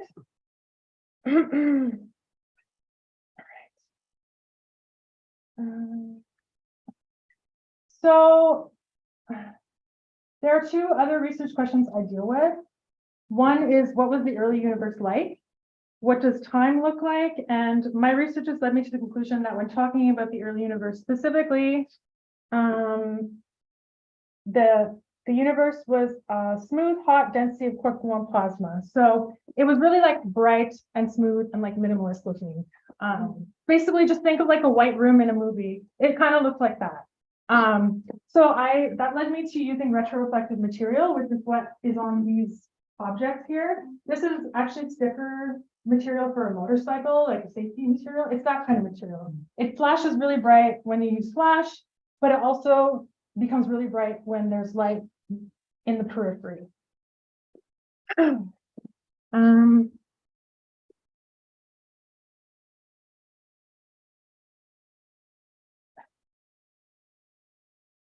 So as for what time looks like, it is anything but linear. The book that I've been dissecting for the past 3 years and that I'm aggressively annotating so that I will never have to search for a fact ever again. I'm gonna like have a book of the book basically, and it's like, it feels like an artwork in itself sometimes. It's called The Fabric of the Cosmos by Brian Greene. And in this book, he talks about the problem of the now. And that was a phrase that Einstein used when he was in conversation like of letters with some other scientists. But he references it in his book, and I found it really moving. So basically, it tells us that according to modern physics, the idea of a past, present, and future only exists within the human mind, and that events are essentially locations in space and time. So like they're always there, but our perception says it's back there or over there, but like this is how I think time looks. This is the timeline of the universe in a watch. I'm wearing it right now. So the middle is like the early universe, the Big Bang, and then as the universe expanded and cooled and started clumping into galaxies and everything, and us is where we are now. So that's how I think time looks. It's also known as a globular cluster in astronomy. There's actually a really old book called The First 3 Minutes. It's like one of the older cosmology science communication books. It's since been like revised and everything, but it's still a really important book. And like the cover is a globular cluster. And it's like the perfect image that you could use. Like globular clusters, they don't have nothing to do with the early universe, the timeline of the universe, but they're the perfect visual explanation. So a perfect example of this problem of the now is radiation. Any introductory astronomy book will tell you that the further we look out into the universe, the further we look back in time. Here we have a picture I took of TV snow on a cathode ray tube television from 2005.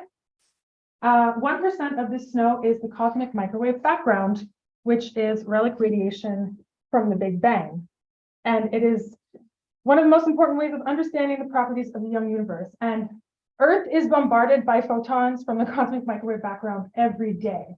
And this radiation is like 13.8 billion years old. And I'm like, that's crazy. Like, that's insane. So I'm going to talk about why I used this image. This is an image I took of, I'm pretty sure I said that already, but it's a CRT TV, TV static. And I chose a CRT because the Big Bang's TV signal actually went dark in 2009 when TV tuners switched from analog to digital. So I had to make sure I had an analog TV tuner so I could catch this signal. And like, I know 1% sounds like nothing, but like when you think about how old it is, it's actually really something to me anyway. And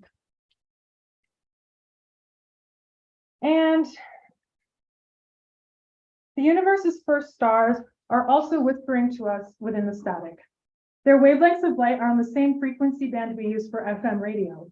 You wouldn't know it at first hand, but part of the static you hear in the liminal space between FM radio stations between 50 and 150 megahertz is radiation from the first stars ever to be born in the universe, which is also really cool to me. Because I always thought static was just noise, so it was nothing, but it's actually like everything around the earth and everything in the universe. And I was just like, hey, wow. Like when I found that out, I like had to fact check it like a million times, even though I found out at an actual Astro McGill talk from an actual professor. I was just like, this can't be real. This can't be real. This is too magical. Like, what is going on? So when I learned that, I immediately became inspired and I started a performance art concept, or like, I guess a character concept in my art called the Early Universe Observer. And this is when time punk kind of really became part of my practice. If we can still perceive the very early stages of the universe, 13.8 billion years later, time must not be so linear after all. And like, I want to talk about time punk. So it's, like, there's a game called Time Punk. This has nothing to do with that, but it looks like a really cool game and it's on the same kind of concept. It's basically the act of like punking time. Observing the early universe in 2022, or at least in our scale of time, from 13.8 billion, I consider that punking time. And the reason why I use media archaeology to add temporal elements to my work is because I want it to feel like it's outside of time. So, and like when I say outside of time, I don't just mean time, I mean linear time, like the way we perceive and think about time.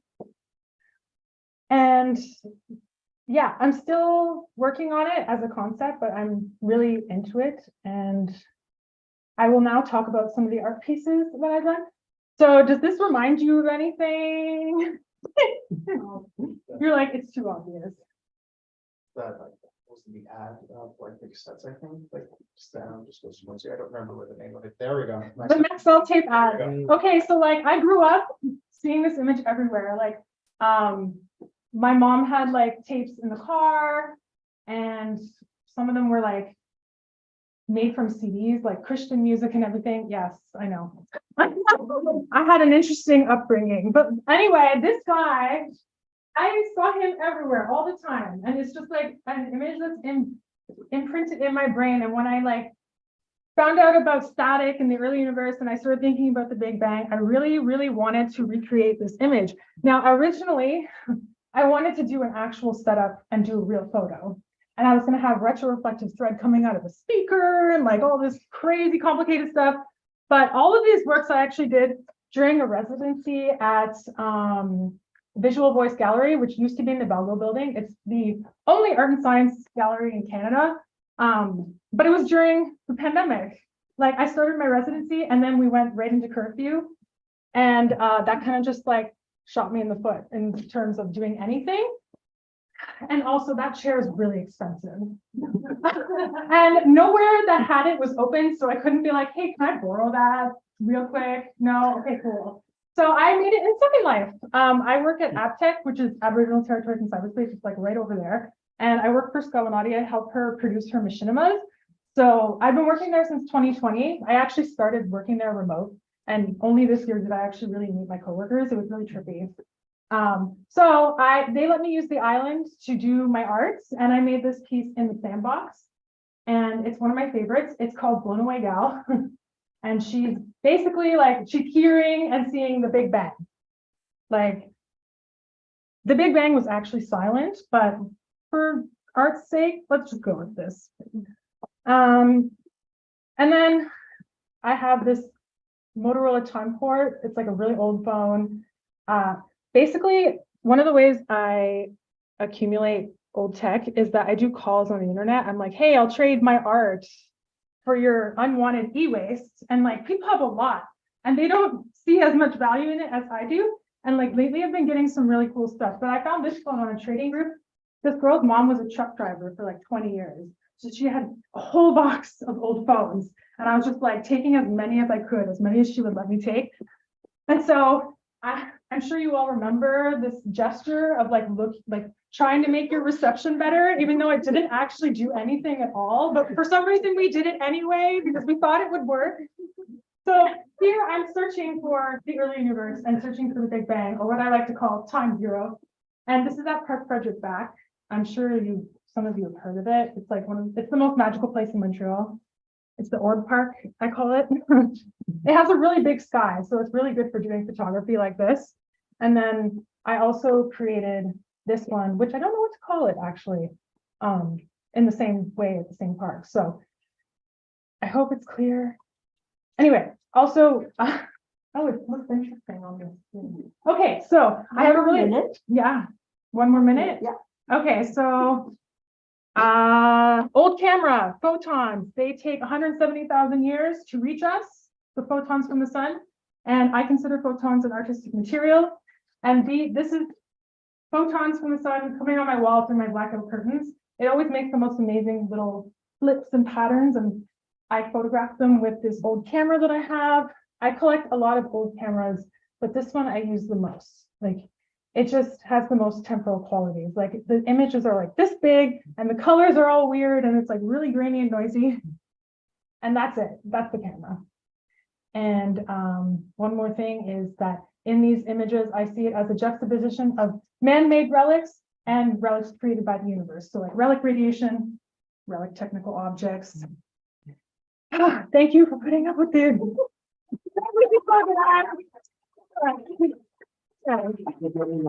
Thank you. So we have the time for 2 questions, maybe 3.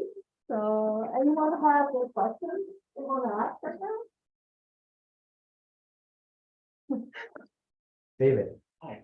I just had a question for Matthew. I thought a lot of the things you had around nostalgia were really interesting. I was wondering if you had any thoughts about like nostalgia as horror. Like I see a lot of kind of modern things like liminal spaces, abandoned malls, like Five Nights at Freddy, that kind of thing. People looking back on them, finding them scary instead of like comforting and familiar. Specifically the spaces. Yeah, like there's like a whole trend of like liminal spaces, of these ideas of like going back to an abandoned empty mall, just pictures of these things that feel like frightening but familiar. Yeah, definitely with malls, you see that a lot, right? Like I think of the like what do they call them, like the urban exploration people, like love when Detroit started getting like it's like real lowest. There's a lot of people looking at the malls that were there because that's, I mean, malls are originally in like the Midwest, like Detroit is one of the oldest malls. It's now well, that's probably other spaces I'm not sure about it now, but it wouldn't be necessarily. I would know South Detroit would be different than mall space. But even when you think of like mall, if you look at like Day on Dead, you know, the malls like right away, they're not even that, they're like 40 years old. Okay. Yes, I was interested that in both of your presentations, there was some kind of theme of like things not working properly. Like you're introducing this friction into devices, and so in your presentation, this kind of really interesting image of like searching for static instead of searching for signal, which I find really interesting. And so I guess I'm just would maybe like to open some space for you guys to talk about why dysfunction is related to your practice of thinking about nostalgia.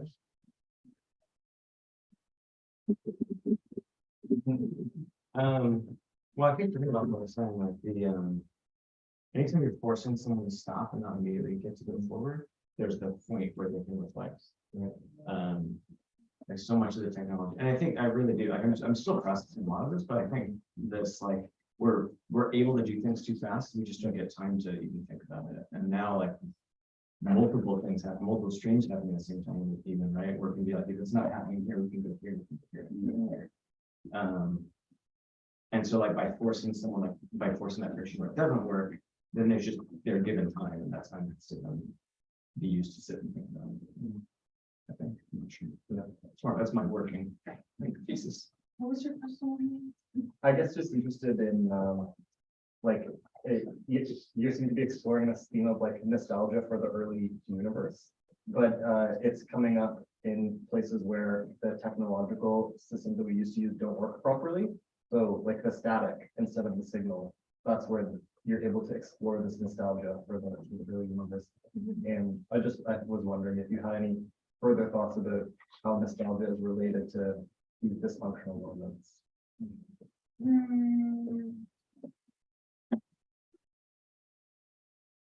I'm sorry, I haven't seen the way right now. It's a great question, but my brain is like.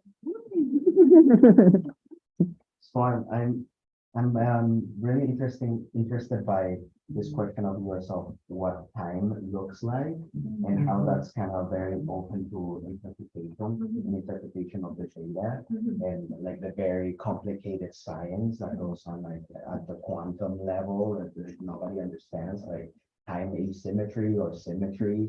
And like I like how you talk about the atemporality of time. And I think you're referring to kind of like this block universe model.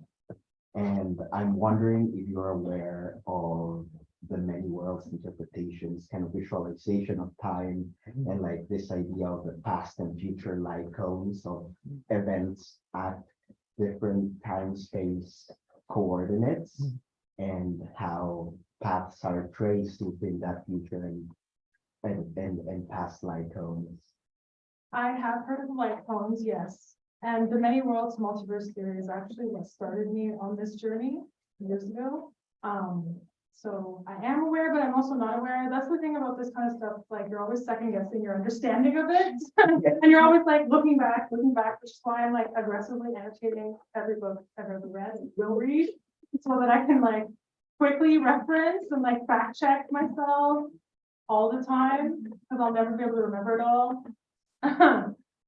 I don't know if that answers your question. Yeah, okay. I think it's something that I grapple with myself too, just like how difficult it is to like interpret the science and like really you have a good picture. Yes. Yeah, there's like an interplay there between science and like spirituality. And also we think about spirituality, something that's always other, and also something that's pre-modern, but also it reminds me of the work of Jeremy Solo's like ghost technology book, wherein like it's all about like making like visibility, and also corresponds to like it makes me think of like about your work, Will and Knoxell, they're making visible things that are present. And that's part of like, yeah, so sorry. Yeah. Nice. Yeah, so we still have that, yeah. Sure. So I have a question on mostly for Torm, because we're talking about like this idea that we see like kind of linear, but it's a lot more complicated than that. And that always makes me think, because that's like as an historian that I struggle with a lot. And it's also different understandings of time in different contexts. And I'm going back to very old, to my bachelor, which is only a decade ago now. But that was like, I remember taking a class on the history of China and how, at least in ancient China, and I don't know for today because I'm not a specialist on China, but how time was seen as cyclical, and how like there were signs that something was going to happen, then it was going to crash, and then there's going to be a new era, and then it's going to just kind of constantly go in these cycles. And how that clashed with understanding like European and Western understandings of time that was linear and straight line, and it's just towards that idea of progress, right? So yeah, I just had this thought, and I was wondering like if, or just how you might like, yeah, just on different understandings of time and how that kind of fits in what you're doing. Yeah, I didn't know about that specific interpretation of time, but it does remind me of the cyclic model in cosmology, which theorizes that the universe is constantly expanding and contracting, and then they're going the Big Bang, the big expansion, and then a big crunch, and doing it again and again. It's called not just the cyclic model. Oh, it's a funny name, the Big Bounce Theory. Of course. And it's so cool. I'm like, I'm actually doing a project about it right now. I didn't show it in this talk, but it's a textile installation. And I'm using retrospective thread. And they're all going like this and like rolls up and stuff. And that sounds really unintelligent, but hey. So it made me think of how, you know, we actually do have cyclical interpretations of time, like days, months, seasons, hours, and like the clock is literally circular. Yeah.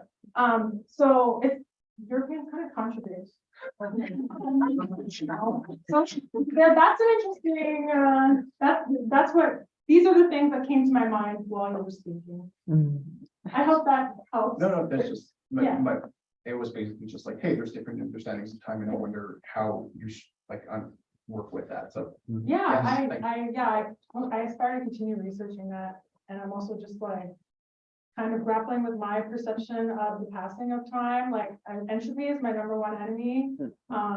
Things collecting dust, rotting, everything. Like I'm completely blind to the passage of time right now. Like it's because like I'm like it's an ADHD symptom, time blindness, and I think like ADHD people are the ultimate time punks because they just don't perceive time. Yeah. That's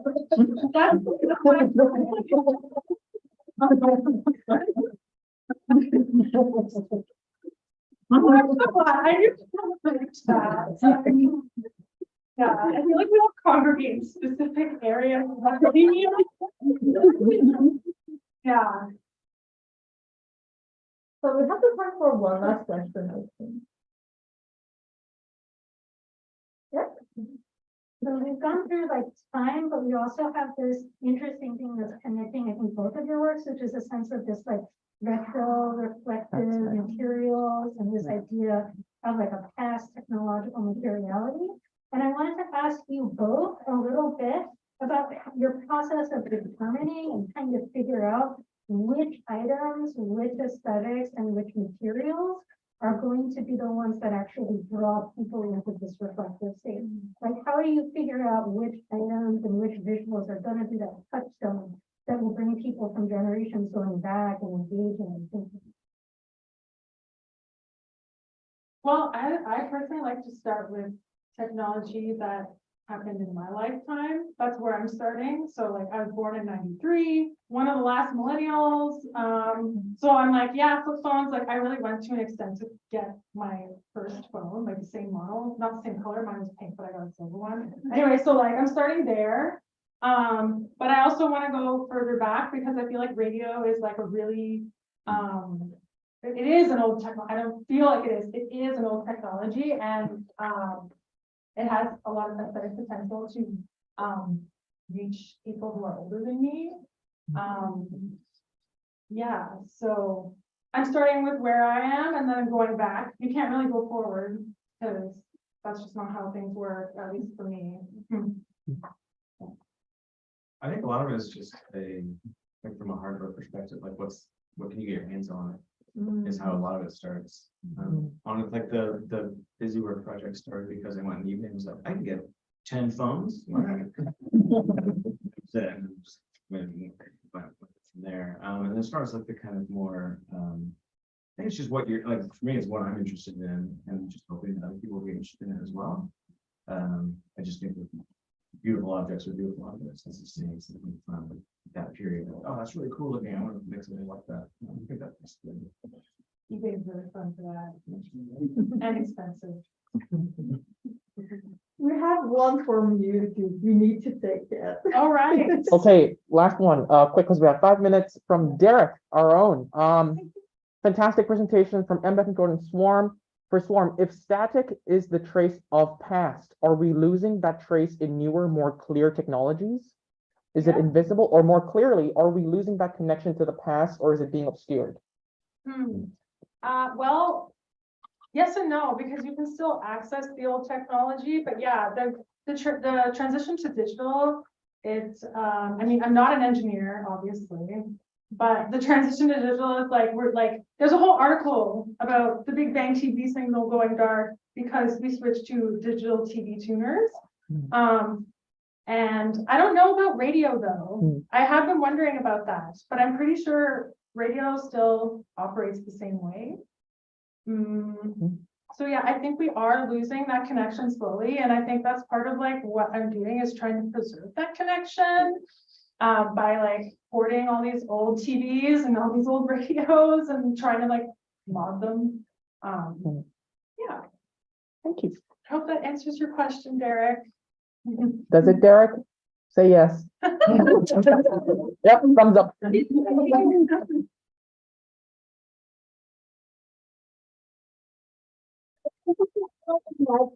you for coming here. It was really interesting. Thank you.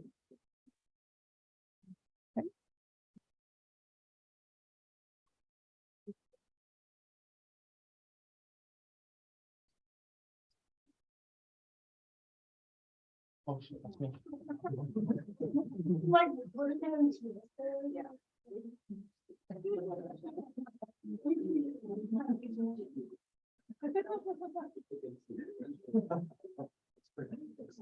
Yeah, stay there. It's good. Yeah, if you want, just relax. Yeah, it is actually. Good enough.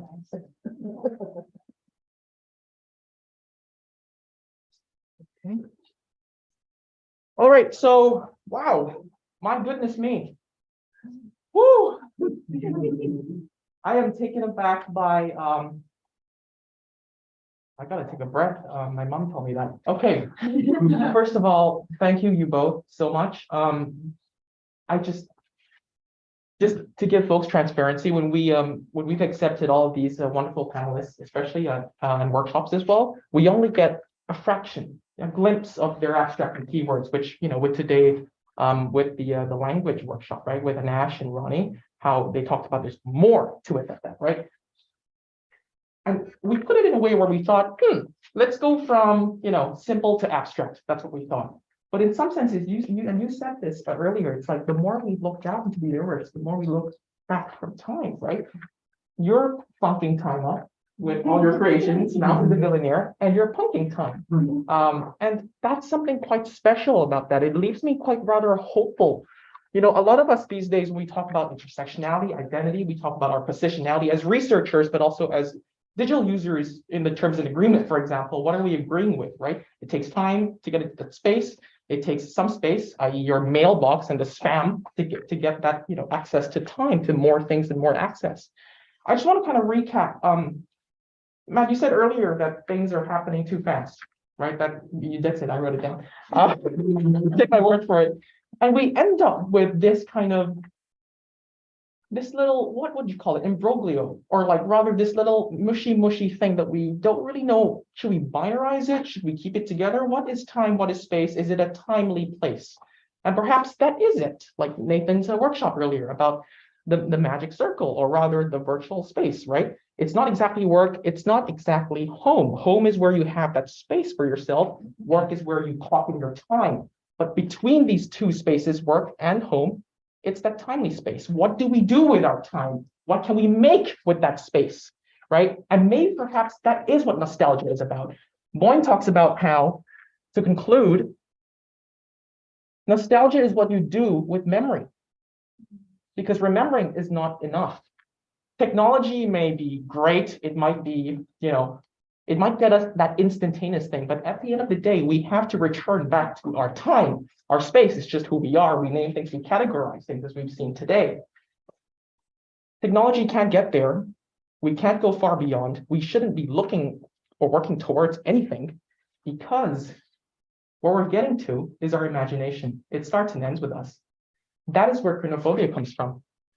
That sense of wanting to make do with that time. It ends and starts here, not anywhere else. No need for a circle, a playground, or a cemetery, perhaps, of your memories. That is important today for all of us, because it affects every single one of us now and after, as it has affected all of our ancestors, all our friends, families before. And so, perhaps if that's what you get from it today, this is it. That is contemporary nostalgia. Boym wrote this book in 2001. And like I said, again, I urge you at the end of this symposium just to pick up that book I check out, you know, my, what you call it? Keybinds, what do you call those things? I don't know, I keep looking to you, Michael. Post-its, you know. And check the red one. Page 531 is probably the most important page I've read as a person in academic thus far.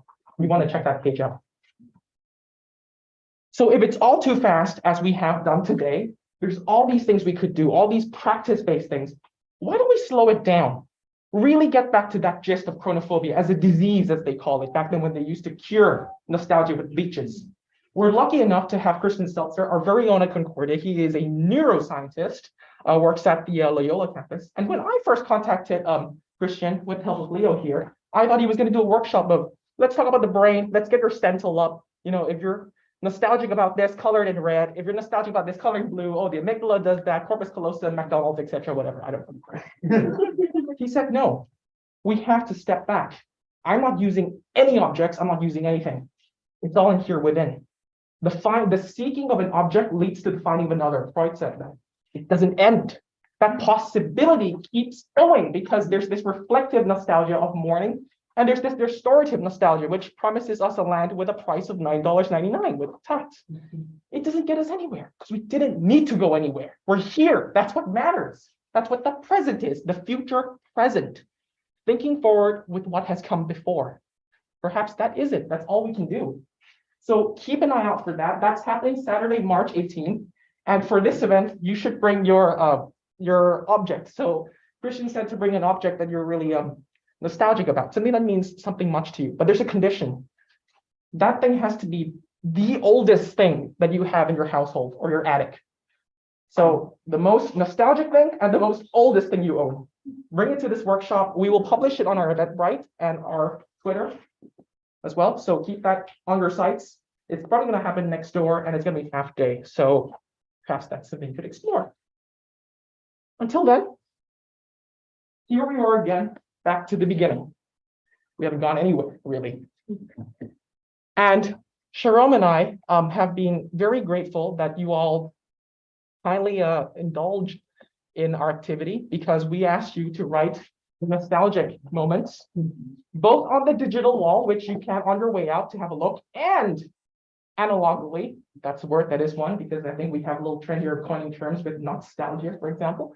Can I get 4 volunteers? Anyone feeling like they want to do something? Oh, may I? Yep. 3 more. Danny, let's go. Was this an auction? What's going on here? 2 more. Michael, last one. Yes, Alex. All right. So what we're going to do is, if you all look, actually, let's bring the board closer so everybody gets a chance to look at what's in written. In this little wedding aisle we've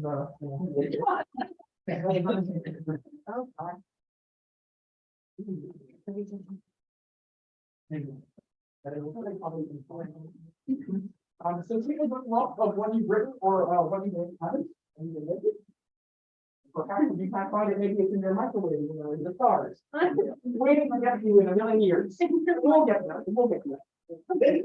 There's so many supernatural ideas of the cosmic microwave back.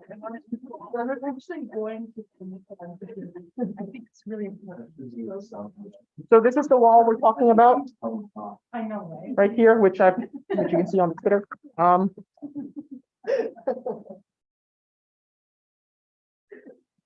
When I originally first conceived of this, and I have to give credit where it's due, I was walking down that first day of snow. I don't know when it was, but I think it was November or whenever it was, December. Walking like a child because I brought these shoes outside and it was so cold. And I came across this museum and I saw this artist's work of just a POV of the global warming, of just, you know, the ice melting. And you know, they said in the little description down there, the ice is melting, but what is it holding on to? Let that sink in for a while. The ice is melting, but what was it holding on to in the first place? Perhaps the water, perhaps the earth, perhaps gravity. Is it tangible? Maybe not. Is it palpable? Absolutely. We're melting, we're aging, but what are we holding on to? Now that's different from the ice. What we're holding on to is tangible, all right? It's sellable, it's marketable, it's politicizable. Why? Why are we doing this? So in great honor of the kind of the nature of this workshop, I'm going to ask the 4 volunteers to tear down. So just touch the edges of these A3 papers and slowly, carefully tear down. Do you want to film this? Thank you. You want us to do it like in sync or? Do you want to take it? Okay. You guys show? Sorry. Okay, let's take it down.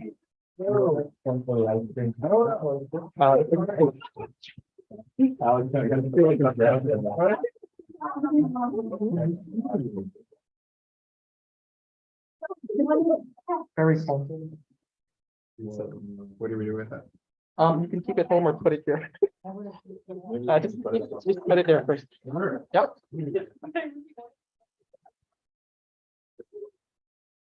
So if you have a look, it's a clear reminder. Oh, you can't stick stuff in that wall. Quick, take it down before. Oh my gosh, you were just gonna undo that little event I had up there, you know? Sorry, Christian. Stick it on the whiteboard. Or you could just leave it on the floor. To be honest, it's okay. We're kind of short on time here. Okay. My goodness. Oh, heart attack. So it leaves us with that. Perhaps what are we talking about here? Using the languages, using the medium changes, using our different lenses of thinking and conceiving about where we are. Perhaps it demands a new sort of concept, a new sort of experience. Perhaps it demands the old, you know, Pauline was talking about the literature review right there of the history of the internet. The old, the new, where does this get us? There's not a single clear, cohesive sentence here. And if there is, it doesn't capture what nostalgia is. The point basically being, we cannot forget that nostalgia, working with memory, that future present, is not a singular. It doesn't end there. It may start there, but absolutely doesn't end there. It's a collective, always. Like I said before, when you remember something, you depend on other people to remind you of it. When you want to forget something, you depend on other people to not remind you of it either. Or, I don't know, anything. It doesn't matter. You get what I mean, okay? So just to kind of clear all of this up, in essence,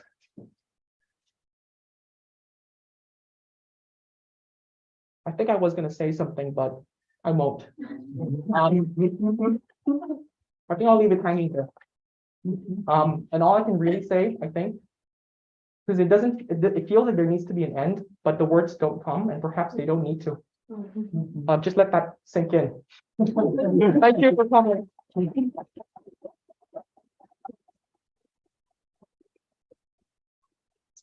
I want to add a big thanks to all the team and also like Richie, who's been like kind of like the core life energy of this thing, and still has the energy despite never sleeping at all.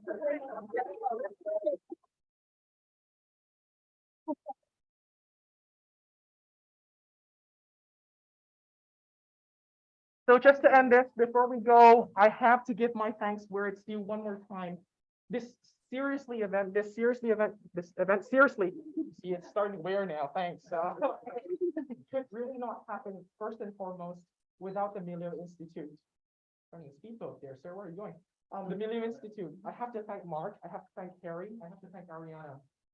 These three are the core of the Milieu Institute team. Without their help, and they have really helped us, we would not be able to use the space, and I would have lost my student status there if you hit that stuff on the wall.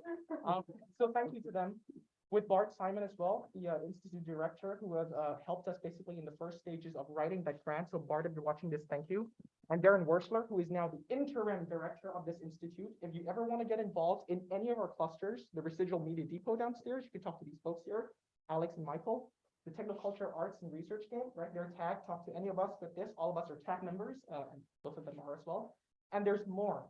So we have to thank Darren Wursler and Bart Simon. I'd like to extend my thanks as well to the Concordia people, specifically the Faculty of Arts and Science, for spearheading, kind of believing in, you know, that little grant that we were writing in October, that this could be something productive, and I think it has been. Just the sheer amount of people who are here, but also the sheer amount of force we had to convince you to get back to the workshops, because all of the conversations were bustling. It was great. All the networks that we're going to be having here. The hexagram, Dr. Sophia and Audrey, thank you so much for believing in us and giving us a chance to do this, as well as Dr. Katharina Niemeyer, who kindly was the keynote pre-recorded person. Thank you for your kindness. And, oh, of course.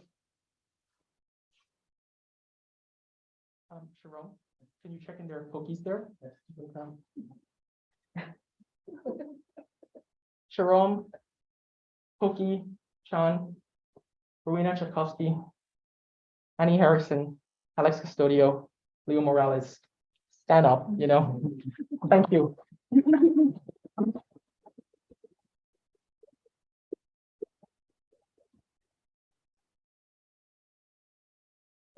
Well, they'll get the clash on here. So I think that's the end of our symposium. Do stick around for a little bit, but we urge you to kind of talk. Cookie and Sharon!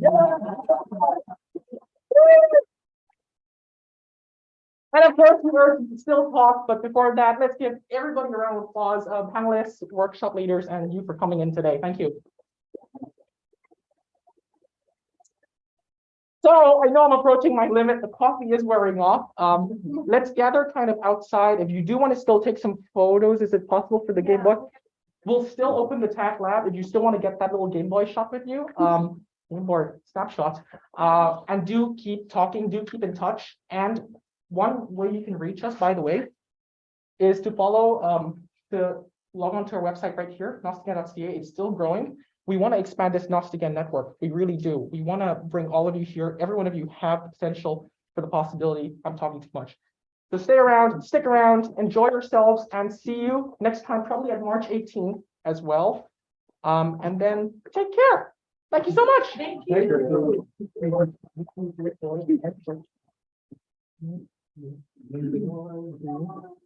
Well,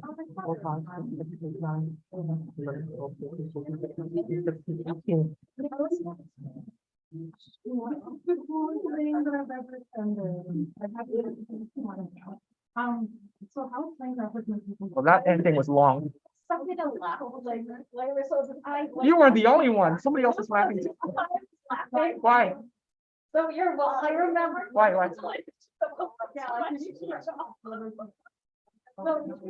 I know what you're talking about.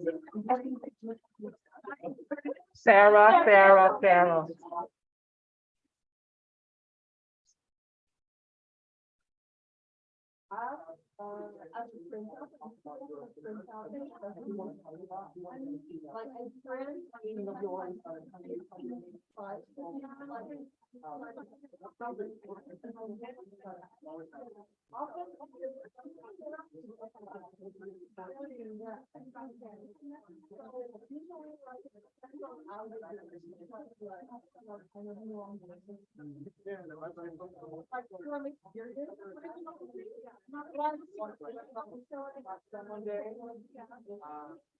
Yeah, well, especially right now.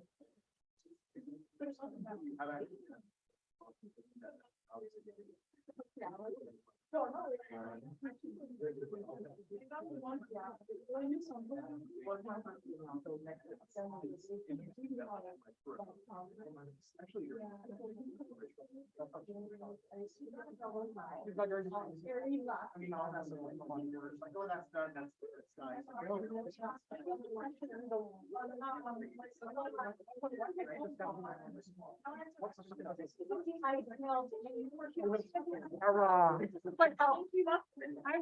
never thought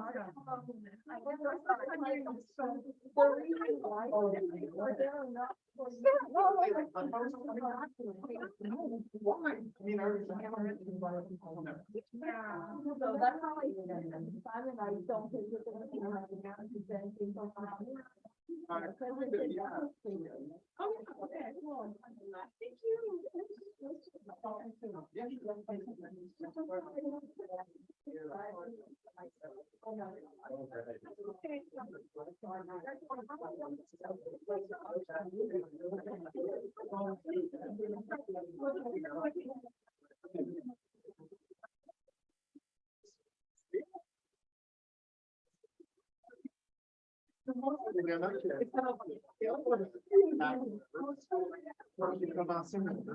J'avais comme copié du monde, pas comme hey, je peux faire comme la technologie que les élèves ont l'expérience de lire un résultat, puis finalement, c'est juste comme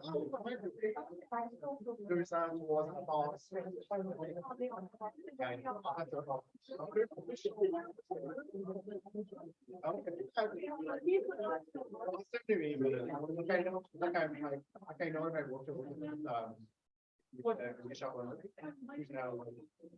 So I could like be talking and feel like, hey, but he's busy as shit.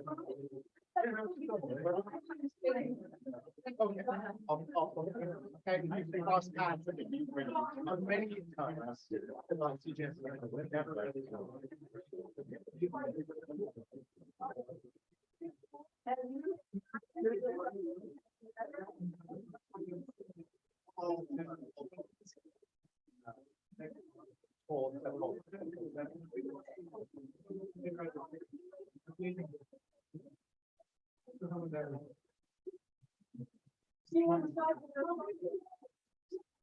I'm always happy.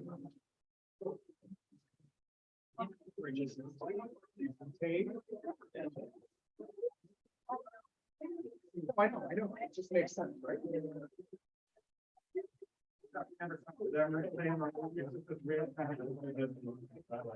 Now we can start now, so it's every like year.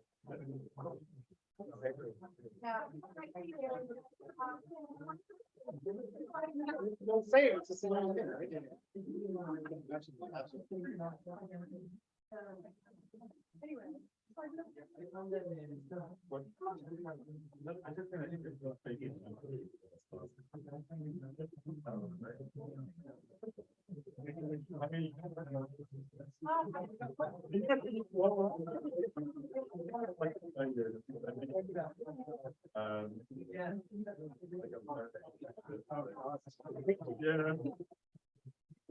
This is what exactly.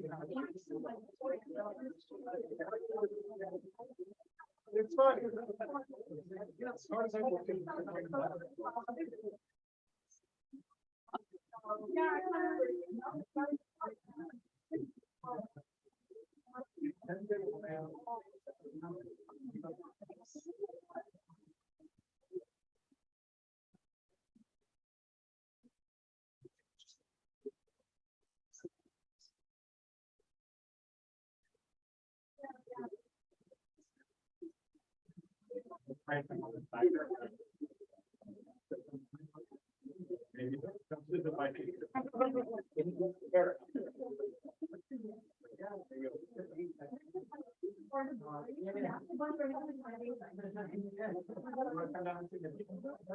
Sure.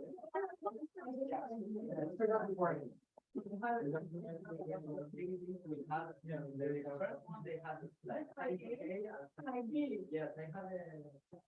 from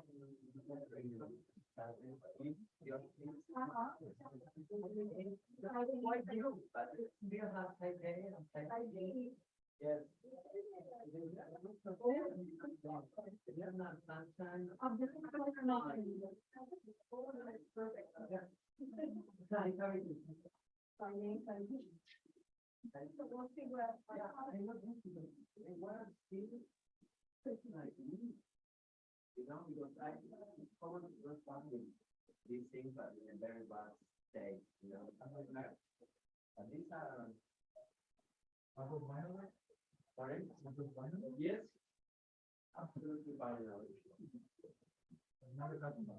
Really take care. Yes, in our homes. I wonder why it's not.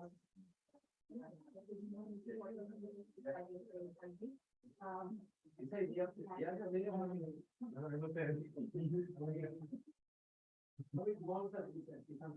other day I found I was always picking up all technologies and I found a ruler CD. So I put a whole CD. You know the idea of listening to a whole album? Appreciation of like the burning statement for. Yeah. I the Banshees album complete. And it's like a completely different sensation from listening some pictures. It's the same band, some sound. It's like even now, when you do it sometimes, it's not always an album on Spotify. Like Imagine Dragons is there, which is the one have to. Yeah. I don't know if you're still watching this, Derek, but Derek, thank you. Thank you so much. Thank you, Derek. Oh wow. Getting a little nostalgic here. I see that when you say, I thought about this side A and side B. I think there it became the split of the whole, you know, like you have to turn around the long play. Well, that's it, folks. I think I have to end the transmission now. Here on Mars, where it's snowing 50 feet, or rather known as Montreal. I call it Mars. Yeah, I'm a hippie. It is getting colder and it's getting dark, which means zombies come out then. So I gotta go. If you are still interested and somehow you're watching this retroactively, thank you. If you do want to learn more about this, please visit our website at nostagan.ca. Or tag us at our Twitter at Nostagan. That would be the place to go, right? At Nostagan. Other than that, take care and to nostalgia and beyond. It was metal deep. We put them in a machine and they sound. It was like the grandfather of the long play, you know. It was like I don't know even the name of the machine.